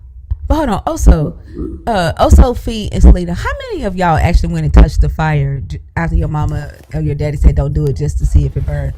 How many of y'all Absolutely actually? not. You could feel it's hot before you get there. Yeah, I ain't never did that. But they use the same fucking analogy It's like a that. Like metaphor, everybody's man. all just the It's a doing it. time. metaphor. Like It's a it metaphor. It's don't not work. a It metaphor. don't Y'all It's an too work. smart for analogy. this It's game. not a Come on. metaphor. It's an You got analogy, Eric. analogy. Well, it's metaphorically. It still can be said metaphorically, right? So, It but that's don't okay. work. It Analogy, whatever doesn't you want to work. use. It's fine. You guys are look. You guys are smart enough to know what's going on. Don't the fact that you even say that? I know y'all too smart for that. So let's We're move too on smart past to that. correct you? Is that what you're No, no, saying? no. You're too smart to just bring up the subject about putting the hand in the fire. I'm trying to explain. You understand that, and I know y'all do. I can't help that you're doing a poor job of doing that. That's not on Well, me. I That's might on not you to be. communicate better. Well, I'm working on it. I'm doing what I can here. Well, But goddamn, bro, it's been 50 something years. You think you get good at some point. yeah, I'm good at some things, bad at others. But that's beside the point. The bottom line is that you've established that okay. You Don't you say communicate every day though? Like that? Okay, whatever. Go listen. ahead. These personal what is the deal? Can't we stay on subject? How was that a personal ad hoc? Because And how was that everything you're not saying, on subject? He the one who because brought up the damn analogy? Right, like everything's a, oh my God, can y'all stay? Stop. Everything's a critique of the nigga, just individual. because your brain works slower than ours doesn't mean we have to slow down for you. Keep up. Well, there's nothing you're saying that is groundbreaking. You're not as smart as you think, but that's I okay. mean, it's We were obviously too We're smart fracturing too earlier, your smart. and brain. now we're We're not as not smart. smart. That's crazy. You We were guys too are smart smart, earlier, man. now we're not as smart as we Hey, think we are. That's hey, crazy. look. You're smart dudes, though. I'll give y'all credit. I think y'all well versed. That's all fine and dandy. But man, let's move on with this, you guys. So anyway, look. So okay. So the point being is that if a parent is going to try to protect his What did I kid, say before we got on the segue? Do you remember? he's going to try and protect his kid, right? What did I say before we got on the segue? Do you remember? You said a lot. What did I say before we got on the segue? Do you remember? No, you said a lot. Okay, you could just keep it at no, right? Because the answer is no. What I said was, you. How are you asking? How are you positing that this was protection when he told them it was good to obey, and the bad thing would happen, the evil thing would happen if they disobey, when they don't have any concept of either? Because they're creatures of free. Here's the thing: they're creatures of free will. We have free Holy will. We shit! get to choose. Does free will, like that? Free will does not answer the question. It does not satisfy the quandary, right? Like I'm asking What? you, if you could fucking listen, you might be able to catch up. All Maybe. right. Well, I'm fucking trying. Put your listening ears on. You ready? Go for it, young man. If you tell them it's good to do this and not to do that, and they have no concept of what good is, that means jack shit to them. They would not know, correct? This is true So on how is he face value. protecting them by giving them useless information that they cannot synthesize? It is not useless because it's not useless. It's The useless if premise, they can't synthesize it. it's not useless. It's because, look, if, Okay, what use did it have is for it them? useless? Ho, ho. Is it useless for you What to use did tell it your have for them? kid, What wait, use did it? No, no, no, no, no. I'm tired of you with analogies. We're talking about the actual story. What use did it have to Adam and Eve? What did it actually do? him giving them that information to say, don't Yeah, do what it. did it actually do? They disobeyed. So ultimately, What did the they didn't, information it didn't, actually do? ultimately, it didn't do anything for them because they Oh, disobeyed. so kind of like what I was just saying. It did nothing for them because they did not have the ability to synthesize the information. Whoa. See, Wow. you making, Now that we're here, hey Eric, old man Withers, man. calm down, calm down. We just had a revelation. Well, you just had a revelation, right? If it did nothing for them because whatever he said didn't matter because they had no idea on how to synthesize the information, then how in the fuck was he protecting them? It could not have been giving them useless information because we just established it did nothing. So how was he protecting them? You can come off mute now, old man.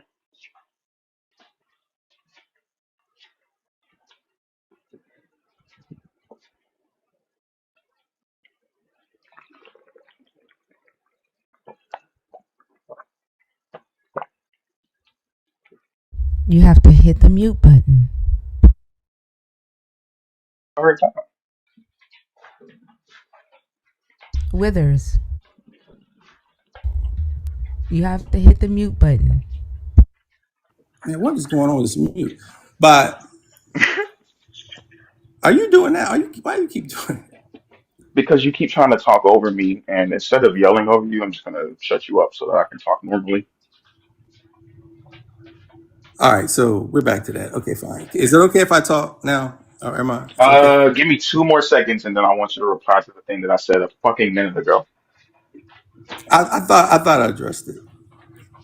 The thing that I just said that you have not come off mute until just recently to talk about. You think you addressed that already? Yeah, I thought I did. Maybe I didn't. How?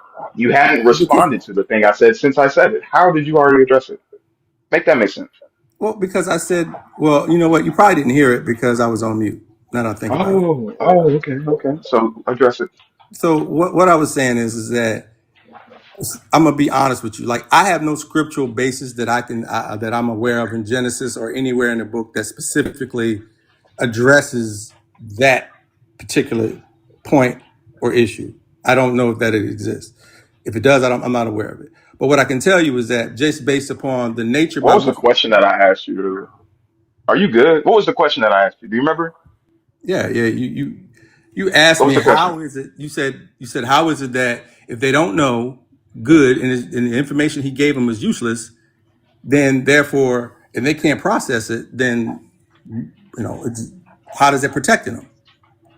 And I'm Wrong. You saying, said, how did he protect them? Because it can't be giving them useless information because it ultimately did nothing. well, man, I'm about to say this, but it did not. Man, I got to choose my words carefully. Even though it's perceived as a failure, because that's how it looks, like he failed to protect them, because that's what the intent was.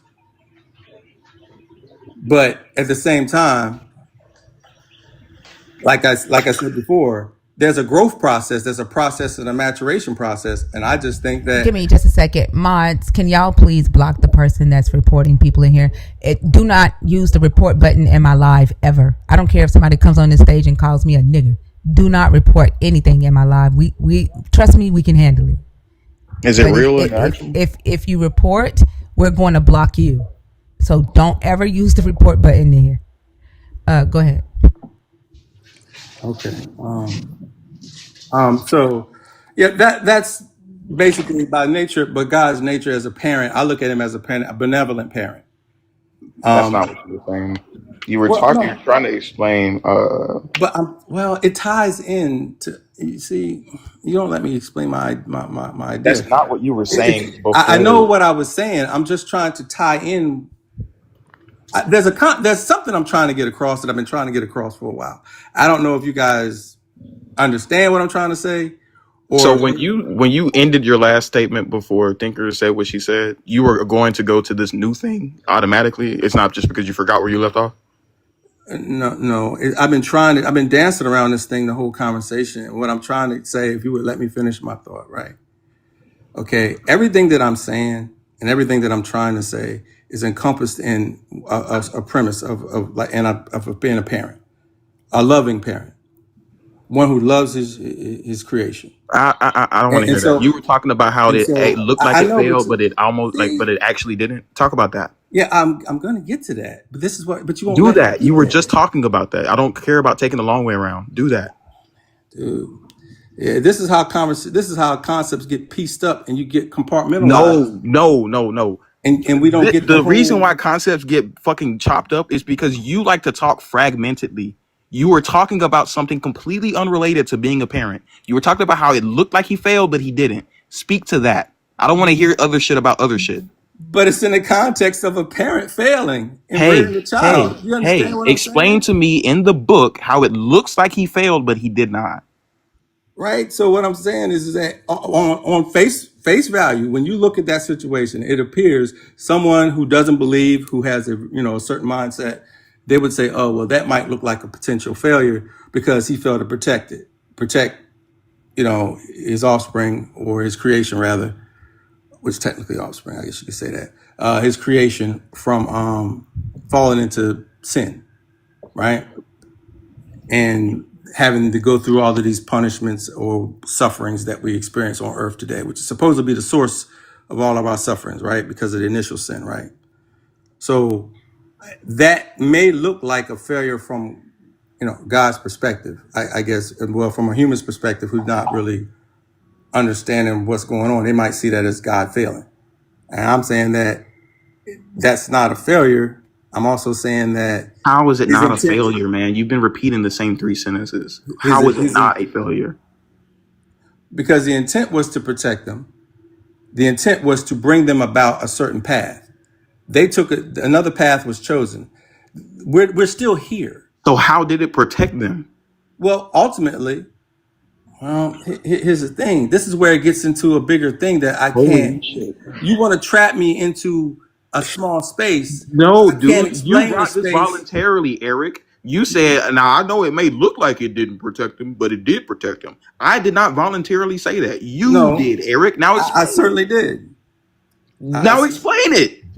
I certainly did. Look, all I can say is this: is that it may look like a failure, but ultimately it is not, because I see Explain. God. I see Hey, God you got as one more fucking time to do that. I well. don't give a If you, fuck about you repeating the same goddamn sentence well, I'm gonna 17 times. repeat. But Tell here's the me thing: how it wasn't a failure. I will.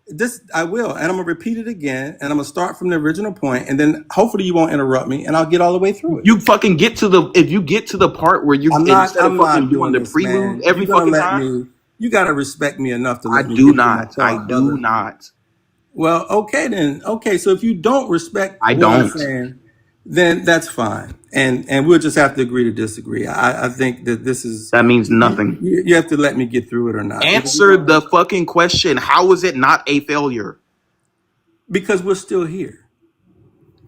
Because we are still here. So We what are was he still here. protecting them from? Death, Does ultimately, God ultimately decide who lives and who dies? he does. He does. So he was protecting them from himself. If God says a thing and he can't take it back, then I guess ultimately yes. So yeah, he was trying to protect them from themselves by From telling them not to eat from the tree. laws that are established. If you establish a law and you're a king and you say you can't do X, Y, Z, and your son goes out and does that, and the offense is murder. I mean, the offense is to be beheaded for this crime. You can't take that back, even though you're the king, because you Why put it not? out there as David a did. ruler. I don't see why you can't. Well, Isn't that what God favorite people do? Go back on it. sometimes there is favor, yes. Oh, so it seems as though what you just said was a lie because you can do that, right? Well, I'm saying you can have favor. Yes, God does show favor, but No, you ultimately, said that a person can't set a rule and then break that rule when we see in the Bible people doing that. So I don't. well, I'm once again, I'm saying as a king, if you have a king and you're a ruler and you make a decree, that's the law of the land. And when people break that law, they get punished according to the law, right? So if that's the case, you're a sovereign. That's what's going to happen. You don't go back and say, "Oh, you know what? It was, I can't. I'm going to change my mind about this." You're not going to be thought of as a good king. You're certainly not going to be a righteous king. You can't claim to be a righteous king. Again, you're describing David and your God at this point. But the point of the matter is that funny? All right, man. So David, oh boy. So now, Is okay, that funny? I'm gonna leave that alone. I'm gonna leave the whole that statement I bet you alone. want to. I bet you want to. Yeah, I'm gonna leave that alone Yeah, I because bet you want you're to. I going a little too definitely bet far you with want Why? that. to. That's Why a good would place to be, though. what? What? So you're saying David? Never mind. Let's Was David Yeah, stoned? let's stick to the actual topic then. So yeah, you're because saying that's a that whole God nother was thing. protecting Adam and Eve from Yeah. himself, even though ultimately it did not work and he still killed them. He killed them. Did you not say that God was responsible for people living and dying? Yes, So did but he not take the life from them? Did he not take the well, life back? there's a difference between dying and being killed. Well, there is a difference between dying and being killed. But if God is responsible for you being alive, then when he takes that life from you, that's ultimately killing you, correct? I don't how you're perceiving that logic is not nuanced enough. If That's not someone right. takes your life from you, is that not killing you? But God is not necessarily in that instant taking their life. So God doesn't He's control who saying, lives and no, dies. wait a minute. Did you okay, wait a minute. Okay. If you set up a kingdom, it You has love rules. analogies, but not talking about the actual thing. I think that's really funny. Well, I think it's funny too because it seems to me like the basis of rulership, kingship, because God's a king, he's a ruler, obviously, and the creator of everything. So you can't not perceive him and his Oh, behaviors outside of a king or ruling entity. Anything out of that this is why you think context it's is funny too. crazy. You This is have why to you think see it's him. funny too. You can't see him any other way. How can you This not? is why you think it's funny too. Well, I think the Because fact you that said because you said you I think it's funny too because God is sovereign, right? So like that's why you think it's funny. no, I'm saying I think it's funny that you don't seem to. You keep making these logical statements, which are fine. I'm okay with the logic at the level that you're making it, but it's almost, I'm gonna say, what's the word I'm looking for? Not disingenuous. It's a little misleading. I think is the word I'm looking for. I think it's a little misleading in how you're making you're making your No, what statements. it is you're upset because you follow me step by step and agree, and then when we get to the conclusion, you don't like the conclusion. So now you want to pretend like I'm out here trying to frame it some weird way when you agreed every step of the fucking way. You just didn't like where the premises line up for. That's what you didn't like. Well, It ain't got shit yeah, to do with that's me. okay. That's fair. You know what? I'm gonna give you that. I'm gonna say yes because it was how you explained it. It was how you said it that makes me question it. Because if you're a sovereign God and you're a king and you have a system that you built and a kingdom that you built, you want to run it a certain way.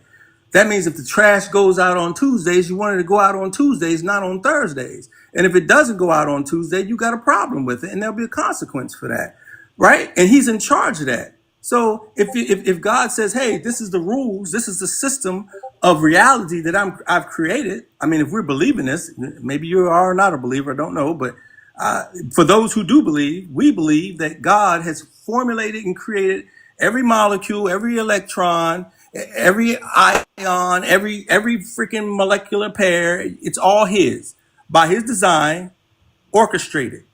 Every detail from gravity to electromagnetism is all his. And Did he God designed create these systems to work. He designed these systems to work in a specific manner down to our biology, a to our perfect? physiology, and Perfect. our You spirituality. already talked about atoms, dude. I don't know how much smaller you need to go. Like you So, just pontificated for no reason. Did so God create the neural pathways that were firing to yes, cause Eve to yes, eat the fruit? absolutely created the neural pathways. Absolutely. God created her neural pathway in a way that when she saw that information or saw the fruit and got the information from the serpent, that she Mm-hmm. would eat. Mm-hmm. So then, how was he protecting her from anything if he made her to do that?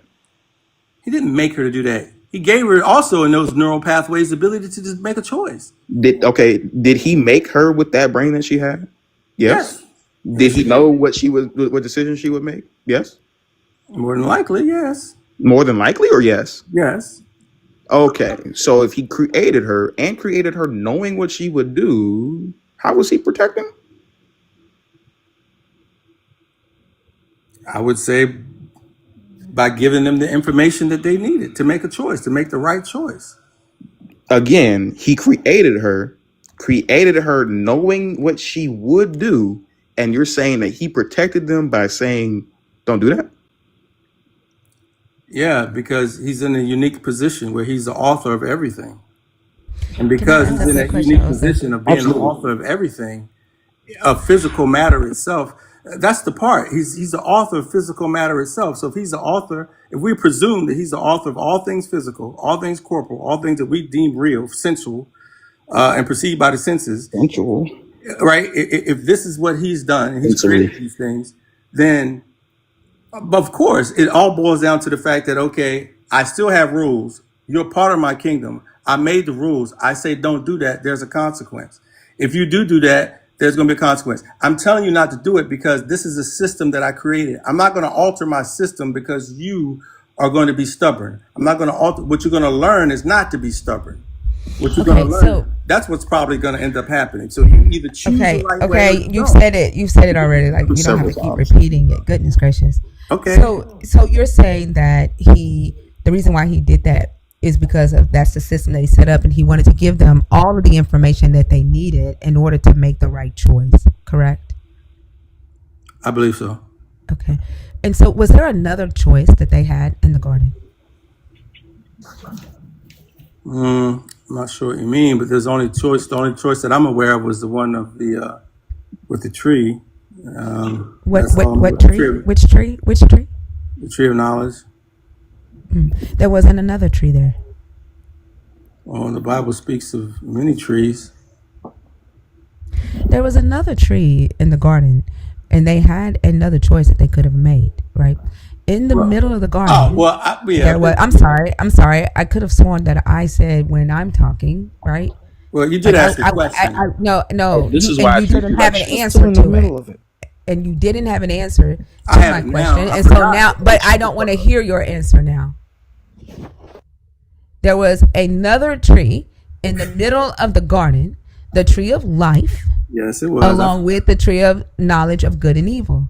This And is true. so Adam and Eve had another choice that they could have made, except your God didn't give them all of the information regarding that tree. Your God did not say, make sure you eat from the tree of life so that you will live forever. What your God said was, don't eat from the tree of the knowledge of good and evil, because the day that you eat it, you will die. He lied to them about the tree of the knowledge of good and evil, and then he withheld information from them regarding the tree of the knowledge, the tree of life. And then when they gained the knowledge of good and evil, he then took the tree of life, the option to live forever, from them. So he didn't even give them all of the information regarding that option. And I find it interesting that damn near every last one of you believers get on this stage and you don't even recognize that that option was there. You only see the option that makes you evil in your eyes. Okay. Can I speak?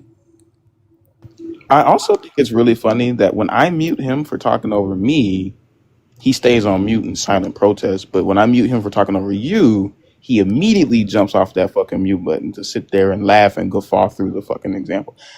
Again, this is why I treat you that way, Eric.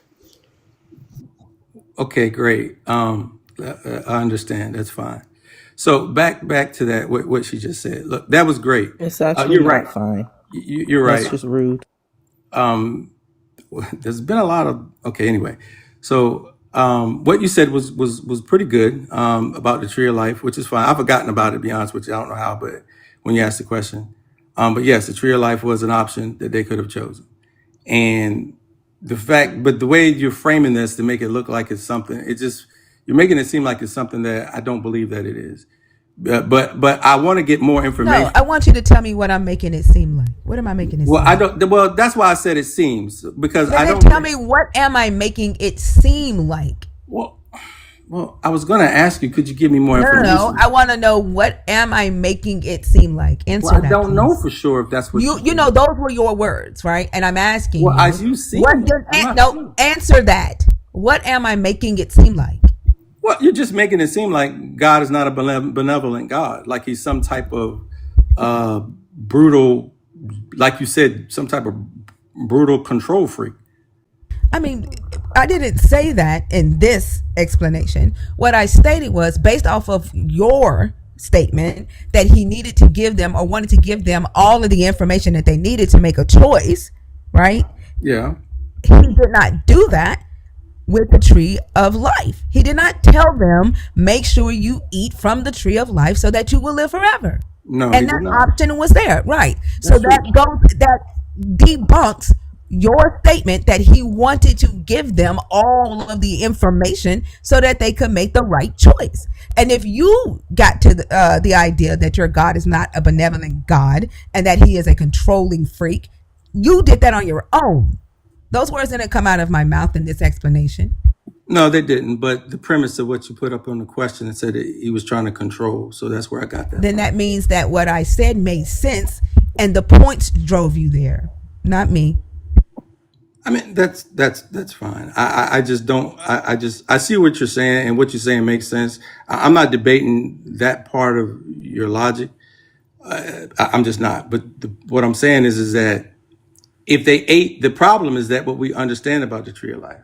The reason why he said they can't eat the tree of life is because they would forever be in their shame. So That means He didn't that say We're that. not talking about He after didn't they say ate that. from the tree. We're talking about the two options that they had prior to them eating from the tree. which were Which were eating from the tree of life uh-huh. or eating from the tree of knowledge of good and evil. He Uh-huh. told them not to eat from the tree of knowledge of good and evil, True. and told them that they would die the same day, which True. was a lie. And he did not give them any information about the tree of life. He said they would surely die. He did, I don't Oh, he recall said, that. in the day that you eat of it. And in Hebrew, he says, ki biyom, which is the day, as soon as. And then he says, mut tamut, which means die, die, die. Okay, so okay, look. So if someone says to you in the day, right? Right, and we're talking about, and I'm no linguist. I don't even know Hebrew. But this is a question, being that you're quoting that. My Sure. question Before to you you go is, there, did my the question. serpent say? Hold on. Before you go there, because I don't even feel like doing all that shit. Did the serpent say? Wait, Did the what are you serpent say talking in about? the day that you eat it, your eyes will be open? Did the serpent say that? In the day that you eat it, your eyes will be open. Did the serpent say that? Yeah, Yeah.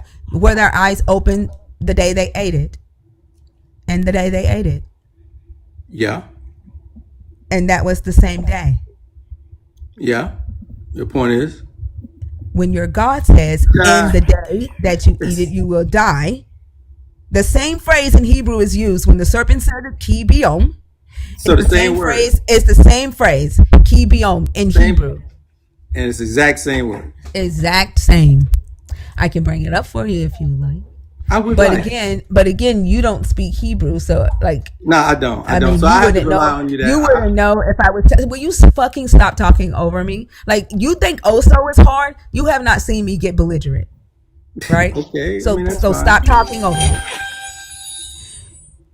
You would have to trust that what I'm saying to you is true, because you don't even speak. You don't even read Hebrew, right? No, I don't. Right.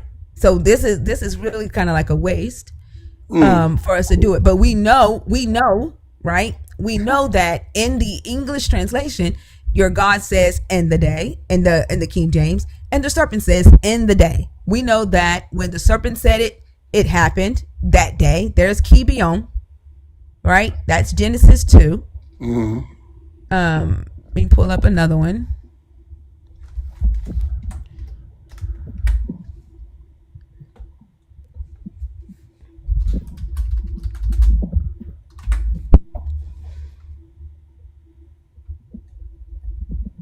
Is it 5? Yeah. And here's kibion. And that's Genesis 3. This is the serpent saying "in the day" in Genesis 3, kibion. And this is your God, Genesis 2, saying "in the day," kibion. So why would this phrase mean sometime in the future when your God says it, but mean the same day when the serpent says it? That I have I have no answer for. I mean, because like I said, I have no way of even debating that. So I can only say that I don't have an answer for that. Well, the answer is that they both mean the same day. And your God told them that they would die the same day they ate of the tree. And the serpent said, "That's not true. The day that you eat of the tree, your eyes will be open and you will be like God, knowing good and evil." Now, going back to the two choices in the garden, right? He told them, you can eat of any tree, right? And the tree of life was always amongst the other trees that they could eat from. But he never pointed that tree out and said specifically, make sure you eat from the tree of life so that you will live forever. What he did was lied about the tree of knowledge of good and evil. You believe that was you believe that it was malicious? Okay, let me ask you this: why would he lie? Why would God lie?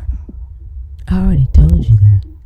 No, you got to be more. Come on, you got to give me more I than. was I think I was very specific about why your God would lie about that. No, it's got to be God. If so, then man, you don't have anything else. No other documents. No other. There's nothing else that you think about this God. Do you believe God to be Yaldabaoth? What? Okay, never mind. You don't believe that. Okay, never I mind. don't know who the fuck y'all DeBarrow is. Okay, don't worry about it. It's okay. Don't worry about it. So I'm just trying to figure out where you're I going with already it. told you. I was very specific. I already told you. Oh, you saying Okay, y'all that's the fine. boss? But great. You believe God's a You saying liar. y'all the boss? No. Is that what he's saying? Or No. are you saying y'all the boss? That's Yeah. Cracker Barrel's cousin. Anyway, so I'm just trying. So if you Yas. believe him to be a liar, then It's not that I believe him to be a liar. The story says he lied. I mean, he even confirmed it in Genesis 3:22. so far as the serpent's concerned, so what is your position on the serpent? If the serpent, then ergo that would mean the serpent told the truth. What is your position on the serpent? I mean, it's a serpent that told the truth. What do you mean? Like it's Okay, no different. Like that's it's fine. no different than me, right? Like I come to you and I say, no, your God lied. There is no spiritual death. Your God told them that they would die the same day, a physical death. Your God also did not point out that they should eat from the tree of life in order to live forever. The option was always there as long as they stayed dumb and did not recognize that the things that he was telling them to do was evil. Ooh, this. I'm sorry. Don't ever interrupt me again. It is no different than me coming to you and saying, hey, read the story again. Look at what it's actually saying. Read Genesis 3:22. As Fee just pointed out, the God actually confirms that what the serpent said to Adam and Eve was true. I would be the serpent in this story. That's what I think about the serpent. I also find it really interesting because, like, to me, when I read the story again, without the lenses of theology on it, it's really clear.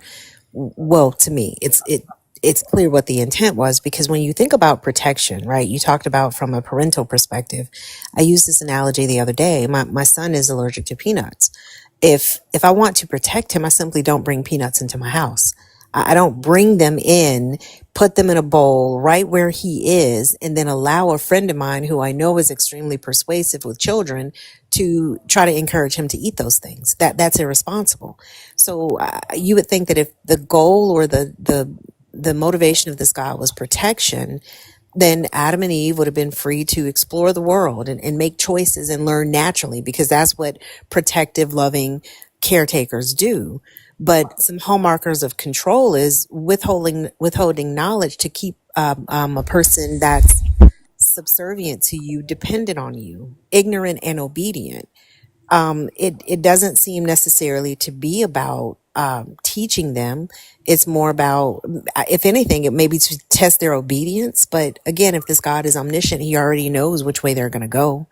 So I don't know. It seems like that forbidden fruit was not necessarily about protecting them, but of course, like I said, testing their obedience and then punishing them with, whatever he punished, banishment for not being obedient is just, it's just threatening independence. Like, to me, that all of these hit the markers of it being motivated by control.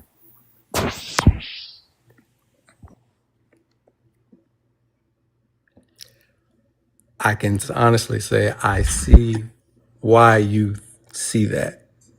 I definitely see it. I don't agree, but I I mean, do see it. I see it. The logic is good enough. think about it this way. What did Eve use when considering what the serpent told her? She did not yet have the knowledge of good and evil. So what mental faculties did she activate in order to consider what this serpent was telling her? I don't, I, She that asked, doesn't make sense. um, she to I'm answer. sorry. Oh, to answer the question, the only mental faculty she had, really, she didn't have all the information, but she did have a choice, and she chose that because it was an alternative to what she already knew. How do you make a choice when you don't have a scale? Oh, we do it every Like, day. what barometer are you using? People make ill-informed decisions every Show day. me. Well, if she's ill informed, that's your God's fault. Well, I He mean, didn't equip her with the faculties needed to make a judgment call, make a decision, make an informed decision. You would agree that an informed decision is much better than an uninformed decision, correct? it is, but the blame isn't on Eve, though. The problem wasn't Eve's whether Eve ate the fruit or had her eyes open or not wasn't the issue. It was Adam that was the problem. Adam was the one that That's had not the what information. that's not what I'm So talking about. I That's understand what not you're saying. right. But going back to the how could she recognize disobedience, deceit, or consequences without the concept of right and wrong? Give me just a second. Does this I does this don't. sound better? Can you one second? To the YouTube audience, is this better if I convert to mono? I don't know why the microphone is doing this, but is this better? This is better if I convert to mono. Okay. Oh, they said no over there. I don't. It's better on TikTok, but not YouTube. Okay. All right. I don't. Yeah. Y'all. It's TikTok Studio. Ty's mic was messing up yesterday, and she's not even. She doesn't even have a plugged in mic, so I don't know how to fix it. I'm so sorry. Go ahead. Yeah, my point is that like what is she using to make that decision? If the tree is the very thing that granted them the knowledge of good and evil, then she was not equipped to make that choice, to make that call. And that's your God's fault. Your God set all these parameters. Yeah, I mean, she. I would have to say she probably didn't. I could go with that. Yeah, she wasn't really quote unquote equipped, I guess, but that's fine. I can live with that. I can live with Yeah, that. I mean it just is, I can live with and that's that. just one of the But and that's one of the issues with the story. Like, why would a perfectly omniscient God give someone the ability to do something and then punish them for doing it? That doesn't make any sense. well, And you're right. That wouldn't make sense. But I would say this, like I'm saying before, Eve wasn't equipped. Probably, I think that's a fair statement. Probably, and she didn't probably have all the information. But we know who did. We know who had way more information, and who the no, you don't. decision. We know who had most of the information and who was accountable. Did he know right? Did he know right from wrong? Did he know good from evil before he ate of the fruit? Because he was in the exact same situation that she was. This book doesn't tell you that this God gave Adam anything other than the same directive that he echoed to Eve. And I mean, she gave an extra layer of don't even touch it in certain versions of this book, but you're inferring a whole lot that's not explicitly stated in this book. And it doesn't even matter if he had given him a encyclopedia's worth of information if they didn't have the ability to know what was right and what was wrong. Just one more time. I turned the noise suppression off. Is this better? Is it still popping? It still sounds the same. Okay. I don't know, y'all. It may be a little, yeah.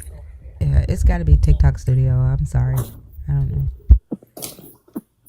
I mean, it's like, to me, it's like asking somebody to avoid picking a blue marble out of an entire bowl of marbles when you know they're colorblind.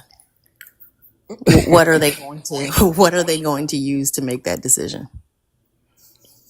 And you can't say it's a moral decision that was made or that it was a moral failing if he hadn't equipped her with the knowledge of what was right and what was wrong. That's not a moral failing. If anything, again, it was a test of obedience.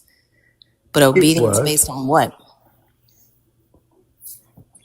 I can only presume, and this is an inference that the time that was spent with Adam, that God spent with Adam, he walked and talked with Adam. We don't know what they talked about, Yeah, so you need to but not make they, any inferences about but that. we If know you they don't know, communed. But they did commune and they did talk. you don't I, know that.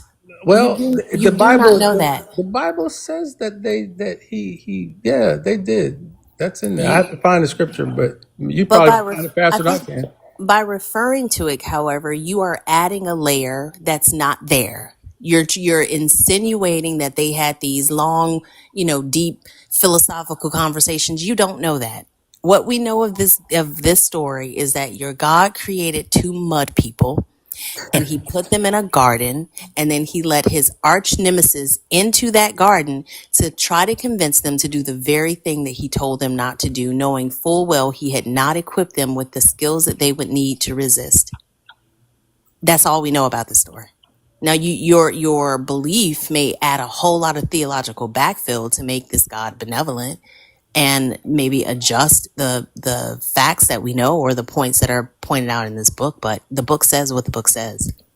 Okay. Well, the only other thing I can think of, and this is the part that is going to probably get a little weird, but God did say that it is He that, if I'm correct in the scriptures, mentions that it is He that's kind of in control of good and evil, right? So, as He defines it.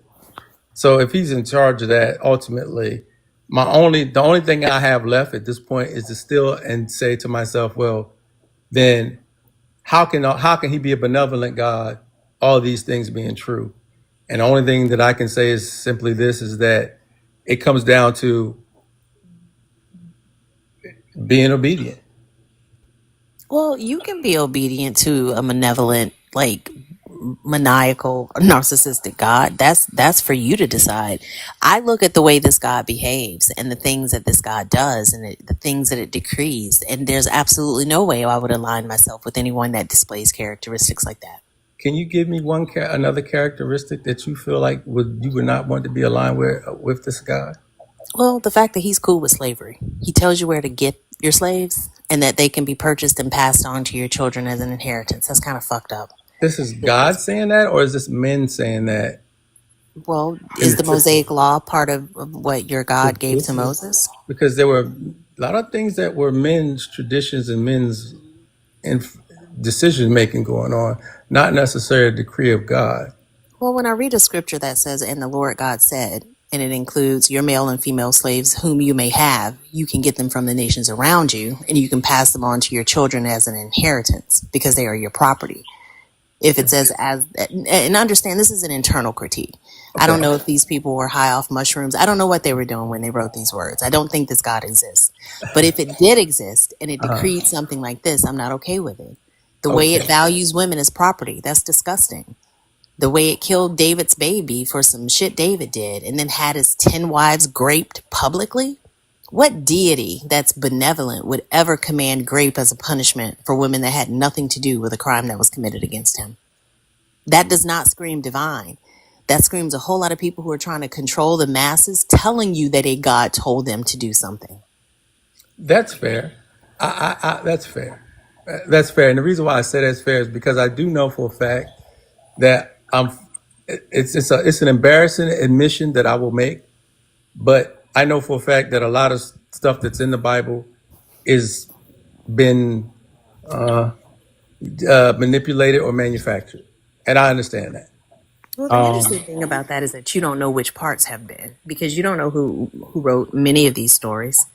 You don't have to. I have a general idea, like specifically, but I have a general idea. And I know that, there's some books that they attributed as to certain authors that may or not be the right. I get that. There's a lot of historical, I don't know, controversy, I'll say, in terms of who wrote what, when it was written, even, certain parts pertaining to Christ are a little suspect. But certainly Paul is another suspicious character. But even with all of that, and understanding that there's men influence and have done things to this Bible, and they've turned it and weaponized it a little bit. Fundamentally, I think that God is still the true God. I think that there has been alterations in this book that do not truly represent. But overall, I still think How are you saying that it men did served its things to this purpose. Bible when men? Excuse me? How are you saying men have done things to this Bible when men put this book together? Like, this isn't a novel like Harry Potter. This book was compiled, This is true. and Well, decisions were made as to which books would be canonized and which ones wouldn't. I understand. Well, I'm speaking in terms of a final product. But I do understand that these were all scrolls at some point, and writings that were circulated variously throughout different communities in ancient Israel during those times. So, and then we got a compendium of all of this stuff, and then you got the Ethiopian Bible, and we got the Council of Nicaea. You can keep this, we'll keep that. I get all of this. The whole process is pretty crazy. And if you and understanding the whole process, you can easily look at it and say, well, why would anybody believe in this stuff, right? Because of how we see how the sausage is made, and it's pretty ugly how it's made, right? To get this in book. And I'm aware of that, but I'm still a believer, and primarily because there are enough truth, enough historical facts that one can point to that lets me know that, and I believe I have a decent ability to discern kind of what's right and what's wrong a little bit. I mean, and and if that's the case, I'll do my best. God will judge me if I'm wrong, if I'm right. That's just my faith, right? What If I get it exactly right or I in get it this wrong. book? What exactly is in this book that you need in order to know what's right or wrong? Well, man, you're really gonna.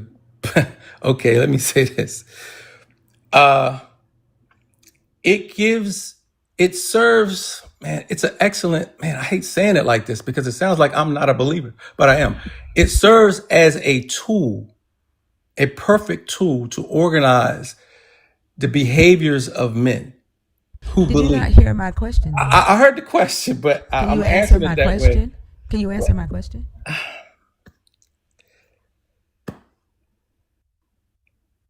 I believe it to be a rule book to help. What is in the book that you need to know how to do right or wrong today? That I need. Yes. What did you learn from this book regarding how to do right or wrong today that you just need this book for?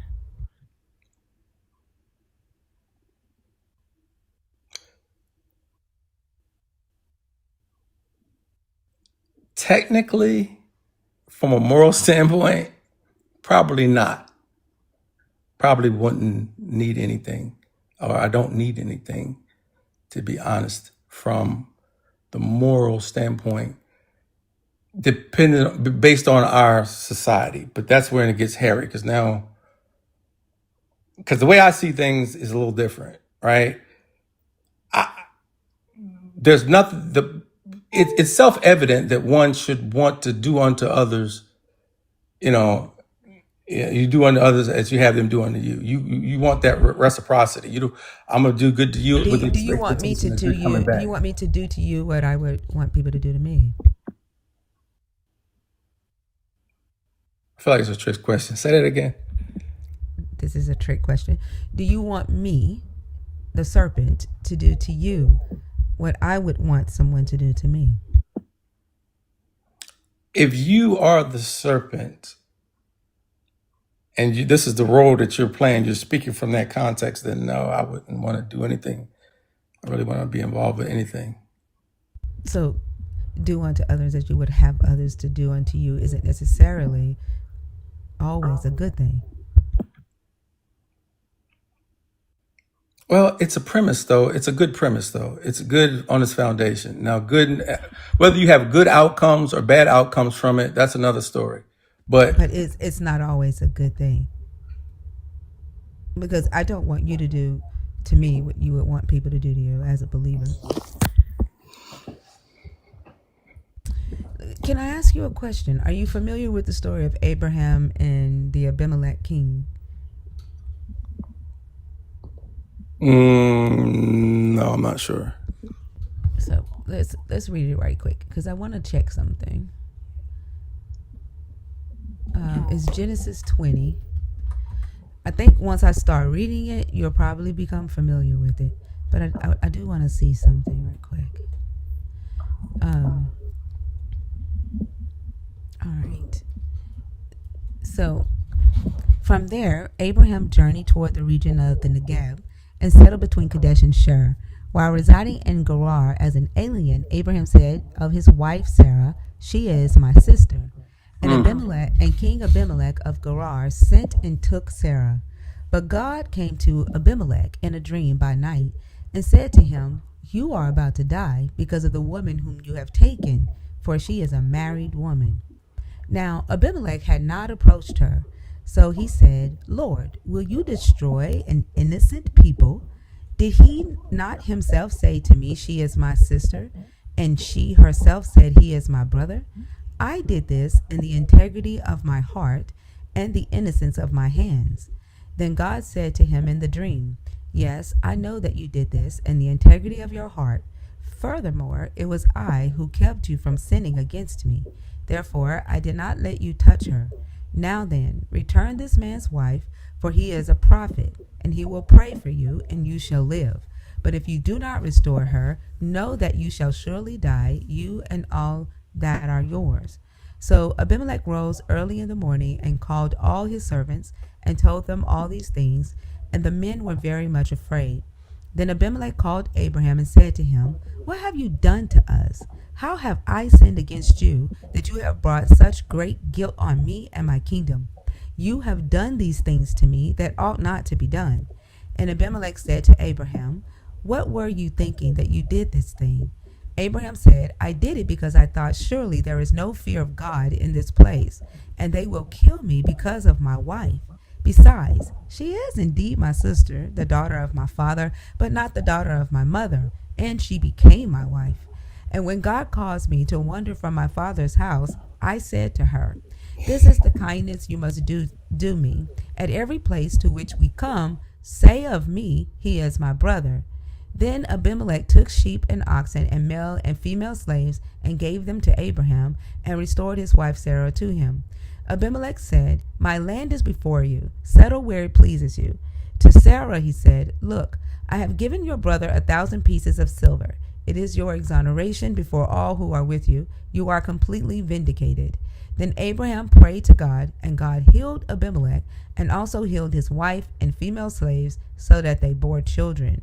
For the Lord had closed fast all the wombs of the house of Abimelech because of Sarah, Abraham's wife." So in this, what I would like to know, there is a scripture that says, "Your God hates lying lips. They are an abomination to him." Are you familiar with that?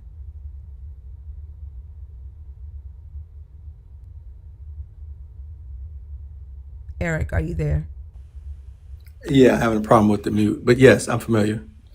So Abraham lied to the Abimelech. Abraham said, "She's my sister," knowing that Sarah is his wife and his sister.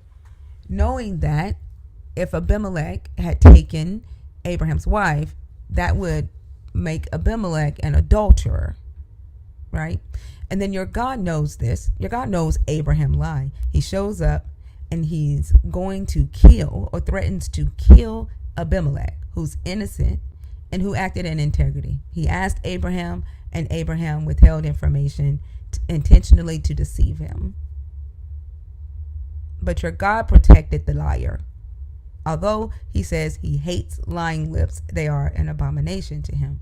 He protected the liar, and he was going to kill the innocent person who acted in integrity. And then told the liar to pray for the innocent person so that he would heal him. Do you see the hypocrisy in this from your God? Yeah, on face value, yeah, it does seem that way. It seems that way, or it is that way? Well, I'm not. I heard the story. I would need to kind of dig into it again. I'm familiar with it, but I think I have not done myself justice in studying it well enough. It's just the passage I read. I was familiar with it, but I never really thought. What is it that you need to dig into it more? Well, Did Abraham lie?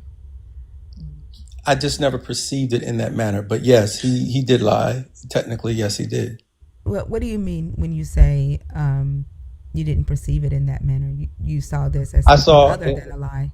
Well, yeah, he lied, but God knows a man's heart, and I think he lied out of fear. And even though he was wrong for lying, I think that he's still saying, "Look, yeah, you made a mistake. You're my guy. You made a mistake. You did it out of fear. You shouldn't. First of all, he shouldn't have been afraid, because if he truly trusted God, then he shouldn't have been afraid. So that was another mistake. So, But your God, knowing that Abraham lied, was mhm, going to kill an innocent person. Abraham put that person in in that danger. position, and your God was going to kill the Abraham's victim, which was Abimelech. Instead of him going to Abraham and saying, "Why did you do such an abhorrent thing?" Right? He was going to kill the innocent person. And he punished the women in the kingdom who had nothing to do with this.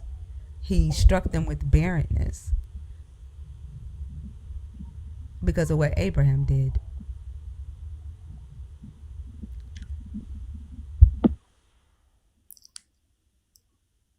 Well, I don't want to make excuses, so I can only say that I can't presume to know on face value. That doesn't seem fair. It doesn't seem right from our perspective. It just leaves me to think that there had to be more that in God's reasoning outside of our understanding, because my assumption is, and this is where I'll say assumption, and I have to make these assumptions where I fall back on my understanding of the nature that God describes himself. That if he knows and understands the future, that maybe these things were necessary. But I can't claim to understand what that would be. You fall in these situations, a believer will say, well, I just have faith that God's intelligence supersedes my own, and that his choices in doing this ultimately was right, because he is the reference for right, not necessarily us. And now we become the critic of God versus God being, the critic of us. And see, this is what I wanted to check, right? Now, you asked me, why would I ask such a question? And you said that this question was preposterous, Mm-hmm. right? And you just demonstrated why I asked that question. The Fair. very fact that you know that your God, that this was unfair, right? The Abimelech didn't do anything wrong. The Abimelech asked Abraham if Sarah was his wife. He said, "She is my sister only." He withheld information with the intention to deceive.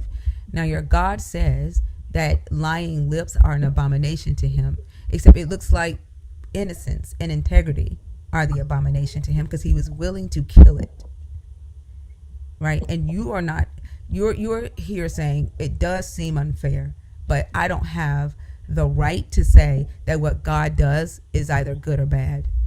And that's why your God would not want you to know the difference between good and bad, because he would want you to justify anything that he does, right? The Israelites were his chosen people, right? Abraham, like you said, is his guy.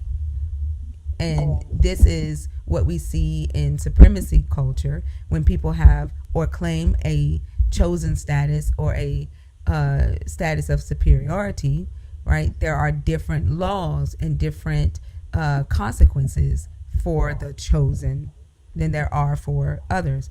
And usually, when the chosen takes liberty to exercise or create those laws for themselves, it is the innocent that ends up being killed or harmed.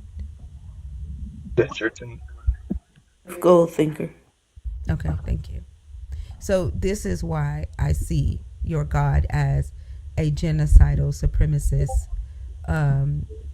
control freak, and why your God would lie to his creation and say, don't gain the knowledge of good and evil. Don't gain a moral conscience. Trust me. Lean on me. Lean not to your own understanding. Lean on my understanding. And when I say something is right, when I do something, always see it as right. Always see it as good. Never question me. Fear me. Right? And in the culture of white supremacy, We can see that the way that they gained their um, compliance from the people who they wanted to dominate over was through fear and violence, correct? Yeah.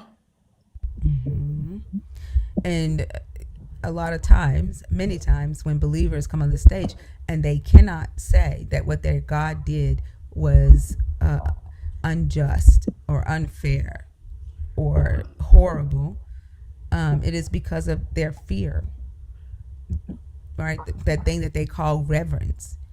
Their God has been so violent and has struck down so many people because they went against him or questioned him or, uh, you know, disobeyed him. You all are afraid to call a spade a spade. No, there's no fear here. I just, it's just that for me, I try to see things as objectively as I can, best I can. I'm not saying that I'm not biased, but, and I may very well be, but I do make the effort to be as objective as I can be.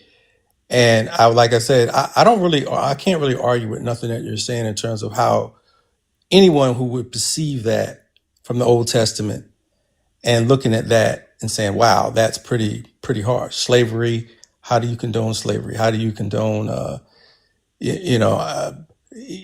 the rape, as you say, or taking, slaves and raping and all that stuff.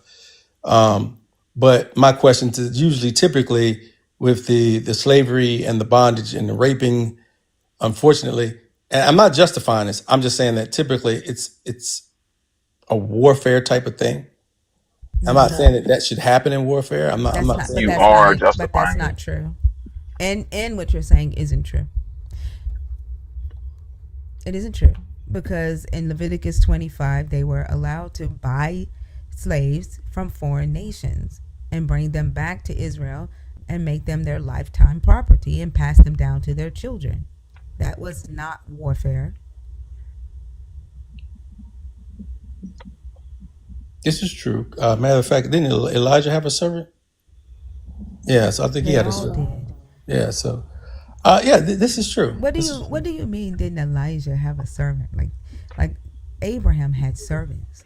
Like I literally just read to you in this verse I know. where the Abimelech gave Abraham male and female slaves in exchange for him taking Sarah back. Hmm. Hagar, when Abraham did this with the Pharaoh, I'm Hagar confused. was given to Sarah and made to be Sarah's slave. And then when she got pregnant by Abraham because Sarah pimped her out to Abraham, and Sarah got jealous and abused Hagar, and Hagar ran away. Your God showed up to Hagar and told her to go back and submit under Sarah's hand. Go back. Know your place. You are Sarah's slave. Yeah, I'm confused why we're using the word servant, knowing what we just read, and you know what I mean? Like, why are we using the word servant? Well, initially I used servant because I wasn't completely convinced about the lifetime aspect of it. But she already said that when she made the statement that it was lifetime. Then I just kind of capitulated on that. But that's all. So no, I mean that's a slave. If it's a lifetime, then you're a slave. But I use servant in thinking that it wasn't lifetime. That there was more of an indentured component to it That because was only for the Israelites. And to the person in the comments, Soul Journey saying, remember Jubilee. Jubilee was for those that were in covenant with the God of Israel. Foreigners were not in covenant with this God. And this is a dance a lot of believers do with this, with the problematic verses in this Bible. You conclude that, oh, I have to just trust that God has a bigger plan, or His ways are higher than ours, and the other, you know, thought terminating cliches that you guys typically say. But even with all of that, you still have a logical problem that you're confidently concluding that God is morally good, despite what you read in this book, and assuming that there's a grander plan in place. But if our only way of assessing goodness is using our standards, which according to you don't apply to God, then how are you saying that he's good at all? Either he is beyond the measurement of what we assess to be good and evil, or he's not. And if he is, then you don't have what you would need to conclude that he's good, which means that all of these atrocious things that you're reading in this Bible and assuming based on, I don't know, a hope and a prayer, faith, whatever, that he has some grander plan, how are you concluding that? That's just a guess. At the most, it's just more of a faith based declaration of Correct. belief as opposed to something that Correct. is demonstrable through evidence. Correct. You're absolutely right. That's exactly what it is. It is a faith. At the end of the day, we'll take the information that we have and we'll have to conclude and say, well, either I'm going to, you have to make a choice at some point and you Well, decide either I'm going to believe it or I'm not. well, And for some I don't think people, it's wise though to it choose a may. belief, Well, right? then you could, well, for some people, and I would say some people, the alternative is far more terrifying than What alternative? not believing in anything. Do you think faith is a reliable path to truth? It can be. I won't say absolute, but it can be. I believe it can be. But that would also entail that it could not be, correct? That's true too. So what are you using if ultimately your belief itself is the only thing that's substantiating your belief? How do you know that what you believe is true? Or does it matter?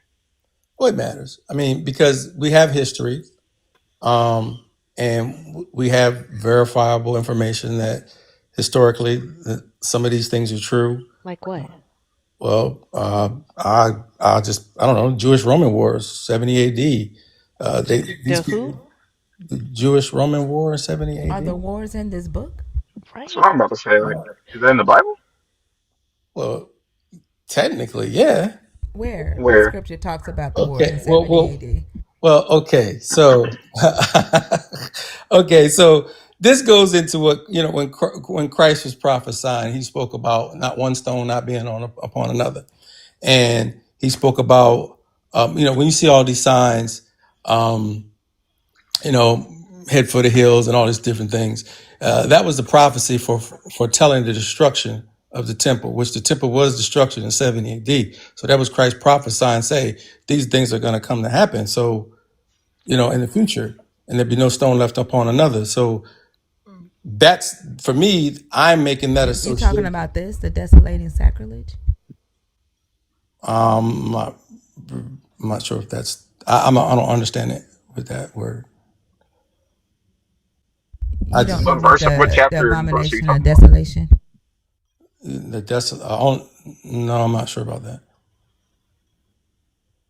What chapter and verse are you talking about? Of Um. of, of what book? Oh, hold on. Well, I would have to look it up.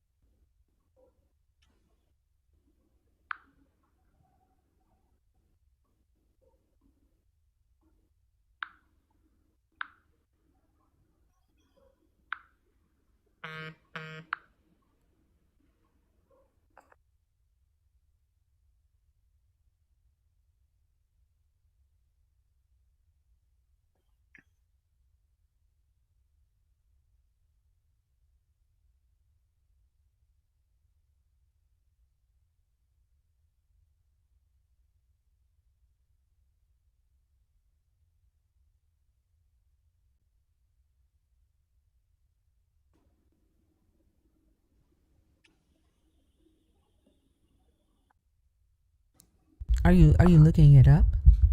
Yeah, I am. I'm having a little bit of trouble. I don't want to tie this up too much, but we can go back to that. I'm gonna still try and look for it, but just saying that for me, that was how I correlate some history to scripture and from a historical standpoint.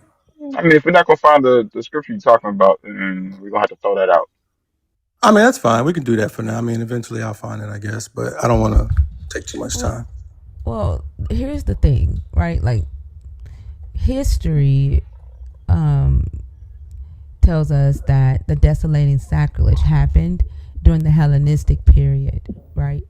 When Antiochus Epiphanes IV desecrated the temple, he outlawed all Torah practices, forced Greek worship, right, and idolatry, and he erected an altar to Zeus in the temple, right? And we can see that in First Maccabees. It says, now on the 15th day of Chislev, in the 145th year, they erected a desolating sacrilege on the altar of burnt offering. They also built altars in the surrounding towns of Judah and offered incense at the doors of the houses and in the streets. The books of the law that they found, they tore to pieces and burned with fire. Anyone found possessing the book of the covenant or anyone who adhered to the law was condemned to death by decree of the king. They kept using violence against Israel, against those who were found month after month in the towns. On the 25th day of the month, they offered sacrifice on the altar that was on top of the altar of burnt offering. According to the decree, they put to death the women who had their children circumcised, and their families, and those who circumcised them, and they hung the infants from their mothers' necks. But many in Israel stood firm and were resolved in their hearts not to eat unclean food. They chose to die rather than to be defiled by food or to profane the holy covenant, and they did die. Very great wrath came upon Israel. So the desolating sacrilege happened around 167 BCE during the Hellenistic period. But what your Jesus is talking about here, right, is the signs for when he is going to come back, right? And he didn't come back in 70 AD when the Flavian dynasty destroyed the temple in 70 AD. He's referring to Isaiah 13. He's referring to that because he quotes Isaiah here in verse 29. This is the second destruction of the second temple we're talking about. You're saying that the desolating sacrilege that your Jesus is talking about here, right? He says is quoted by the prophet Daniel, right? So he's referring to Daniel 9:27, right? But the temple after Daniel's quote is that the temple that was destroyed by Antiochus Epiphanes IV in 167 BCE, and this is what I just read to you here. Okay, so what? All right. Okay, what about I guess Mark 13? Maybe chapter the Mark same thing. or Matthew. They're talking about the same thing, the desolating sacrilege. I think that ties it. I disagree. I think that's a Jewish-Roman war in 70 AD. I don't know where you're getting that. What the desolating sacrilege? That's what the destroying of the temple is. Like here in Matthew, right? He says, so when you see the desolating sacrilege spoken of by the prophet Daniel standing in the holy place. And then he says, let the reader understand, right? Daniel spoke of the desolating sacrilege in Daniel chapter 9, right? You're talking about Titus? Who? No. In 70 AD, the Flavian dynasty destroyed the temple in Jerusalem, correct? Yes. Okay. But here in Matthew, when your your Jesus is giving the prophecy Uh, of the signs of his coming, right? He's saying, look out for these things. He says that it's the desolating sacrilege spoken of by Daniel. Daniel spoke of the desolating sacrilege in chapter 9. I think it's 9:27.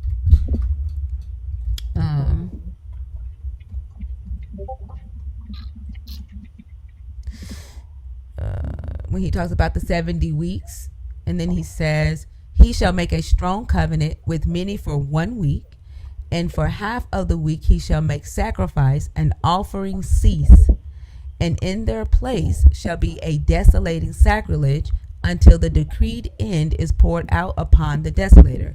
So Jesus is saying that this prophecy is about him, right?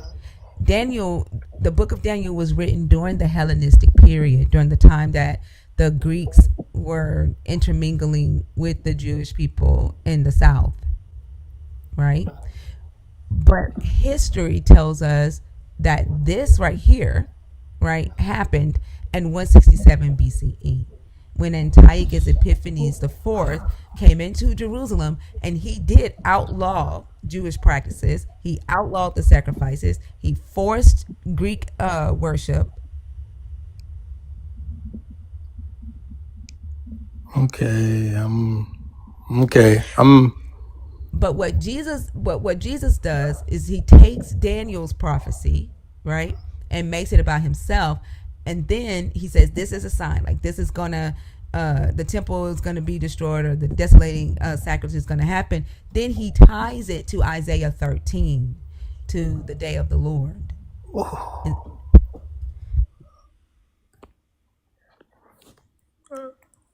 Okay. that hasn't happened. So, well, well, the way you worded that, you said I don't know, it made you seem like he was, like Christ was like borrowing from Daniel and saying, I hey, say he quotes them. You don't see him quote Daniel? well, yes, but He it's quotes like him. it's like he's lifting Daniel's prophecy and saying, this is me, He did that a and lot. and this is, you know what I mean? That's how it's I just want to make sure I understand that's the way you're trying to Well, that's what he's portray doing. He's this. saying what Daniel wrote is about me. That's what he's doing here. Oh, okay. All What do right. you mean? That's what I'm seeing. That's what I'm making it seem like. That's what the book says he's doing. Okay. And you're saying that How this, else can he say, "Hey, this prophecy is about me," without him okay. doing that? All right. So, and you're saying that this hasn't happened yet. No, like Okay. what I said hasn't happened yet. When he said, "Look, that's going to happen," right? Then he says, immediately after that sacrilege, right? Immediately after the prophecy that he's saying that Daniel is talking about, Okay.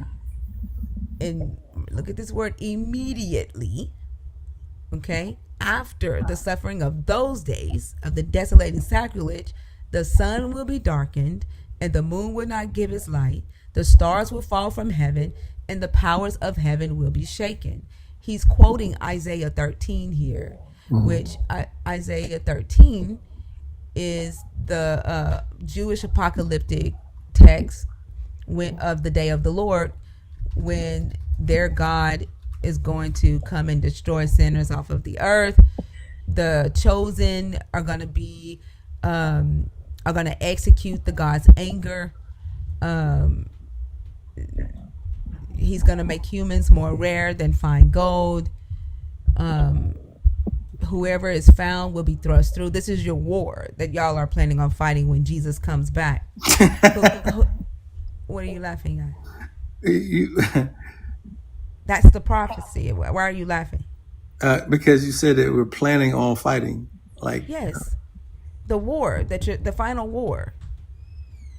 all right. Huh? Yeah, the final war. Whoever is found will be thrust through, and whoever is caught will fall by the sword. Their infants will be dashed to pieces before their eyes. Their houses will be plundered and their wives raped. See, I am stirring up the Medes against them, who have no regard for silver and do not delight in gold. Their bows will slaughter the young men, They will have no mercy on the fruit of the womb. Their eyes will not pity children. This was originally about Babylon, the prophecy that your God gave Isaiah to. He had chosen the Medes as his anointed ones to bring about judgment on Babylon. But Jesus quotes it as the signs of his coming, right? He says, when you see this, right, here it is in Isaiah, for the stars of the heavens and their constellations will not give their light. The sun will be dark at its rising, and the moon will not shed its light. This is what Isaiah is saying will happen on this day, right? So Jesus is like, no, that's about me, right? This is the war that you all will fight as his consecrated ones. So this hasn't happened yet. So this can't possibly be about 70 AD. I think I lost you. Nope, I'm here.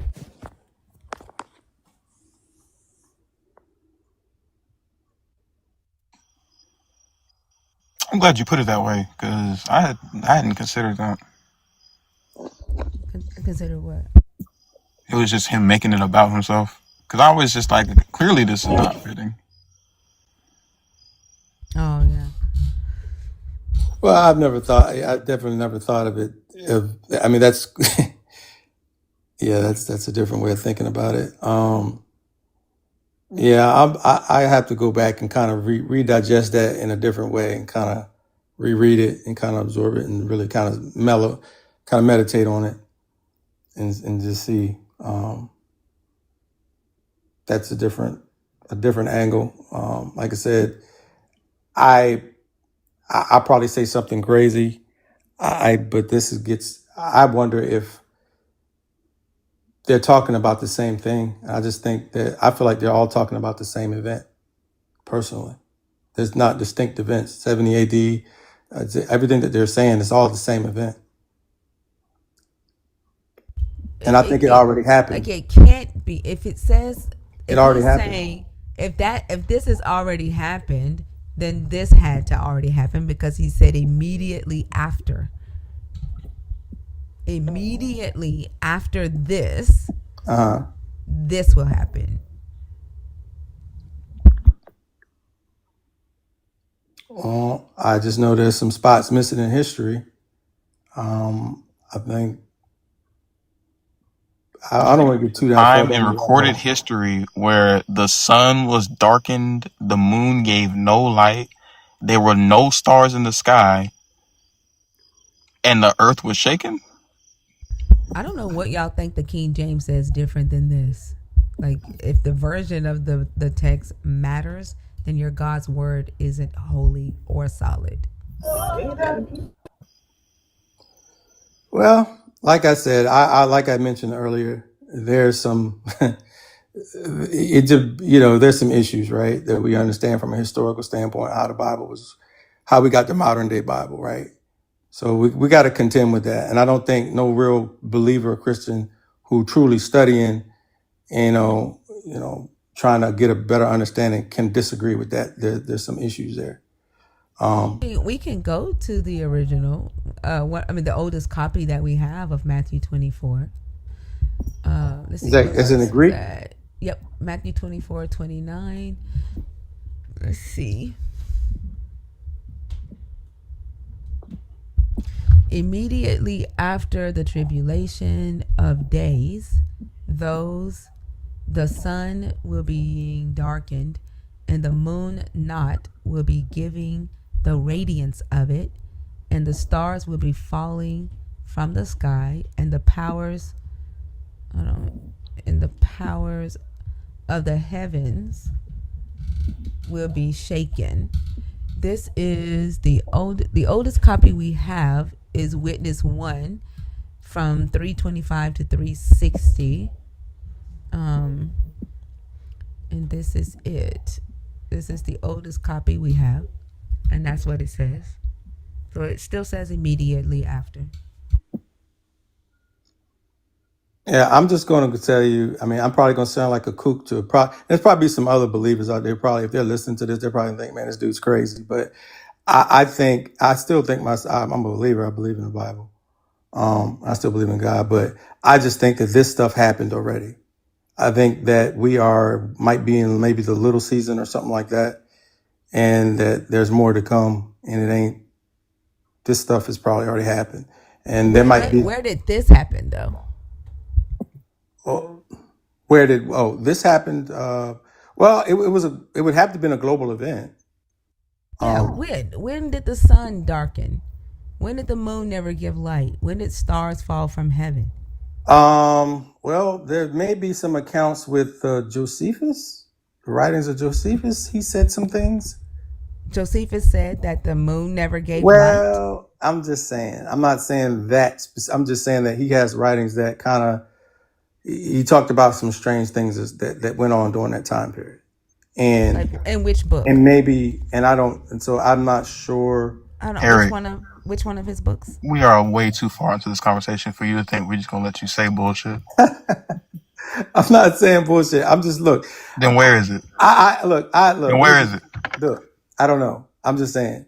So Where is it? I can't. I can't give. I don't have an encyclopedia photographic memory, and I just can't do that. I wish I could. I wish I had that gift. I don't. You have the internet, Eric. Okay. Well, yeah. So that's Eric, why.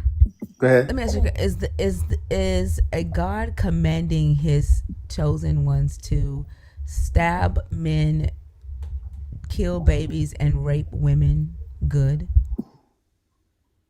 It is not good. I would say it is not good, especially for those who are the victims of it.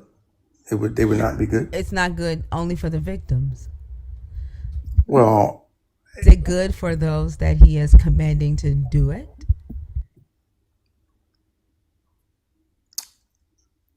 well, it depends on how you're looking at it. Me personally, When your God says, Eric, it is time for you to go and kill babies and rape women, are there's you never going going to be to do it? There will never. That's the prophecy, Eric. That's the prophecy. If you believe that the Bible is the inspired written word of your God, as you stated, and Jesus says immediately after those days, this is how you can tell my that I'm coming. The sun will be darkened, the moon will not give its light. When you see that happen, and He says, I have consecrated my anointed ones, I myself have commanded my consecrated ones, have summoned my warriors, my proudly exalting ones, to execute my anger. Now, in this prophecy, it was the Medes that your God had chosen to do this to Babylon. In Jesus's prophecy, it would be y'all, because Jesus has now made this prophecy about Him. So when you see the sun darken and the moon not give light, and Jesus says, okay, Eric, it's time for war. Go out, kill babies, stab anybody who's not with me, rape their women. You're going to say no, Jesus? I just think that this stuff has already happened, and I wouldn't have to worry about. Thank goodness. But I would say so your Jesus has already come back? Yeah, I think so. And that's why I'm trying to. This is why I said this rabbit hole is going to get crazy, because I personally think that has happened. I just so you're think not waiting on Jesus to come back? Not in the manner that everybody else is. I think that His revelation, there will be a future revelation and a reveal in the future pertaining to Him, but it's not going to be that particular coming. Jesus came back and sin still didn't get fixed. Well, no, because Satan was let out for a little season to deceive the nations and deceive the world back into sin again and do all this crazy stuff.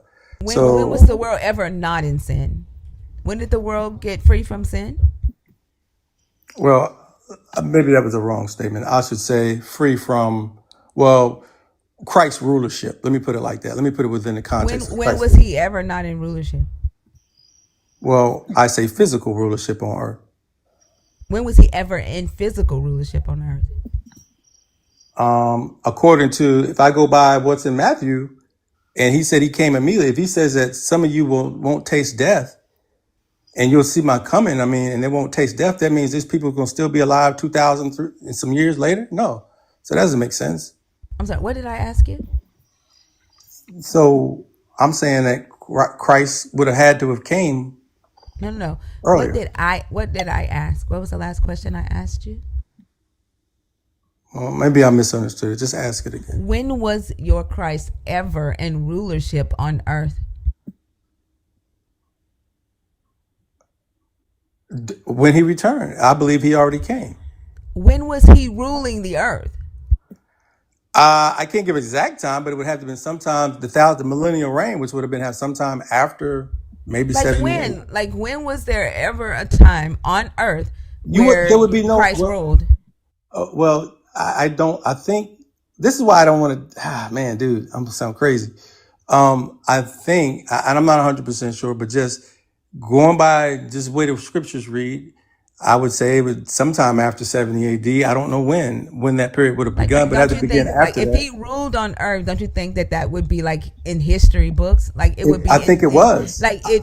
I In think what it was. books? Like in what books? And how did the earth? How was the earth changed I while he think was here? I think it might have been, and I just think Like that that, how was we the had. earth different while he ruled? I think so. How But how was the earth different when he ruled?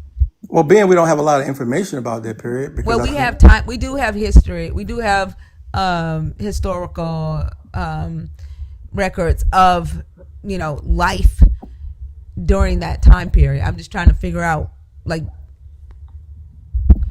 how was Earth different when he was on Earth ruling during that time.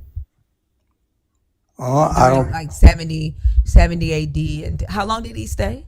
But it would have had to been over 1,000 years, at least 1,000. So from 70 AD to 1070 AD.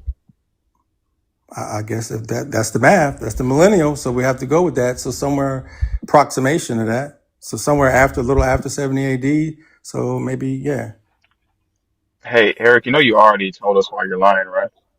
Why am I lying? Swear the goalpost is in hell about now. He's told us why he's lying already. He's just making this shit up because he can't reconcile the fact that Jesus lied. I'm not. It's just there's nothing to reconcile. Look, all I can tell you, I'm Yeah, it not making is it up, because you're man. saying Jesus So didn't lie, explain the so little clearly he Caesar. came back. That's what So we get it, so man. You just gonna so keep lying and lying and lying and lying down this rabbit hole because you cannot reconcile the fact that Jesus lied, and that's so okay. But don't sit here and lie about the shit.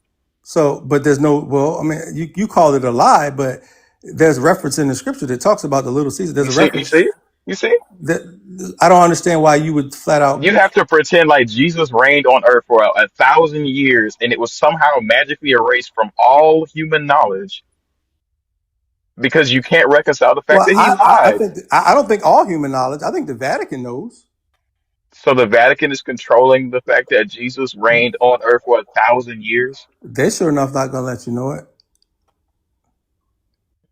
Damn, bro. Y'all see how far people would go for a fucking lie? That's crazy. The nigga lied, bro. I don't know what to tell you, man. I'm so sorry. Jesus lied. This God lied. Da If it makes you Vinci feel any Code. better. Right? Like God lied too. Like they can lie. They lied. He lied. Well, I don't think that that's the case. I I don't. know you don't. Well, actually, I know you know that's the case, but I know that you'll do anything to stop from like actually actualizing that inside of yourself. I know that. Do you think that the Roman Catholic Church was led by Christ? No, they were his enemies. But the Roman Catholic Church was in power during the time that you're saying Jesus was reigning.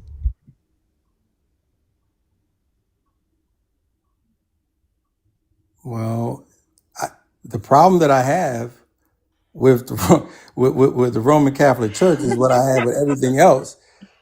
This is the point that they're tampered with history. You guys got to know. I know y'all But we know. know that the Roman Catholic Church, like we can look at history. Like they We can look changed. at hold on. We know who was in power at that time. We know the Roman Catholic Church adopted Christianity, right, around 325 CE, right? So if your Jesus was reigning on earth for 1,000 years, from 70 AD to 1070 AD, then during that time, the Roman Catholic Church was the one in power.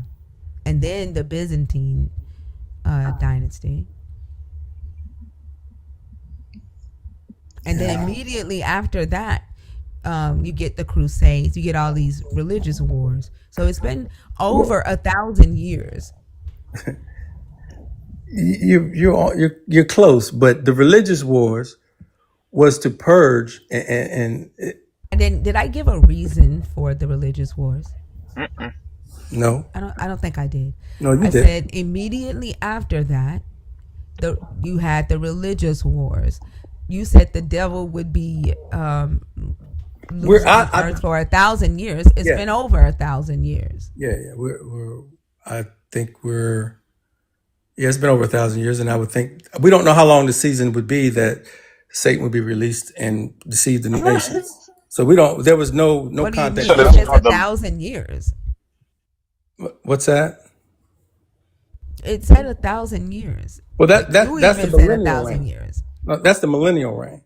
But I'm saying that his reign, physical reign, for what he did for that time period happened. But then he said that he would release Satan back on the earth again for a season.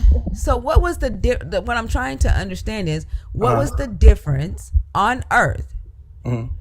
when your Jesus was reigning versus Satan reigning? How was the earth different? Well, like I said, I don't have a lot of information, but based on what little bit I can suspect, and like I said, this is not obviously ain't nothing scholarly going on here, but I would say that from just looking from cathedrals, architecture, things that were going on at the time, that little pieces of information that we can get, that the people's it was a different time, and you see photographs of different periods. You know, that was calamity that kind of led up to it. That they were coming off a calamity. How was the earth different? The earth. You do realize that the earth includes China. The earth includes India, South Korea, Africa, Mhm. right? It includes other countries. It does. How was the earth different during the time your Jesus was reigning? I don't have any historical context or any historical references for China or Japan.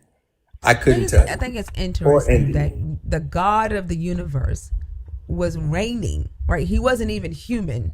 He had already come back, not in his human form, but in his God form, and dwelled Well, among humans for 1,000 years wait. and ruled those humans for 1,000 years, and nobody has any historical references to it. Yeah, I won't say nobody. I told you who I think has it, and I think part of the wars that So went the on. Vatican went to China, to South Korea, to what the name another the Americas. America, like the Vatican went everywhere and bullied them into hiding that God lived on earth with them. No, I'm not saying that. I mean, I'm not saying that at all. I just think that That's we exactly don't. what you're saying. We just don't have that information. Because the Vatican bullied everybody to hide that God was on earth. Well, look, Did they go to Australia and take their information too? well, I'm not saying they took it. I'm not saying the Vatican went and took all the information, but we know that they're their own country, and they're actively dealing with religious matters across the globe, and they have their hands in all religious matters.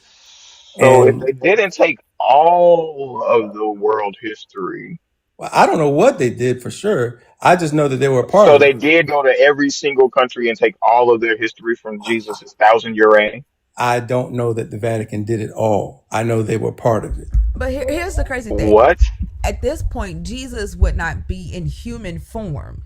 You're talking about Jesus coming back as a immaterial, all-powerful God, and you're saying humans erased him being on earth.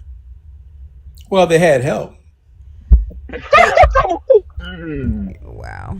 All powerful God, they had help. You said all powerful God. They had help. You said Yeah, because he allowed it. all He powerful said God. he allowed it. He said he was allowing it. He said he would allow Satan to come and to deceive the nations again. He allowed it. He even says that. He even says it. He will allow him, and they would deceive the nations again. It says that. So it was an allowance. I mean, if you're saying that he's capable of allowing people to be in slavery and killed, I'm sure he'll. This is easy for him. Your God is the one who sanctioned slavery. That was done in your God's name, not Satan. Storybook just keeps growing and growing. Well, It sounds like the deceiver is your God, and that your God is the one that is ruling the earth right now through Christianity, through y'all. yeah, I can see why you think that. Do you actually mean that, or are you just saying that?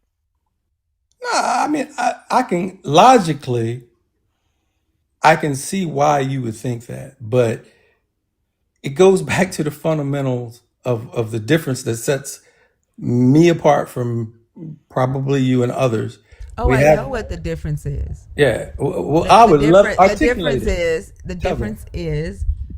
your God has commanded you to not know the difference between good and evil, so you cannot see that your God is evil, that your God is the deceiver. That's the difference. Okay, well, all right. So let me ask you this then. So is there? Do you believe in a God, or do you just believe that the God that in the Bible is just a evil God? Didn't you already ask this 1,000 years ago?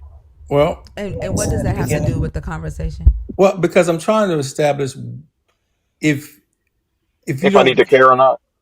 Well, I'm trying to establish if you guys believe in any You do not creator. have to announce your departure. I didn't even know you were here.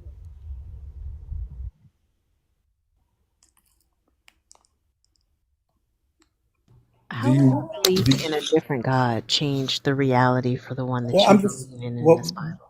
I'm just trying to understand. Like, what do y'all believe? You know a lot about the Bible, but what do you believe? You believe God is? Do you believe is it real? I think I also answered it earlier. I know I told you I don't believe in a God. Okay, you said that, yeah. But what about the other gentleman? He kind of he didn't say But I definitively don't what he thought. understand, like, what does this have to do with the conversation? Like we Well, told you, we don't believe in your God. well, what God Any do you other believe in? belief, that why that does it change the fact that your God is presenting as a deceiver? Okay, that's fine. Okay, if you say he's presenting as a deceiver, great.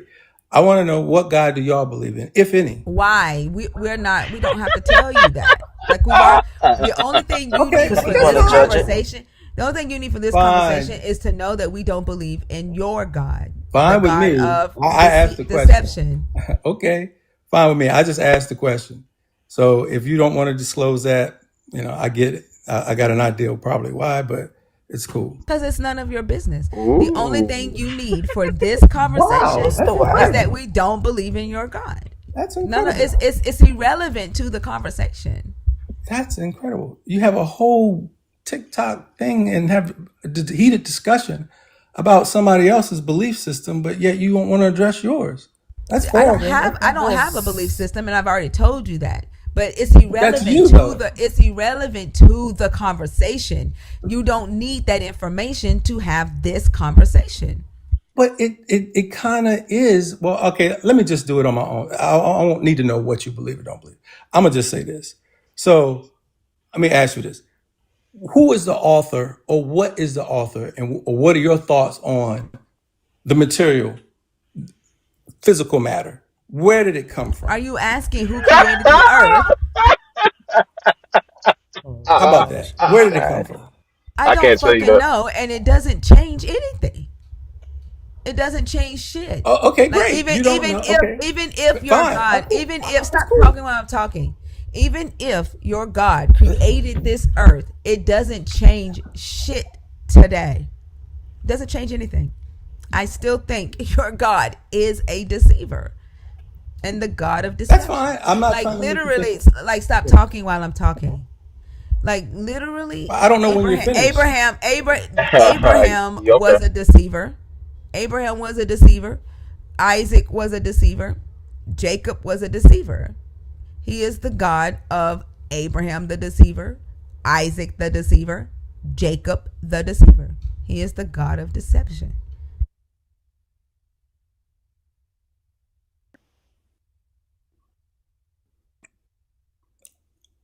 He kind of says that, unfortunately. So that's part of his nature. He says he still sends strong delusion to people. So if you delude someone on purpose, that's a deception. So yes, that's true. So then why can't you accept that Jesus lied? Because everything can't be a lie. Why didn't God just use Jesus Not to deceive? everything. Because if that would make it. Mm, Hmm? ask that question again. So then why couldn't God have just used Jesus to deceive? Hmm? It could have. We just don't believe that's the case. That's the It's not. problem. And Mark, Jesus says that he is the shepherd that gets struck with the sword, right? And he quotes Zechariah when Zechariah gave that prophecy.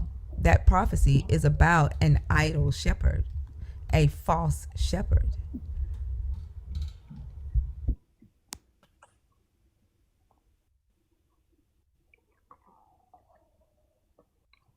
Could be anybody. Jesus says it's about him. And Mark I'm 14, glad you're having a good time, man. Bro, you are running out. You are running out.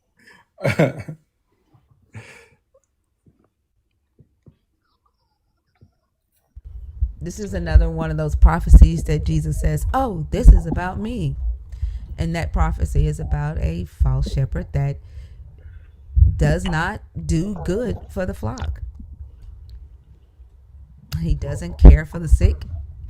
It says that that shepherd causes the flock to be scattered.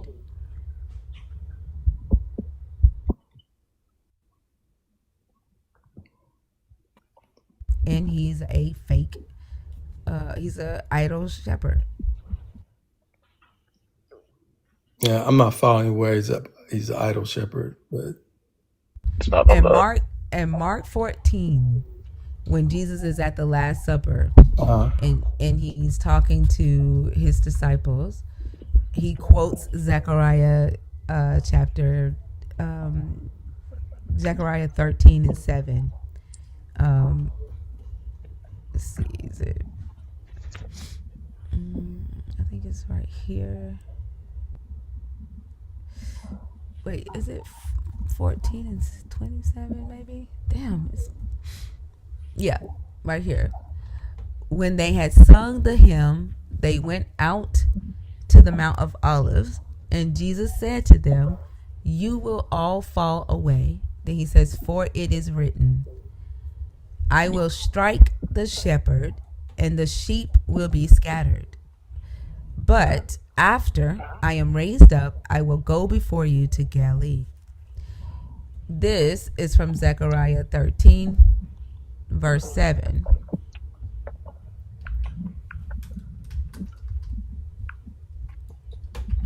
Oh, we don't see the screen if you don't doing that. Oh, shit, my bad. This is Mark 14:26. What I just read to you. This is what Jesus quotes about him. He says, for it is written, I will strike the shepherd and the sheep will be scattered. This is from Zechariah 13, verse 7.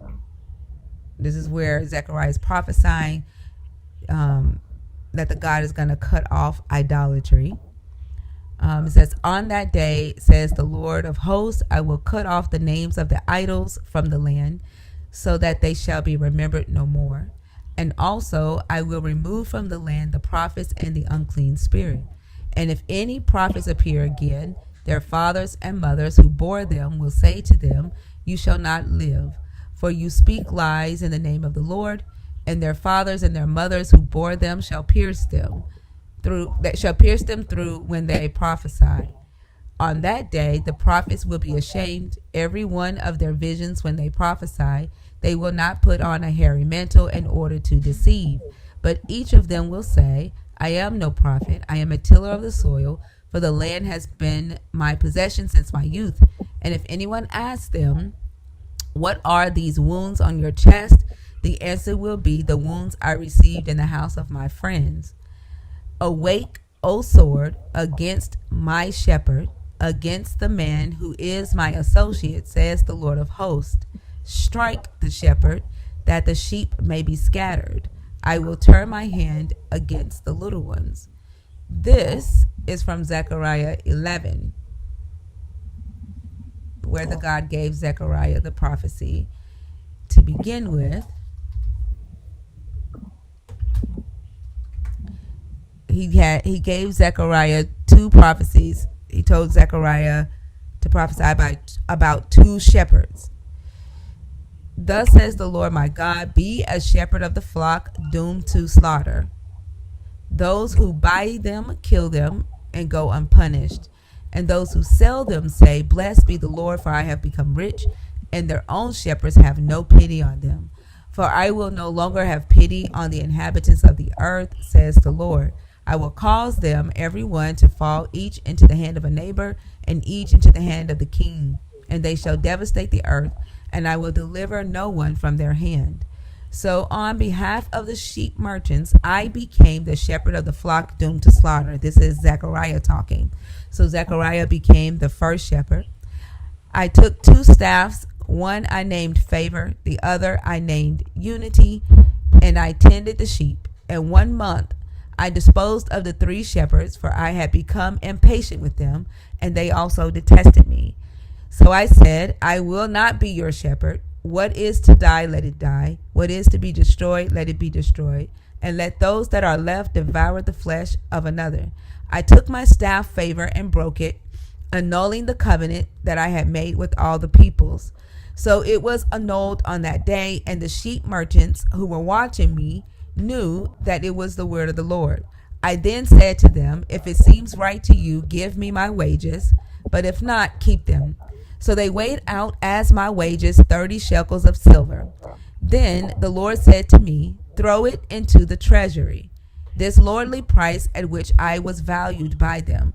So I took the 30 shekels of silver and threw them into the treasury in the house of the Lord. Then I broke my second staff, Unity, annulling the family ties between Judah and Israel. Then the Lord said to me, take once more the implements of a worthless shepherd. For I am now raising up in the land a shepherd who does not care for the perishing, or seek the wandering, or heal the maimed, or nourish the healthy, but devours the flesh of the fat ones, tearing off even their hooves. O my worthless shepherd, who deserts the flock, may the sword strike his arm in his right eye. Let his arm be completely withered, his right eye utterly blinded. So he says, after Zechariah became the first shepherd, and they didn't value him, they paid Zechariah 30 shekels of silver. Your God tells Zechariah, throw it back to them, because that's chump change, and annul the covenant. Then he says, now take up the implements of a second shepherd. I'm going to raise up a worthless shepherd who will not take care of the people, right? Who will devour their flesh, who will not nourish the healthy. Then he says, may the sword strike his arm in his right eye. This is the prophecy. And in Zechariah 13, here is the call for the sword to strike that shepherd. It is a worthless shepherd. And Jesus is saying that is him.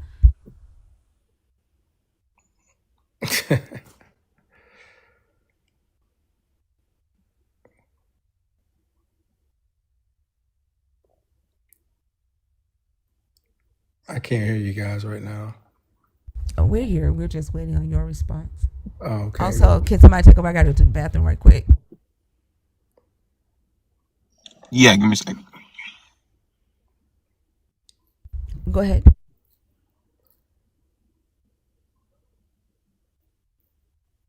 Um, said a lot.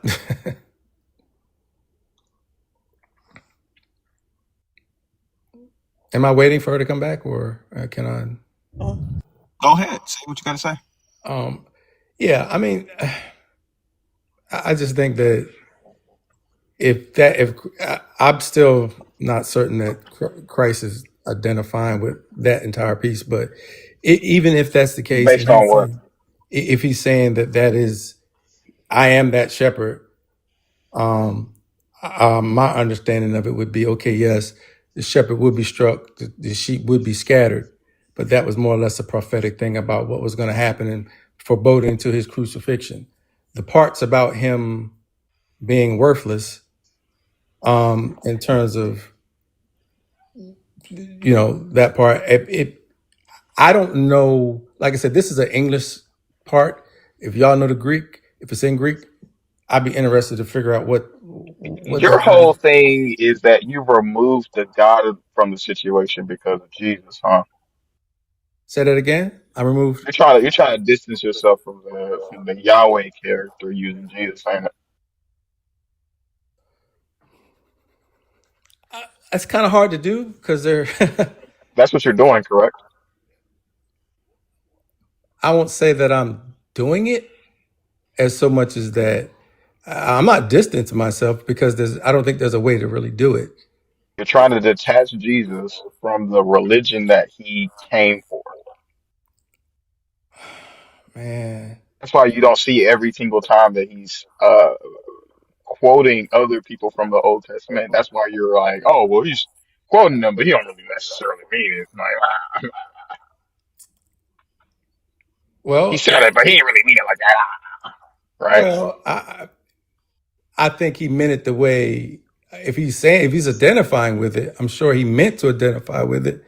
But it's just the problem that I have is that I'm always suspicious of our interpretation of it, yours and mine. And even if you are more read than me, I still question it. Because it kind of makes sense that he would say that because he was struck. Because you understand, if you got a person who's supposed to be the sacrificial lamb who's going to die for the sins of mankind, then he's going to treat him like an enemy almost, even though it's his begotten son and he loves him. But when it comes to that component of being redeemed, everything that was supposed to go towards humanity for punishment would go to him. So yeah, he would be struck, he would be scattered, and maybe he would be referred to as worthless because what did he really, from a physical standpoint, how many, what did he do from what people expected of him? The Do people you was expecting him to understand be a that? Messiah. He would be a failure. Hold on, hold on. The prophecy, right, according to your God, is that he is intentionally raising up a shepherd, a worthless shepherd, right? He says, "For I am now raising up in the land a shepherd who does not care for those that are perishing, who does not seek those that are wandering, who does not heal the maimed, who does Oh, not nourish the healthy. But this worthless shepherd devours the flesh of the fat ones, tearing off even their hooves." that can't be Christ. But he said it was here. He said it was him here at Yeah, the Last because Supper. that's why I say I can't really reconcile it because we know that Christ, he did feed, the hungry, he did heal people, um, and he did good works, and he even said, you trying to, for what good works do you stone me or whatever. So basically, we know he did good works, but so that can't be. There has to be some logical reason. What that is, I don't know. But it could be scribes making mistakes in what they wrote. It could be anything. I don't know, but I don't have the answer for that, to be honest with you. Oh my But goodness. What if I do not. Jesus was propaganda from the Catholic Church to dissuade you from the actual Messiah? So you think that Christ was a fictional character? I mean, what if? Or what if he really existed and he was like a prop by the Catholic Church? Well, the modern version might be.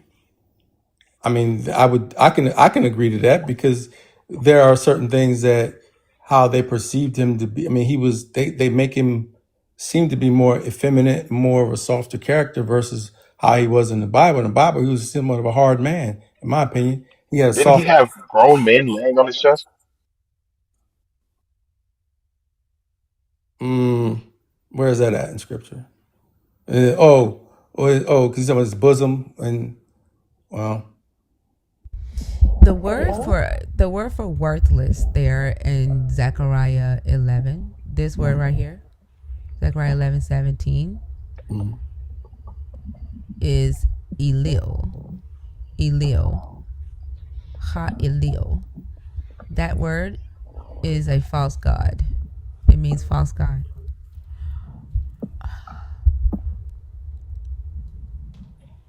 what's your source? You don't see it on the screen? I can't say it. Hold on. Okay, now I got it.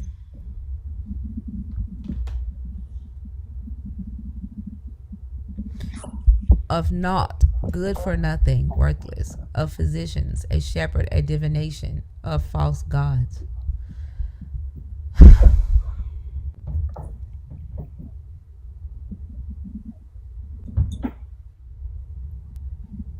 I'll choose worthless. Zechariah 11, here it is. Roi ha'elio, the shepherd of worthlessness, the worthless shepherd. Yeah, there's no way to reconcile that. For me, right now, anyway, I'll have to really dig into that because there's no way to really. That's just that doesn't fit for me. So I don't know what to do with that, but clearly he was not worthless, and clearly his actions were contrary to that description.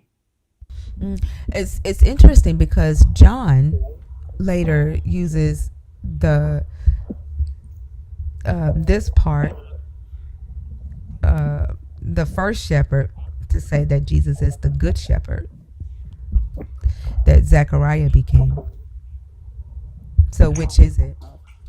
Is Mark correct that Jesus is the second shepherd that was struck by the sword, or is John correct and Jesus is the good shepherd that Zechariah became? Good question. This goes back to what I was saying before. It's problems. I know there are problems in this book. There's some issues that there's The always interesting been. thing is that the book of Mark was written first.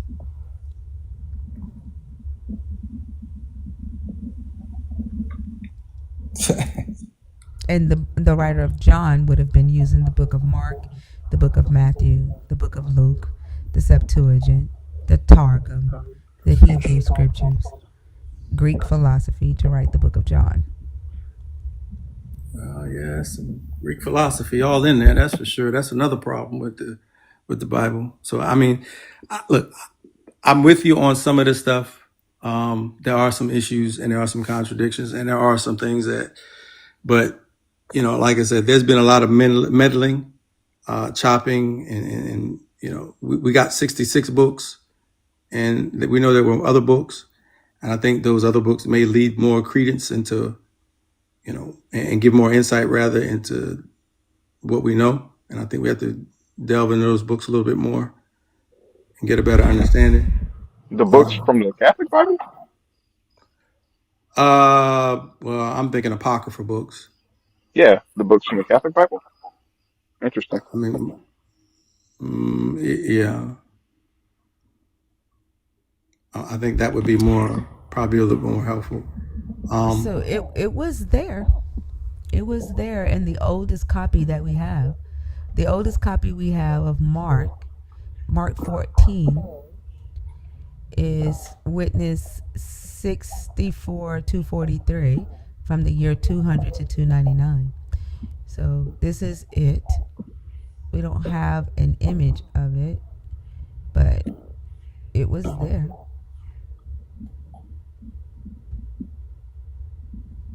So it wasn't added at a later date. Yeah, unfortunately, I mean, and keep in mind, I mean, to be fair, we're dealing with something that's millennia old and then translated from. But why do y'all get to use that when we say that as non-believers? Like, You get to why? say it. Like, no, y'all literally tell us that it's the inspired written word of God. When we say that we should not be basing our life, right, and how we govern people or treat people off of 2,000-year-old text that was written by sheep herders and Greek aristocrats and first century Greco-Roman period, you all say that it is the word of God. But now, because there's something that you quite can't understand, it's old text and we have to understand that. I can't speak for everyone. I think there are a lot of believers who understand this stuff and they don't really probably openly speak on it because primarily they don't want to, you know, shake somebody's faith or have someone, you know, think, you know, down a doubtful way, like doubting, you know, the fundamentals of the Bible.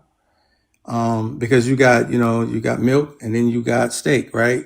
And at different stages, it's thought that you're study enough to grow to a point where you can accept the steak, knowing that, okay, this is a more thicker constitution. I'm going to have to chew on this versus milk. It just goes down easy. And so people are at different stages. So there are many believers who understand this stuff. They're just not going to verbalize it. And some of them can't just admit it to you probably, but I'm probably a bit more open to it. Because I think I do have an open mind pretty much, but, there are some issues there. And I can see why you would think the way you think. And so I will go back and say that when I first led off by saying, why would you even ask that question? So now I understand why. I didn't understand why you would even ask that question. But coming from your position, I definitely understand why you would pose this question. So It's interesting. Isn't that what I said in the beginning? I'm come full circle on that.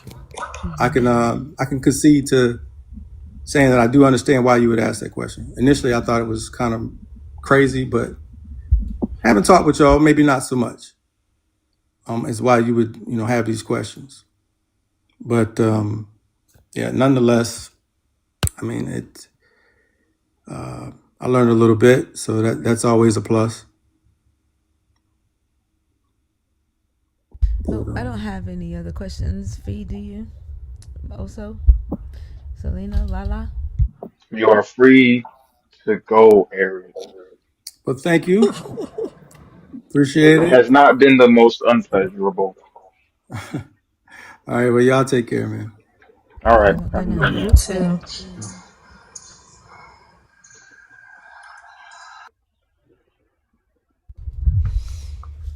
If you are a believer in the God of the Bible, if you are deconstructing, no, wrong.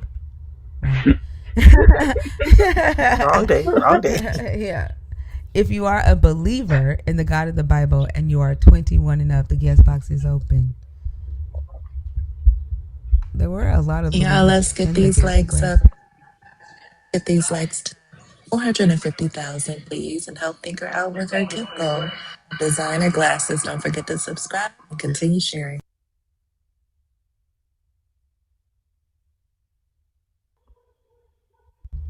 Teddy, Hello. hi, how are you? Good. How are you? I'm doing good. Are you a believer in the God of the Bible and your age, please? I believe in God. My Is age it the is God of the 27 Bible? forever. Is it the God of the Bible? I believe the Bible has been changed, but I believe we're all gods. I only want to talk to people who believe in the God of the Bible. If that's not you, I'm going to take you down, okay? Okay, see you. All right, have a good night. Thank you. I could have sworn I said that, didn't I? Yeah. I don't believe I heard that. He sounded so sad.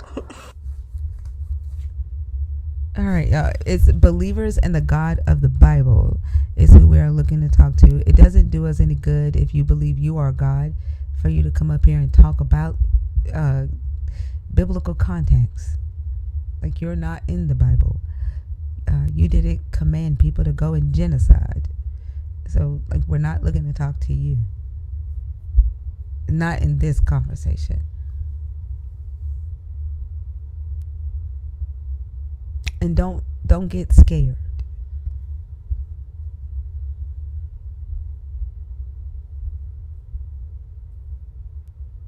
Kia says she need a cool demon name. Anybody want to help her out?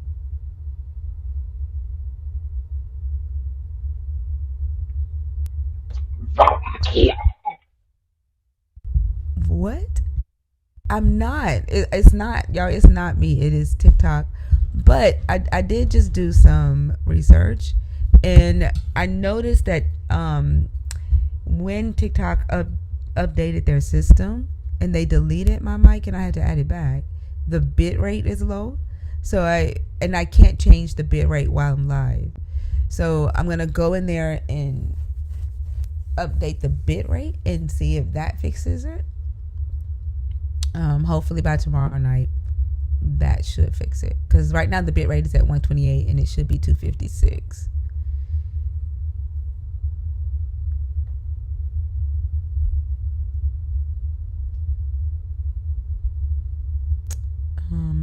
I don't think you are going to connect. Lage.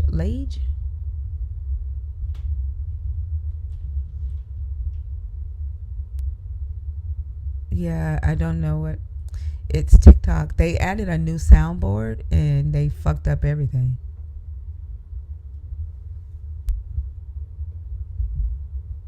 And some people hear it and some people don't. So I don't know.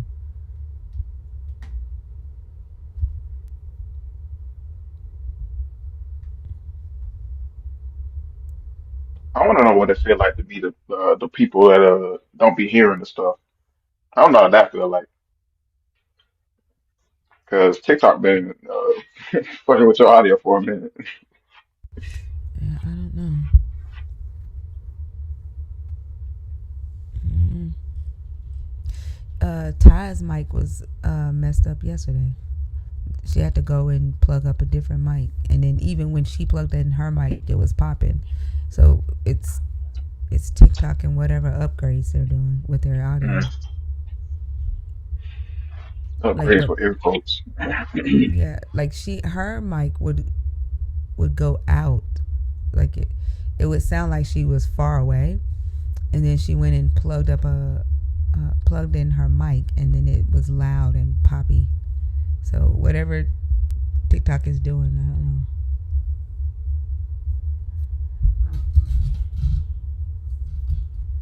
Deconstructing for Christianity just means you're questioning your belief system.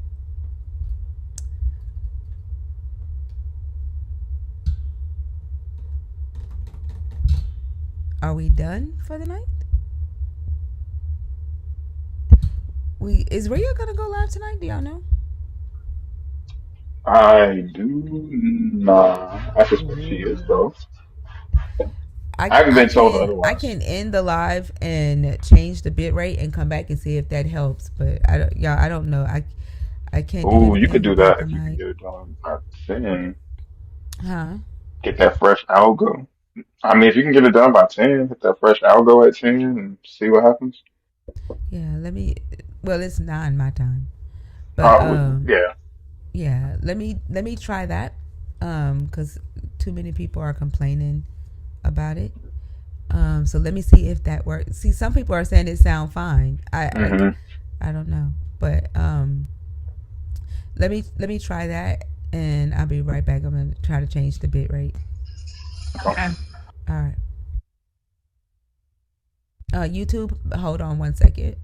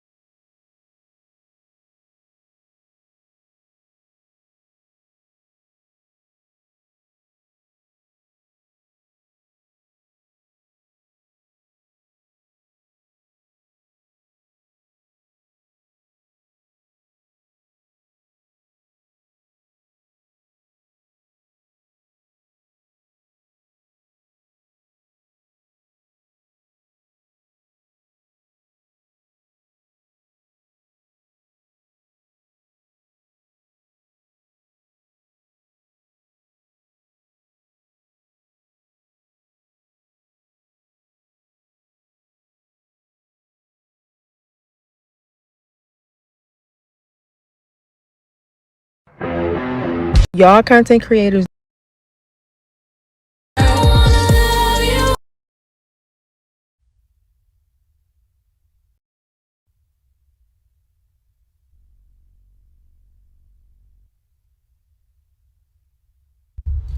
Okay, is that better?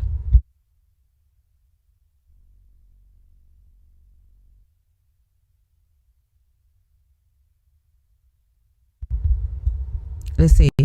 Is it still popping? Are we better?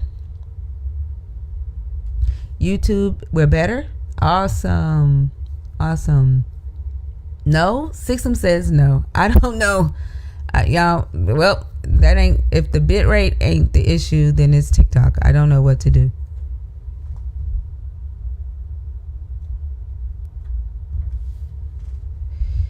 I don't know what to do. I've tried everything for y'all.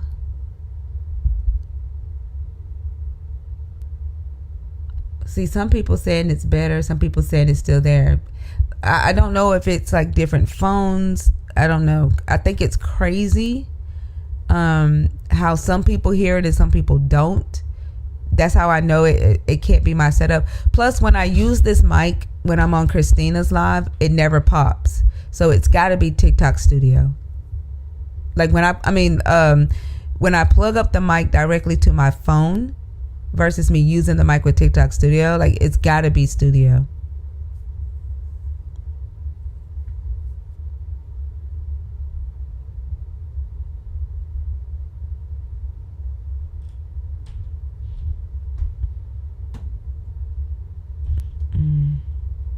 See, some people saying it's better and some people saying it's not. So like, I don't know.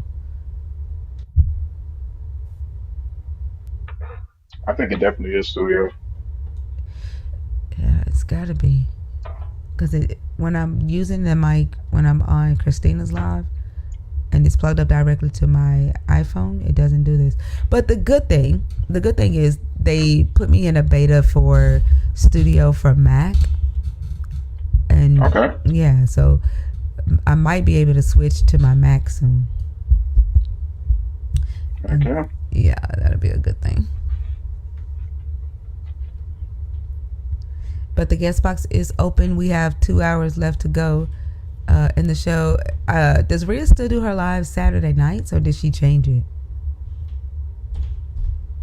Yeah, it's still Saturday night.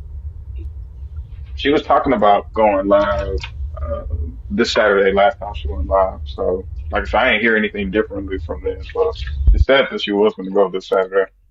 Okay. Mercy? Yes. Hi, how are you? Hi, I'm doing well. How are you? I'm doing good. Can I get your age and then let me know if you are a believer in the God of the Bible, please? Yes, I am 54 and I am born again. I am. Okay. And which topic did you want to discuss? Well, I just popped. I'm not often on TikTok, but I just came across, I guess, the meme or the GIF that says about, did God withhold the knowledge of good and evil from Adam and Eve to protect or control them? And then there's the alternate topic. Yeah, which one do you want to do? There's two. Which one do you want to do? Is Jesus the problem or solution for humanity? Okay, and what are your thoughts on that? He is the solution because he died as the scapegoat for sin. He is the solution. Did that like get rid of sin or make humanity better or something? No, he is. Once you accept the atonement for Christ for your sin that began in Genesis 3 when Adam and Eve disobeyed God and they were seduced by the enemy, there's a new relationship that begins between God and man, and that begins a new spiritual relationship. So that means that you're born again of the Spirit and your walk with God begins. That does not mean that everything is going to be right, everything is going to go right. That's not what that means. Yeah, but what does my question mean? You're asking me what your question means? Mm-hmm. Just because you have to answer it, right? Like you're here to discuss my question, right? Like, so do you understand what my question means? You can ask it of me because I thought that I read it and I was explaining it. So you can ask it, you can explain it to me and ask it of me and I can respond. Well, I did just ask if you understand it as it is written. Do you understand do you understand what I'm asking? I think I read it. It says I didn't ask did you read it. I asked do you understand what I am asking? I think I understand what you are asking, and I think that I was responding to it. And you were not, because in your answer that he died for your sins, I asked, does that help humanity? Did that take away sin from humanity? Your answer is everything's not going to be perfect. It's a personal relationship. I'm asking about humanity. Okay, so because we don't know each other, you sound kind of aggressive and combative. I'm just answering a question. We don't know each other. I don't. It doesn't matter to me what you think I sound like. I'm asking about humanity. And I answered the question. Did not. You didn't answer. I was answering the question. You asked for an answer from me, not from an answer from you for me. You did not answer my question. I was answering your question until you interrupted me. You didn't answer my question. I can't only give you the answer that I can give you. That didn't answer my question. You can say a bunch of words that don't matter. You can say a bunch of words that don't matter, but it does not answer my question. My question is about humanity, Jesus girl.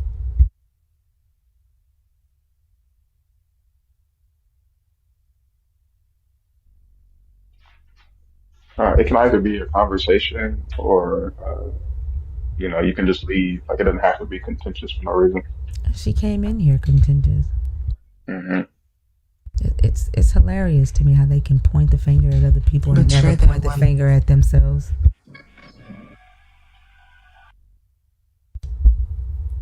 Are you able to talk about the topic, Mercy?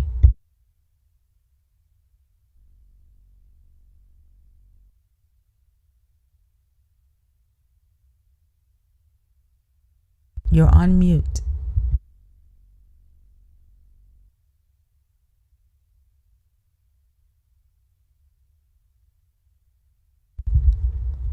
Do you know how to unmute?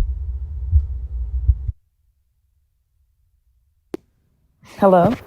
Mm-hmm. Are you able to talk about the topic? Yes. The topic is humanity. Okay. What does your Jesus do for humanity, since you said he is the solution? And just to let you know, humanity is not after death.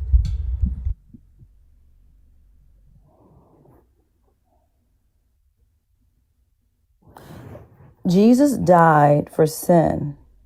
He died for people while living to have a relationship with him. While we're living, for example, I have a relationship with him now. I commune with him. I have a relationship with him while I am here. So what does that do for humanity? You keep interrupting me while I'm explaining. What does your Jesus's death in a relationship with your Jesus do for humanity? Am I going to be able to continue responding without you interrupting me? If you don't answer the question, I'm going to reiterate it again. But I was responding. How are you going to humanity, Mercy. You are not humanity, but you aren't humanity. What does it do for humanity? Define humanity. The human race. Am I part of the human race? You are not the human race.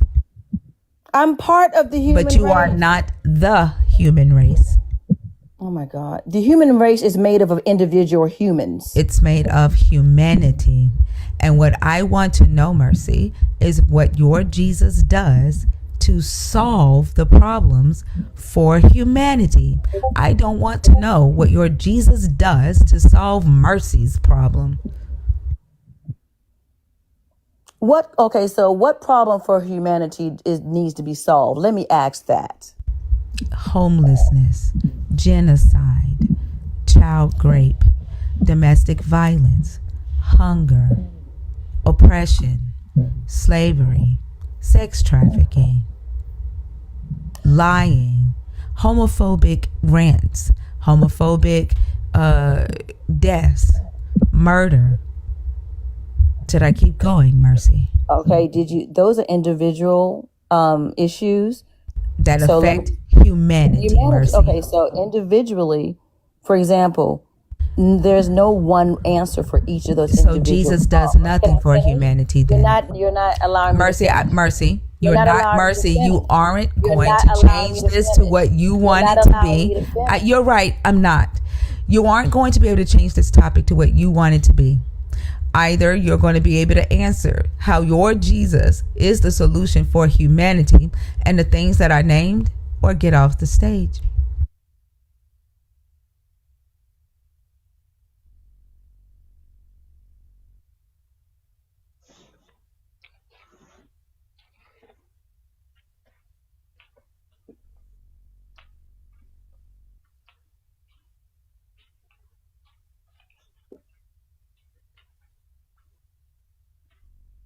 You are on mute. Can I continue or not? As long as you stick to the topic. The topic is, what does Jesus do for humanity? Those are each individual issues that can be addressed individually per person. There is no magic wand that can be an answer for each individual person. Jesus so the answer is nothing. No, that is nothing. That's the answer for you. If you want me to respond, what does your Jesus do for humanity then? But you're not allowing me to respond. You literally just said those are individual things and there's no magic wand. You did just respond. Again, you're not allowing me to respond. You did just respond. You said there is no magic wand and those are individual things. So the answer is nothing.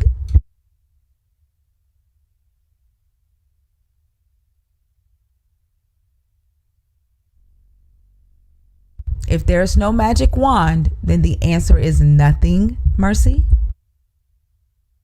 You're not allowing me to respond. You did respond. You didn't. No, you interrupted me once again for the third or fourth time. I was responding. Go ahead, Mercy. Say what you're going to say again for the third time. Thank you. There is no magic wand that happens to solve all of those problems at once. Once Jesus Christ enters the life of an individual by their choice, that person is led by God. Not every person is going to be led by God. This earth is passing away. So every person that decides to choose to believe in Jesus Christ as their Savior will leave with him. Everybody that does not will continue, and it's going to get worse. There is no answer for each of those individual problems. So the answer, like I said, is nothing. Jesus does absolutely nothing for humanity, Mercy. Your Jesus is only valuable in your death. Your Jesus is only valuable in your death. Your Jesus is only valuable in your death. Just like you said, there is no magic wand. He's worthless. He's useless. And not everybody who claims to have a relationship with your God has any type of solace or peace in this world. There are thousands, millions of people who pray to your God and they still go hungry. There are millions of children who pray to your God and still sleep in the car or under park benches. There are hundreds of thousands of children being raped by pastors who preach your God's name.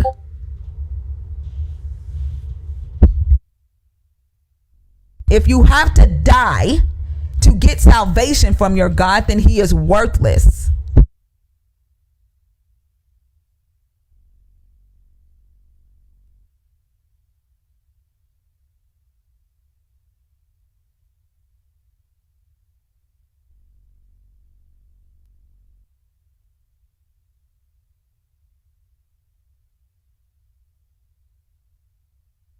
And for some odd reason, he isn't guiding your ass to figure out how to use that mute button.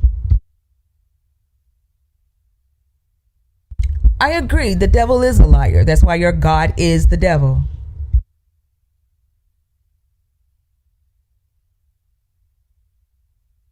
The only entity in this Bible that lies is your God. There is no devil in this book telling any lies.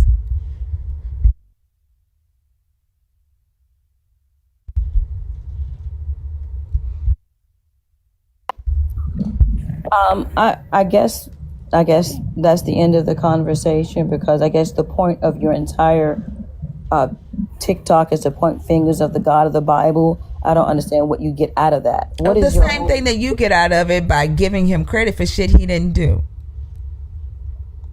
What do you mean giving him credit for things that he didn't do? What are you talking about?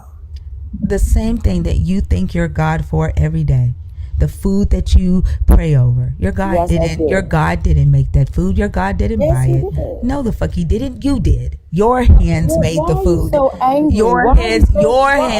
Because angry? You are rude as fuck.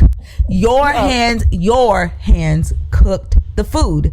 Your God didn't do it, yet you give him credit for it. You went to work. Your husband went to work. Your son, whoever, went to work and cashed a paycheck and went grocery shopping. Your God did not. You bought the car. You bought the house. You got the credit. Your God did not. You bought the clothes. You gave the offering. Your God did not. So the same thing that you want to point fingers and say your God did, so do I. And I want to point fingers and say your God did not.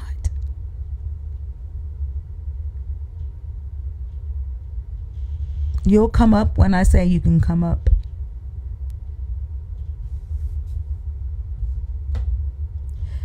Can you ask your God to teach you how to use the mute button, Mercy?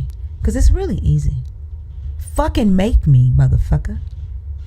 What the fuck are you gonna do? What are you gonna do? What are you gonna do? But you don't know how old I am. And I don't give a fuck how old you are. I don't know why the fuck you think you gonna come into my space and make me fucking respect your ass when you're not giving it. I don't owe you shit.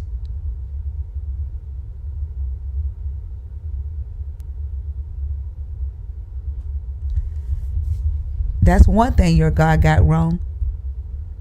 Fucking telling y'all, trying to force people to fucking love. I can't be commanded to love or respect your ass. You gotta earn that shit with me.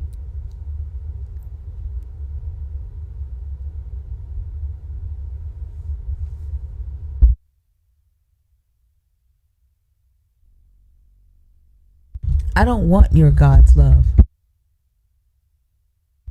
Y'all don't know how to respect people. Your God legislates your fucking love and your fucking respect. That's why y'all are rude as fuck. That's why y'all are undesirables.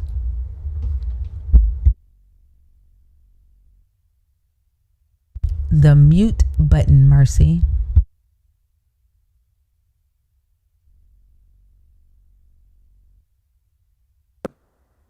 Hello?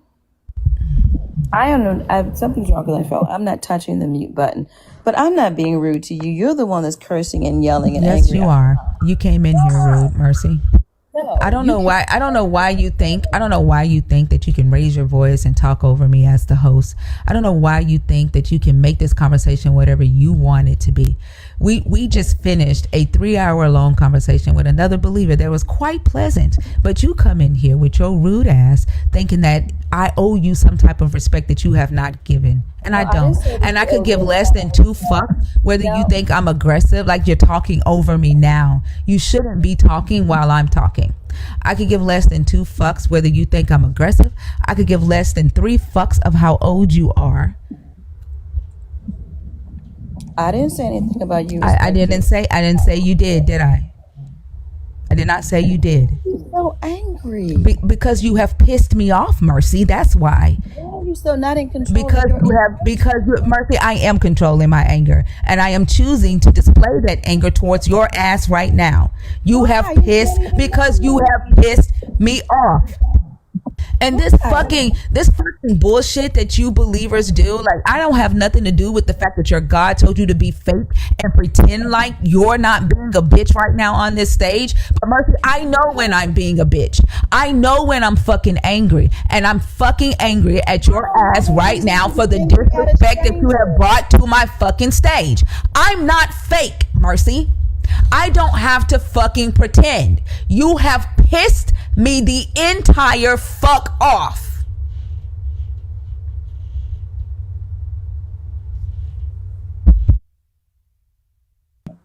I don't get it. Why are you so angry? I can't help that you don't get it. I just fucking told you why. If you're not listening, that's your ass. I told you why I'm angry, Mercy. Fucking listen. I just told you why. You are disrespectful as fuck. You are condescending as fuck. You are fake as fuck. I told you that already. I told you. I told you already. I told you already why. And every time I open my mouth, you open yours. And I promise you, my voice is going to be the one that's heard over yours. That's fine. I just still don't understand why you're so angry. I don't give a fuck if you don't understand. I can't help that you can't understand words. This condescending bullshit that you're doing, nobody is buying that shit.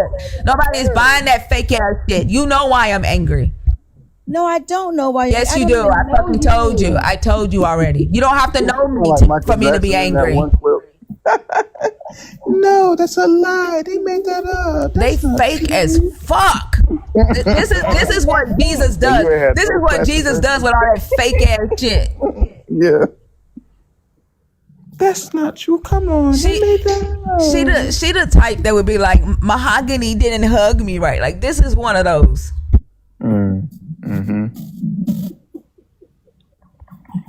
That is ridiculous. Yeah, sure.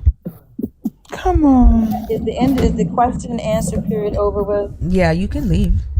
Thanks. I don't know why you needed permission to do that shit.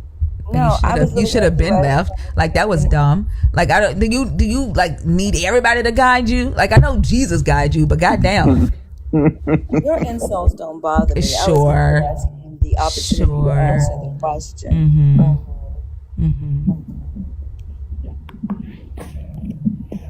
Bye, Mercy. Bye.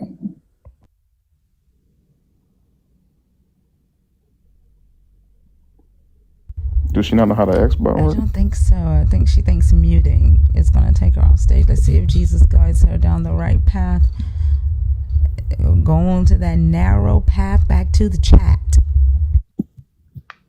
She can be covered in your Christ how she fucking want to. Don't nobody want that motherfucker. You have to click. Yeah, like, I don't. Do you not know how to leave, Mercy?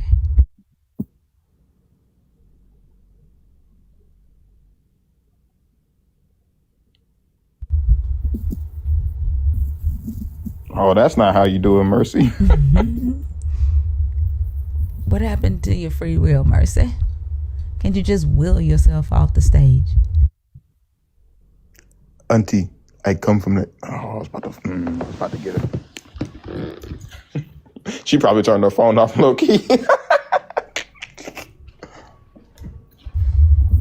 That's ridiculous. Like, I swear. And then y'all in the comments talking about respect your elders. Let me up right now. Watch your mouth. Bitch, what are you going to do? Yeah, I got the wrong ones. Like, y'all done lost y'all motherfucking mind. Like, were y'all not here for the beginning part of the last guy? Fired his old ass up. What are y'all talking about? I don't want to. There ain't shit I want to do to you. You don't matter to me. You don't, like, literally, you think that you, like, I don't give a fuck about you. That's what you don't understand. Damn.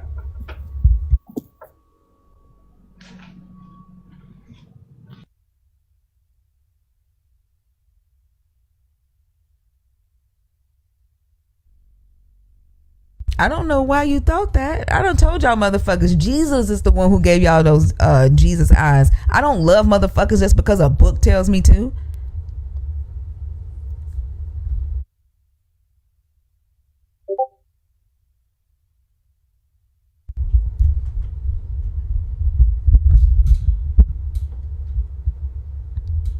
That's why they don't know how to be. That's why they don't understand humanity. They don't know how to be pleasant so people will want to be around them, because Jesus commanded them to love and they don't fucking know how to do that shit. Insufferable as hell.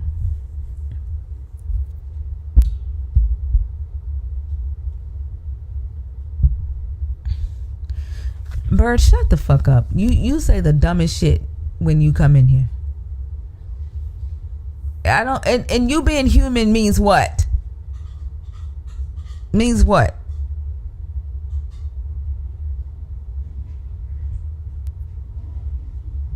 Resent your thing.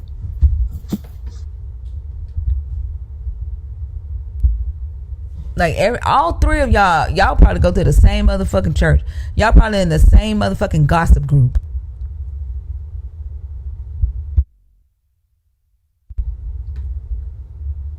Yeah, the way they act, they in the same motherfucking group. Be sitting at the church talking about, look, what did you see what such and such had on? Girl, I heard her husband was down at such and such house yesterday, honey.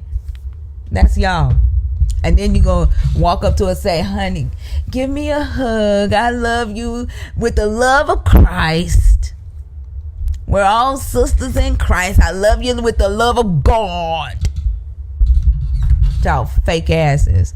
That fake ass, I don't know why you're angry.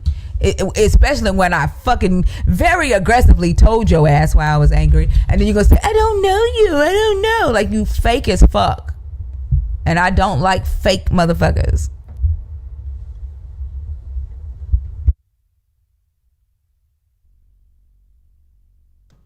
I just don't know why you're so angry. What did I do to you? Jesus. And then her friend in the comments talking about she's covered in the blood. Oh, I know, motherfucker. That's why y'all act the way y'all act.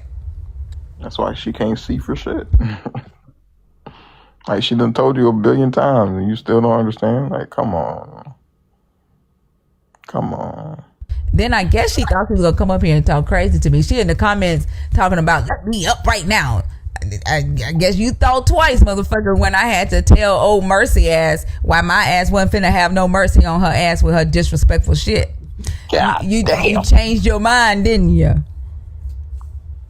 Decide to keep your ass safe in them motherfucking chat.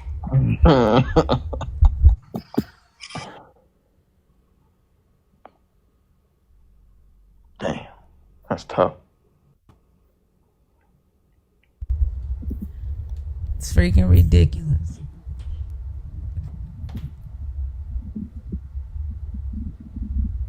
I don't know what. Love everyone, so that doesn't bother me coming from you.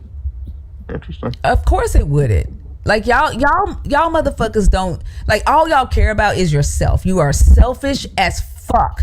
Yeah. And the crazy thing about it is that your Jesus told you that if you if your brother or your sister has an all against you, get that shit right. Y'all motherfuckers only hear what you want to hear. You only care about yourself and your fucking privileged ass belief that doesn't do shit for you. You only care about yourself. Jesus, I got a relationship. Jesus cooked my food. Like, to fucking say that it was Jesus who cooked the food? Are you fucking serious? The delusion. But thinker, and we are a human.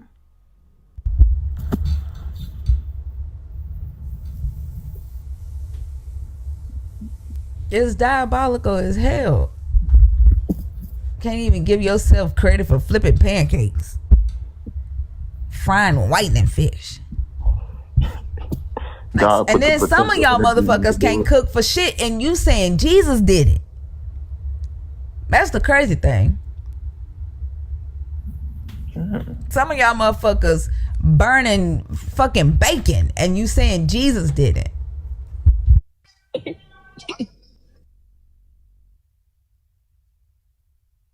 In your culture are among the most attractive behaviors you will Oh, find. sorry. Hold on a second.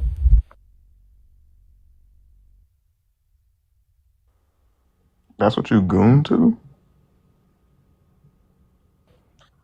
Sorry, I don't know why my Audible turned on as soon as I joined. It was weird. How old are you? 34. Are you a believer in the God of the Bible? I guess so. I mean, I don't not believe it, but I'm not like. I'm only looking to talk to people who believe in the God of the Bible today, okay? I don't not believe it. Either you believe it or you don't. Which is it? I mean, I don't know. I'd like to have an open mind. I'm not here for that today. If you want to come back tomorrow night, that's what we'll have discussions for that tomorrow night. Tonight, I'm only looking to talk to people who believe in the God of the Bible. Alexios? Yeah, how are you doing? Good, how are you?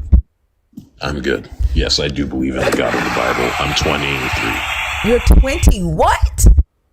23. I know. Oh my Doesn't it God. sound like a movie? That movie narrator? Yes. Goodness. Are you a crime dog? A what? How A your crime voice dog. get so damn deep at 23? I don't even know what that is, but Gruff the crime dog? Oh, you would be a little too young for that, huh? maybe. Well, I have to look that up. Crime dog. But yeah, I do believe in the God of the Bible.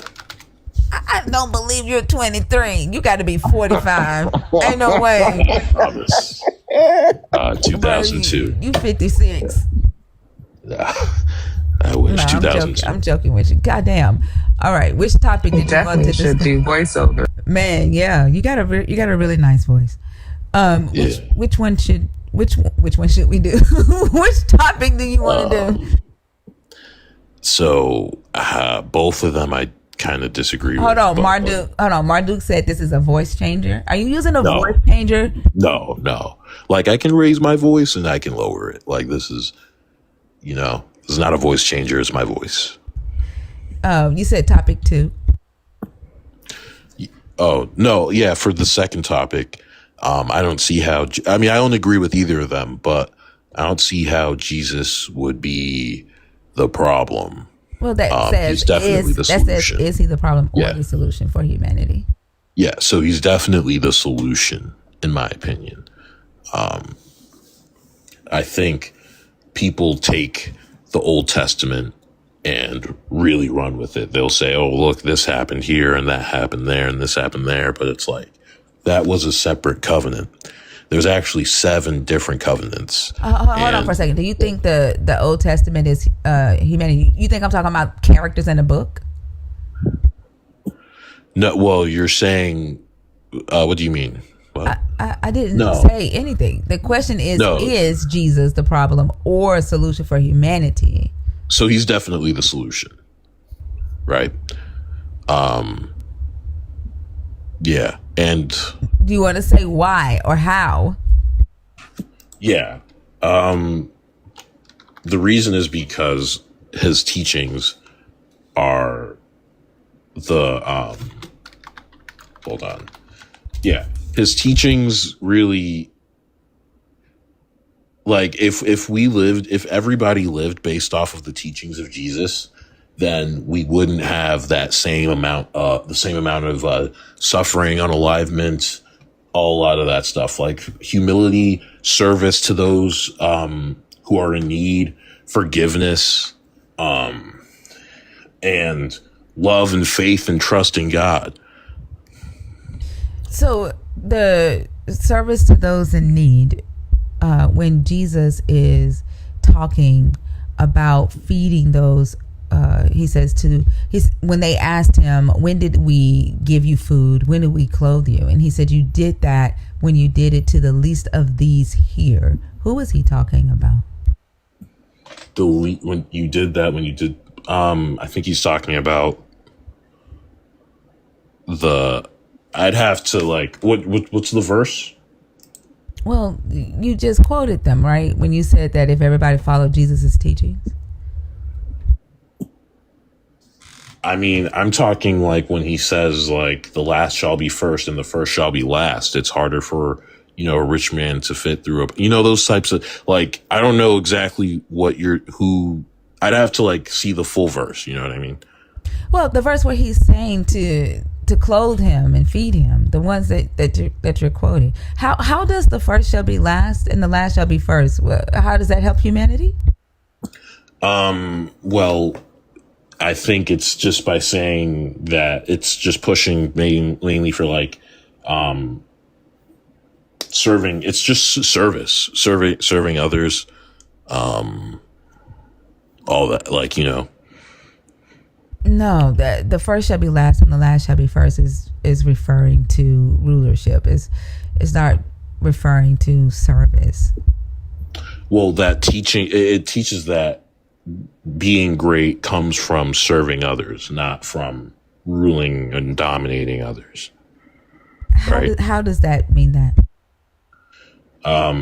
It's kind of in the writing that the first, it's like if you are above somebody, you should put yourself in their shoes and try to be equal. Like I don't think it's a statement about like economics and like how, it's just a simple statement, like it's just a statement about having humility. It's all, just have humility. It's not. This is where Jesus told the rich man to leave everything that he has, right? Sell everything that he has. Yeah. And how does that, what does that have to do with service?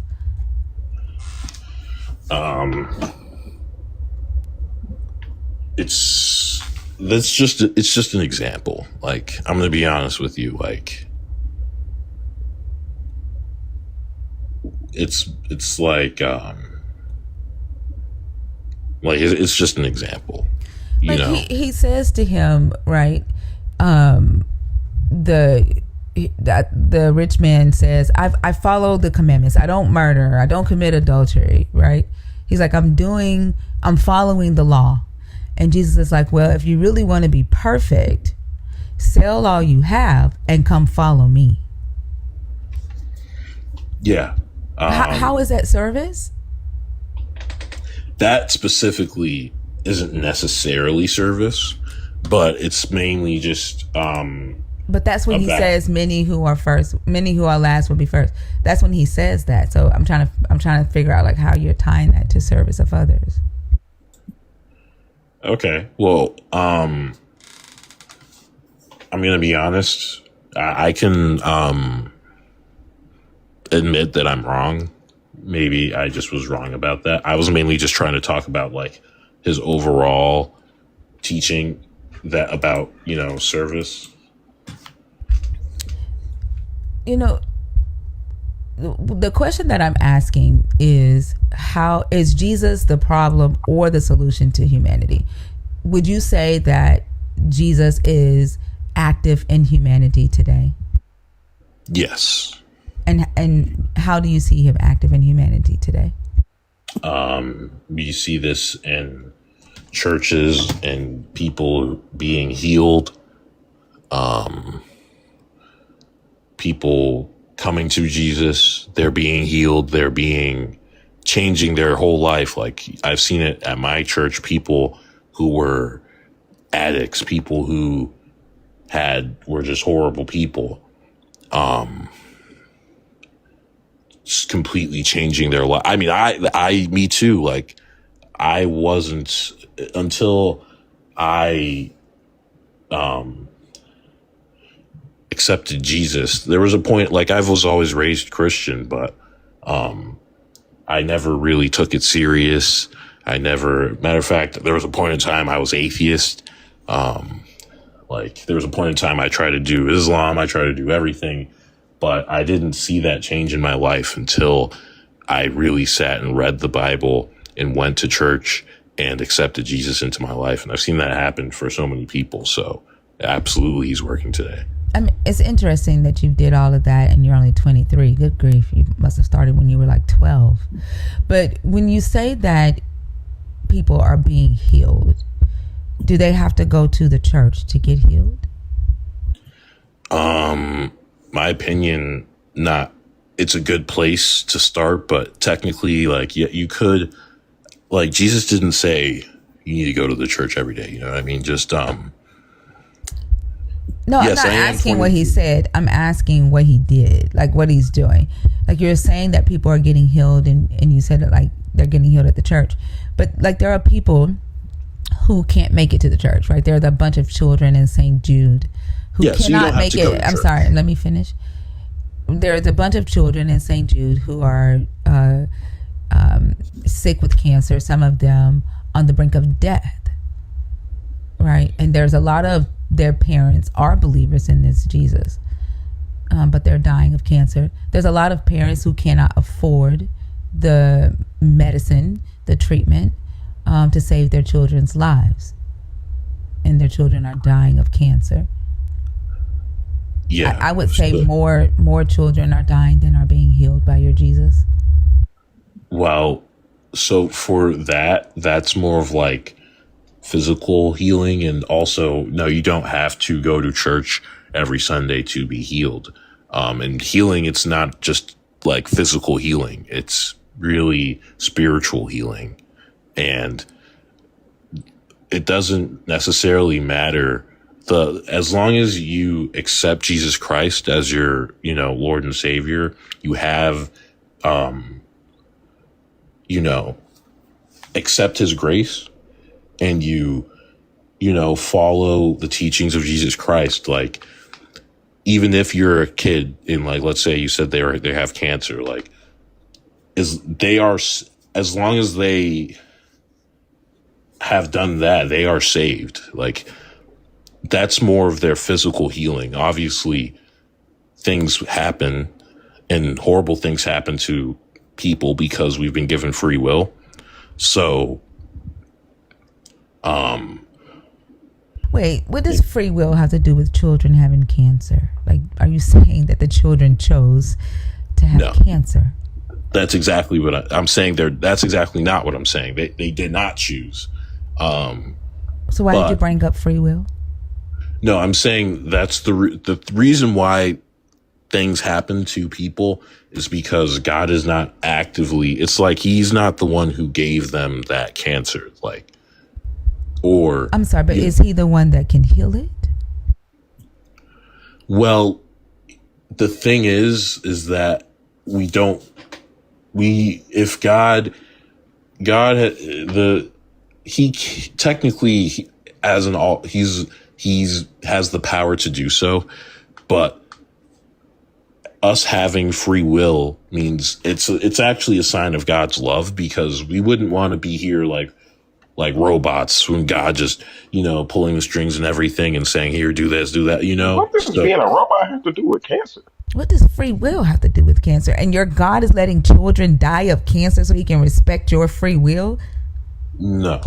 Why is your God letting children die of cancer? Because, okay, so he's not letting. Can He heal it? Yes, but then he's letting them die. If He can heal it and He's not, He's letting them die. It's not. He's not sitting there and saying, "Oh, I'm ready to." No, he's sitting there not doing anything with the power to do it. Because regardless of the because, He's letting them die, although He has the power to heal them. I don't believe that's what's happening. Like, there's more context to it's not. I mean, you can put whatever reason on it that you want to make it feel good to you, but the reality is He's letting them die. He's allowing them to die for whatever reason you are okay with. He's allowing children to die, although He has the power to heal them. I mean, we can agree to disagree, because I don't think. Are they dying against your God's will? No. So it is His will for them to die. Everybody has his will. Is it his will for these children to die of cancer? It's his will for everybody to die. Is it his will for these children to die of cancer? Right, so he's allowing it. If it is his will, he's allowing it.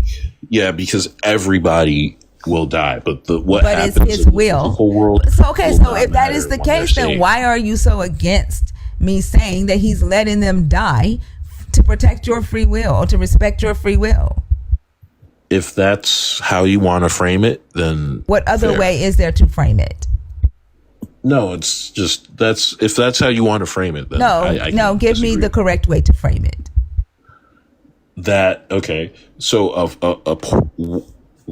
how we know a way that we know that God loves us, right, is that he gives us the free will to we can do bad things. We live in this imperfect world, and we live in this imperfect world due to original sin, right?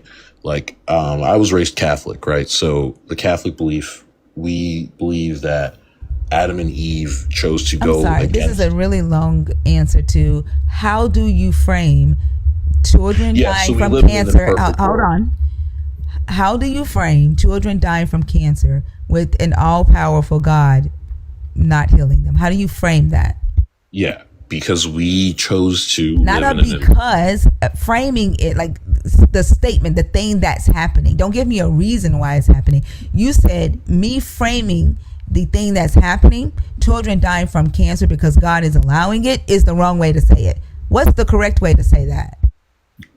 That we live in an imperfect world. That's a reason. What is the correct way to say children are dying from cancer and God's not healing them? I mean, I don't think there's anything I can say that would satisfy what you like. You haven't even tried. You're trying to give me no, you're not. You're trying to give me a reason for it. I don't want a reason. The reason doesn't matter. Do you understand that I am stating a thing, a fact? Children dying from cancer, all-powerful God not healing them. When I take those facts and I form a sentence that says God is allowing children to die from cancer, you say that's not the right way to say that. I'm asking you, what is the right way to say it? I'm not asking you what is the cause of it or the reason for it. Do you understand that? Mm-hmm. What's the right way to say that? Okay. God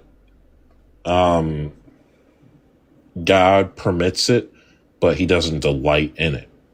Did I say he delights in it? Okay, so there you go. So then, God permits. What does permit mean?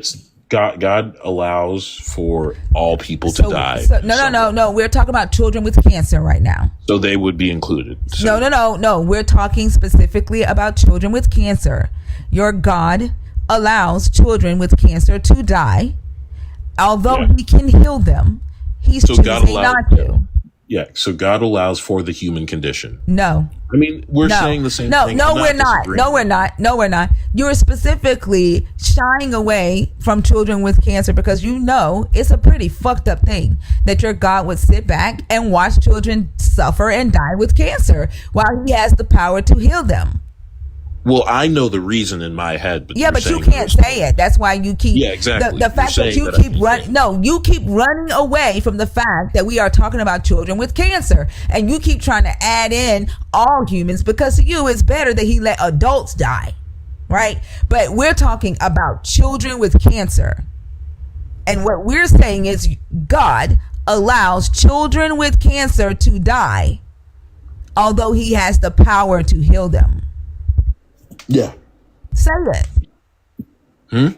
Then say the sentence that you told me I was saying it correctly. I mean, I don't know what difference it'll make, but I agree. No, say the sentence. What? God allows children with cancer to die. Yeah. Although what? Even though he has the power to not let that happen. Even though he has the power to heal them. Yeah. Mm-hmm. Like, it's ridiculous that we had to go through all of that when that's the thing that I said 5 minutes ago. And you said Yeah, that's why not was the she right. trying to That's not provide? the right. I told you I didn't care about the reason. Exactly. Whatever reason y'all put on it, it doesn't change the fact that he's allowing it.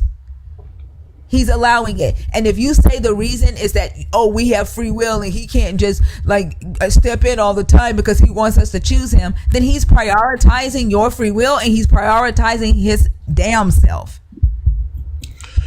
I wouldn't say so, because what happens in the physical world, the main purpose of this physical world is as a test to see if we can accept God's grace. And what really matters is what happens after the physical world. Mm-hmm. So, and again, So that's why kids have to have prioritization. cancer. Right. And Well- your God prioritizing himself. Right? Well- What matters is the test. Do they really love me? Oh, her child has cancer.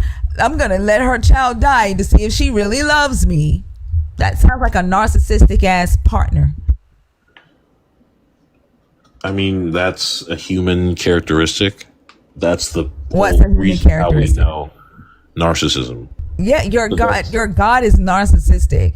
If your God is saying that he can sit back and watch a child suffer and die with cancer because he would rather know if her parents love him, that's narcissism. Yeah, except death is not the end. It's just a way of passing into eternal life, right? So are you saying that are the parents going to be able to see their kids again in eternal life? absolutely, if they also accept God's grace and profess that Jesus Christ is the Son of God. So let me ask you a question. How are they going to recognize each other? I mean, I have no clue what eternal life would look like. I just know that it's what I want for myself. I didn't ask how eternal life would look. Yeah, so I don't know. I asked how would the parents recognize their child in eternal life? I don't know. Because I don't know what it's like. But you know that the parents are going to be able to reconnect with them? If they accept No. Jesus. How do you know that the parents are going to be able to reconnect? It doesn't say that in the Bible. What do you mean? It does not say that you will see your loved ones in eternal life. In the Bible, it doesn't say that. I mean, I'm not to be honest, I don't know what it would, so, okay, let me correct myself. I actually have I don't know what heaven looks like. So you don't know what heaven looks like. You have no idea if the parents will be able to reconnect with their child, but that's worth them watching their child die for some narcissistic God. That makes sense to you? Well, that's not exactly how I was trying to say it, but I do know that, like, in the New Testament, it says that in paradise you'll be with like, honestly, like, this is like the problem of evil question, right? And I believe God works within what is logically possible in this universe. So it is not logically possible for things like cancer and all these sorts of things to not exist. Because wait, no. Doesn't he set the logic? That doesn't make sense. But didn't he just pivot? Because he was talking about whether they can see each other after death, and then he went to the problem of evil. Why did you just do that? Hold on. Did you just do that because you just did a Google search and realized that the Bible doesn't say that you would see your family in the afterlife? No, that's not what I did. Why did you just pivot to the problem of evil? Because I think that's what this is all about. Am I asking you or debating you about whether your God exists? No. I'm not. The problem of evil is about whether I give a fuck if your God exists or not. I don't care if your God exists. I asked if he was the problem or the solution. Yeah, so I don't know if I don't know if what you'll see in heaven.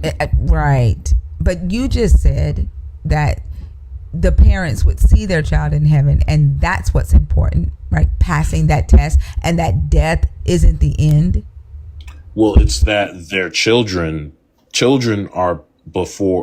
not what children live, they're not within the age of responsibility. So, But again, we we're assume talking that about they'll the be parent. We're talking about the parent losing a child. so we If they assume the lose their child will child, be if they lose their child here, and that child goes on to eternal life, then when the mother dies and she goes on to eternal life, there's no guarantee that she's going to see or even remember her child in eternal life. But while she's here on earth, that's pain, right? She has to watch her child die, right? She has to live without her child for however long she lives. That's pain. That's suffering. And you are saying that your God is doing it to see if you really love him. He's not doing anything. You said that he's sitting back letting children die to see if you really love him. That's not the reason. That's what you said. Do you want to change that? No, For that precious free will of yours. No. He doesn't exist. He doesn't adjust or change things in this world because A, he loves us, and B, he's given us free will because he loves us. And we chose to go against him because hold on. He's letting children die because he loves the parents, and he gave them free will to choose him despite him letting the children die because he loves the parents. Is that right? He loves everybody. It's not just. I'm talking about these parents. Yeah. So we live in an imperfect He loves world. the parents. He loves the parents so much that he lets their children die, and he gives them free will to see if they will choose him despite him letting their children die because he loves them so much. Is that right? No, because you're connecting things that aren't connected. The child, he doesn't love them and then lets their child die because he loves them. No, he gives us free will because he loves us. Okay, he gave you free will to do what? To choose him? Because he loves us. To choose him? What's the free will for? Okay, hold on. To choose him or not. Yeah. Okay, so he gave you free will to choose him. All right. And why is he letting children die of cancer? Well, because due to original sin, we chose to go against God and live in this imperfect world. And he said, okay, you want to do that? Go ahead. And so in this imperfect world, there are things like cancer. So it is, So you can't pray to God because you live in an imperfect world and your God doesn't answer prayers. Is that right? Of course he answers prayers. Okay, so when the parent is praying and asking the God to hear their child and he doesn't do it, what's the reason for that? So that's not how prayer works. You can't just pray and then you can't pray. So you can't pray and ask for healing. I'm confused. No, you can do that, but it's not like a guarantee of you getting what you want. You know what I mean? So what's the reason that a God would look at a parent crying and begging that God to heal their child and he go, nope? He didn't go nope, but we live in an imperfect world. I understand you live in a perfect world, but you have a perfect God that you can pray to. What's the reason that he would not heal a child dying of cancer? It's kind of cyclical. Like I already said, it's because we live in an imperfect world. So he would rather allow a child to die than to keep with his punishment of this imperfect world. And so no matter if you do have a relationship with this God, you can't go to him and say, Daddy, please heal my child. And he do it. You can, but it's not. Prayer isn't just like a guarantee of like you getting what you want. Right. I just said you can't go to him and be like, please heal my child, and he do it. You can. No, you can't, because you're missing the part, and he does it. Well, the thing is, we do have, God has a plan, which that plan is laid out but all the possibilities are already like laid out. So There, Wait, did you know, like, this is like the third time you've tried to throw a philosophical syllogism in here? Like, we don't need the philosophical arguments, okay? Like, I don't do philosophy, right? Like, I'm literally having a real conversation with you about what your God does and whether your God is a problem or a solution for humanity. Now, what I do know is that there are children in St. Jude who have rare cancer, who have leukemia, whose parents can't afford the medicine. They need other treatments that St. Jude cannot provide, and the parents can't afford it. Right? There are people who have the cure to certain cancers, but they're reserved for those who are wealthy. And your God, who is all powerful, who has the power to do these miracles, who has the power to heal, is choosing not to, because he's still holding an 8,000-year-old grudge against two humans for eating a piece of fruit off of a tree.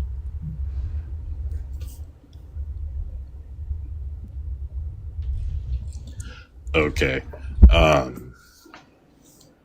Well, can I respond?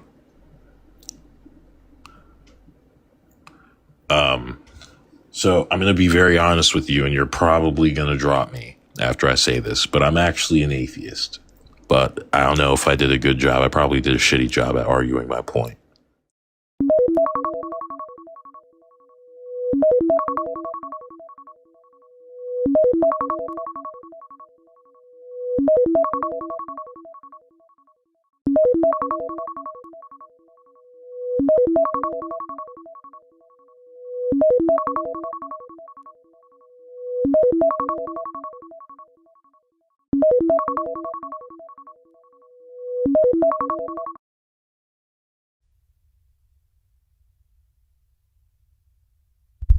Does anyone see him?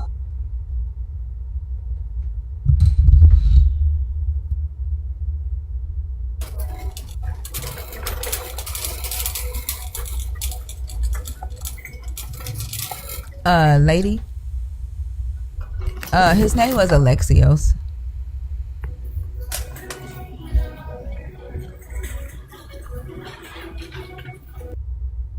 I'm so fucking irritated. That irritated the fuck out of me. I cannot stand devil advocate conversations.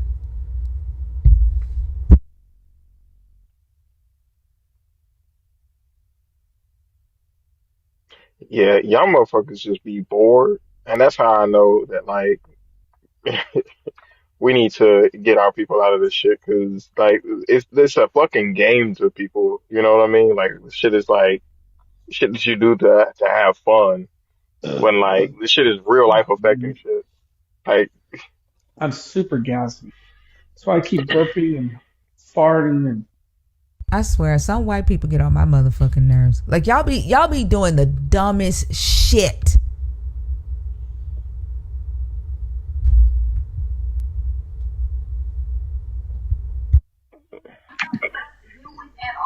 Hello. You may have to block him when you get off, because I don't see him. yeah, he doesn't leave behind comments.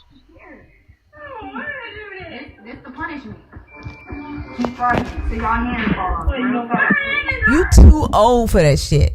Like you too old for that shit. Oh my god. Bye.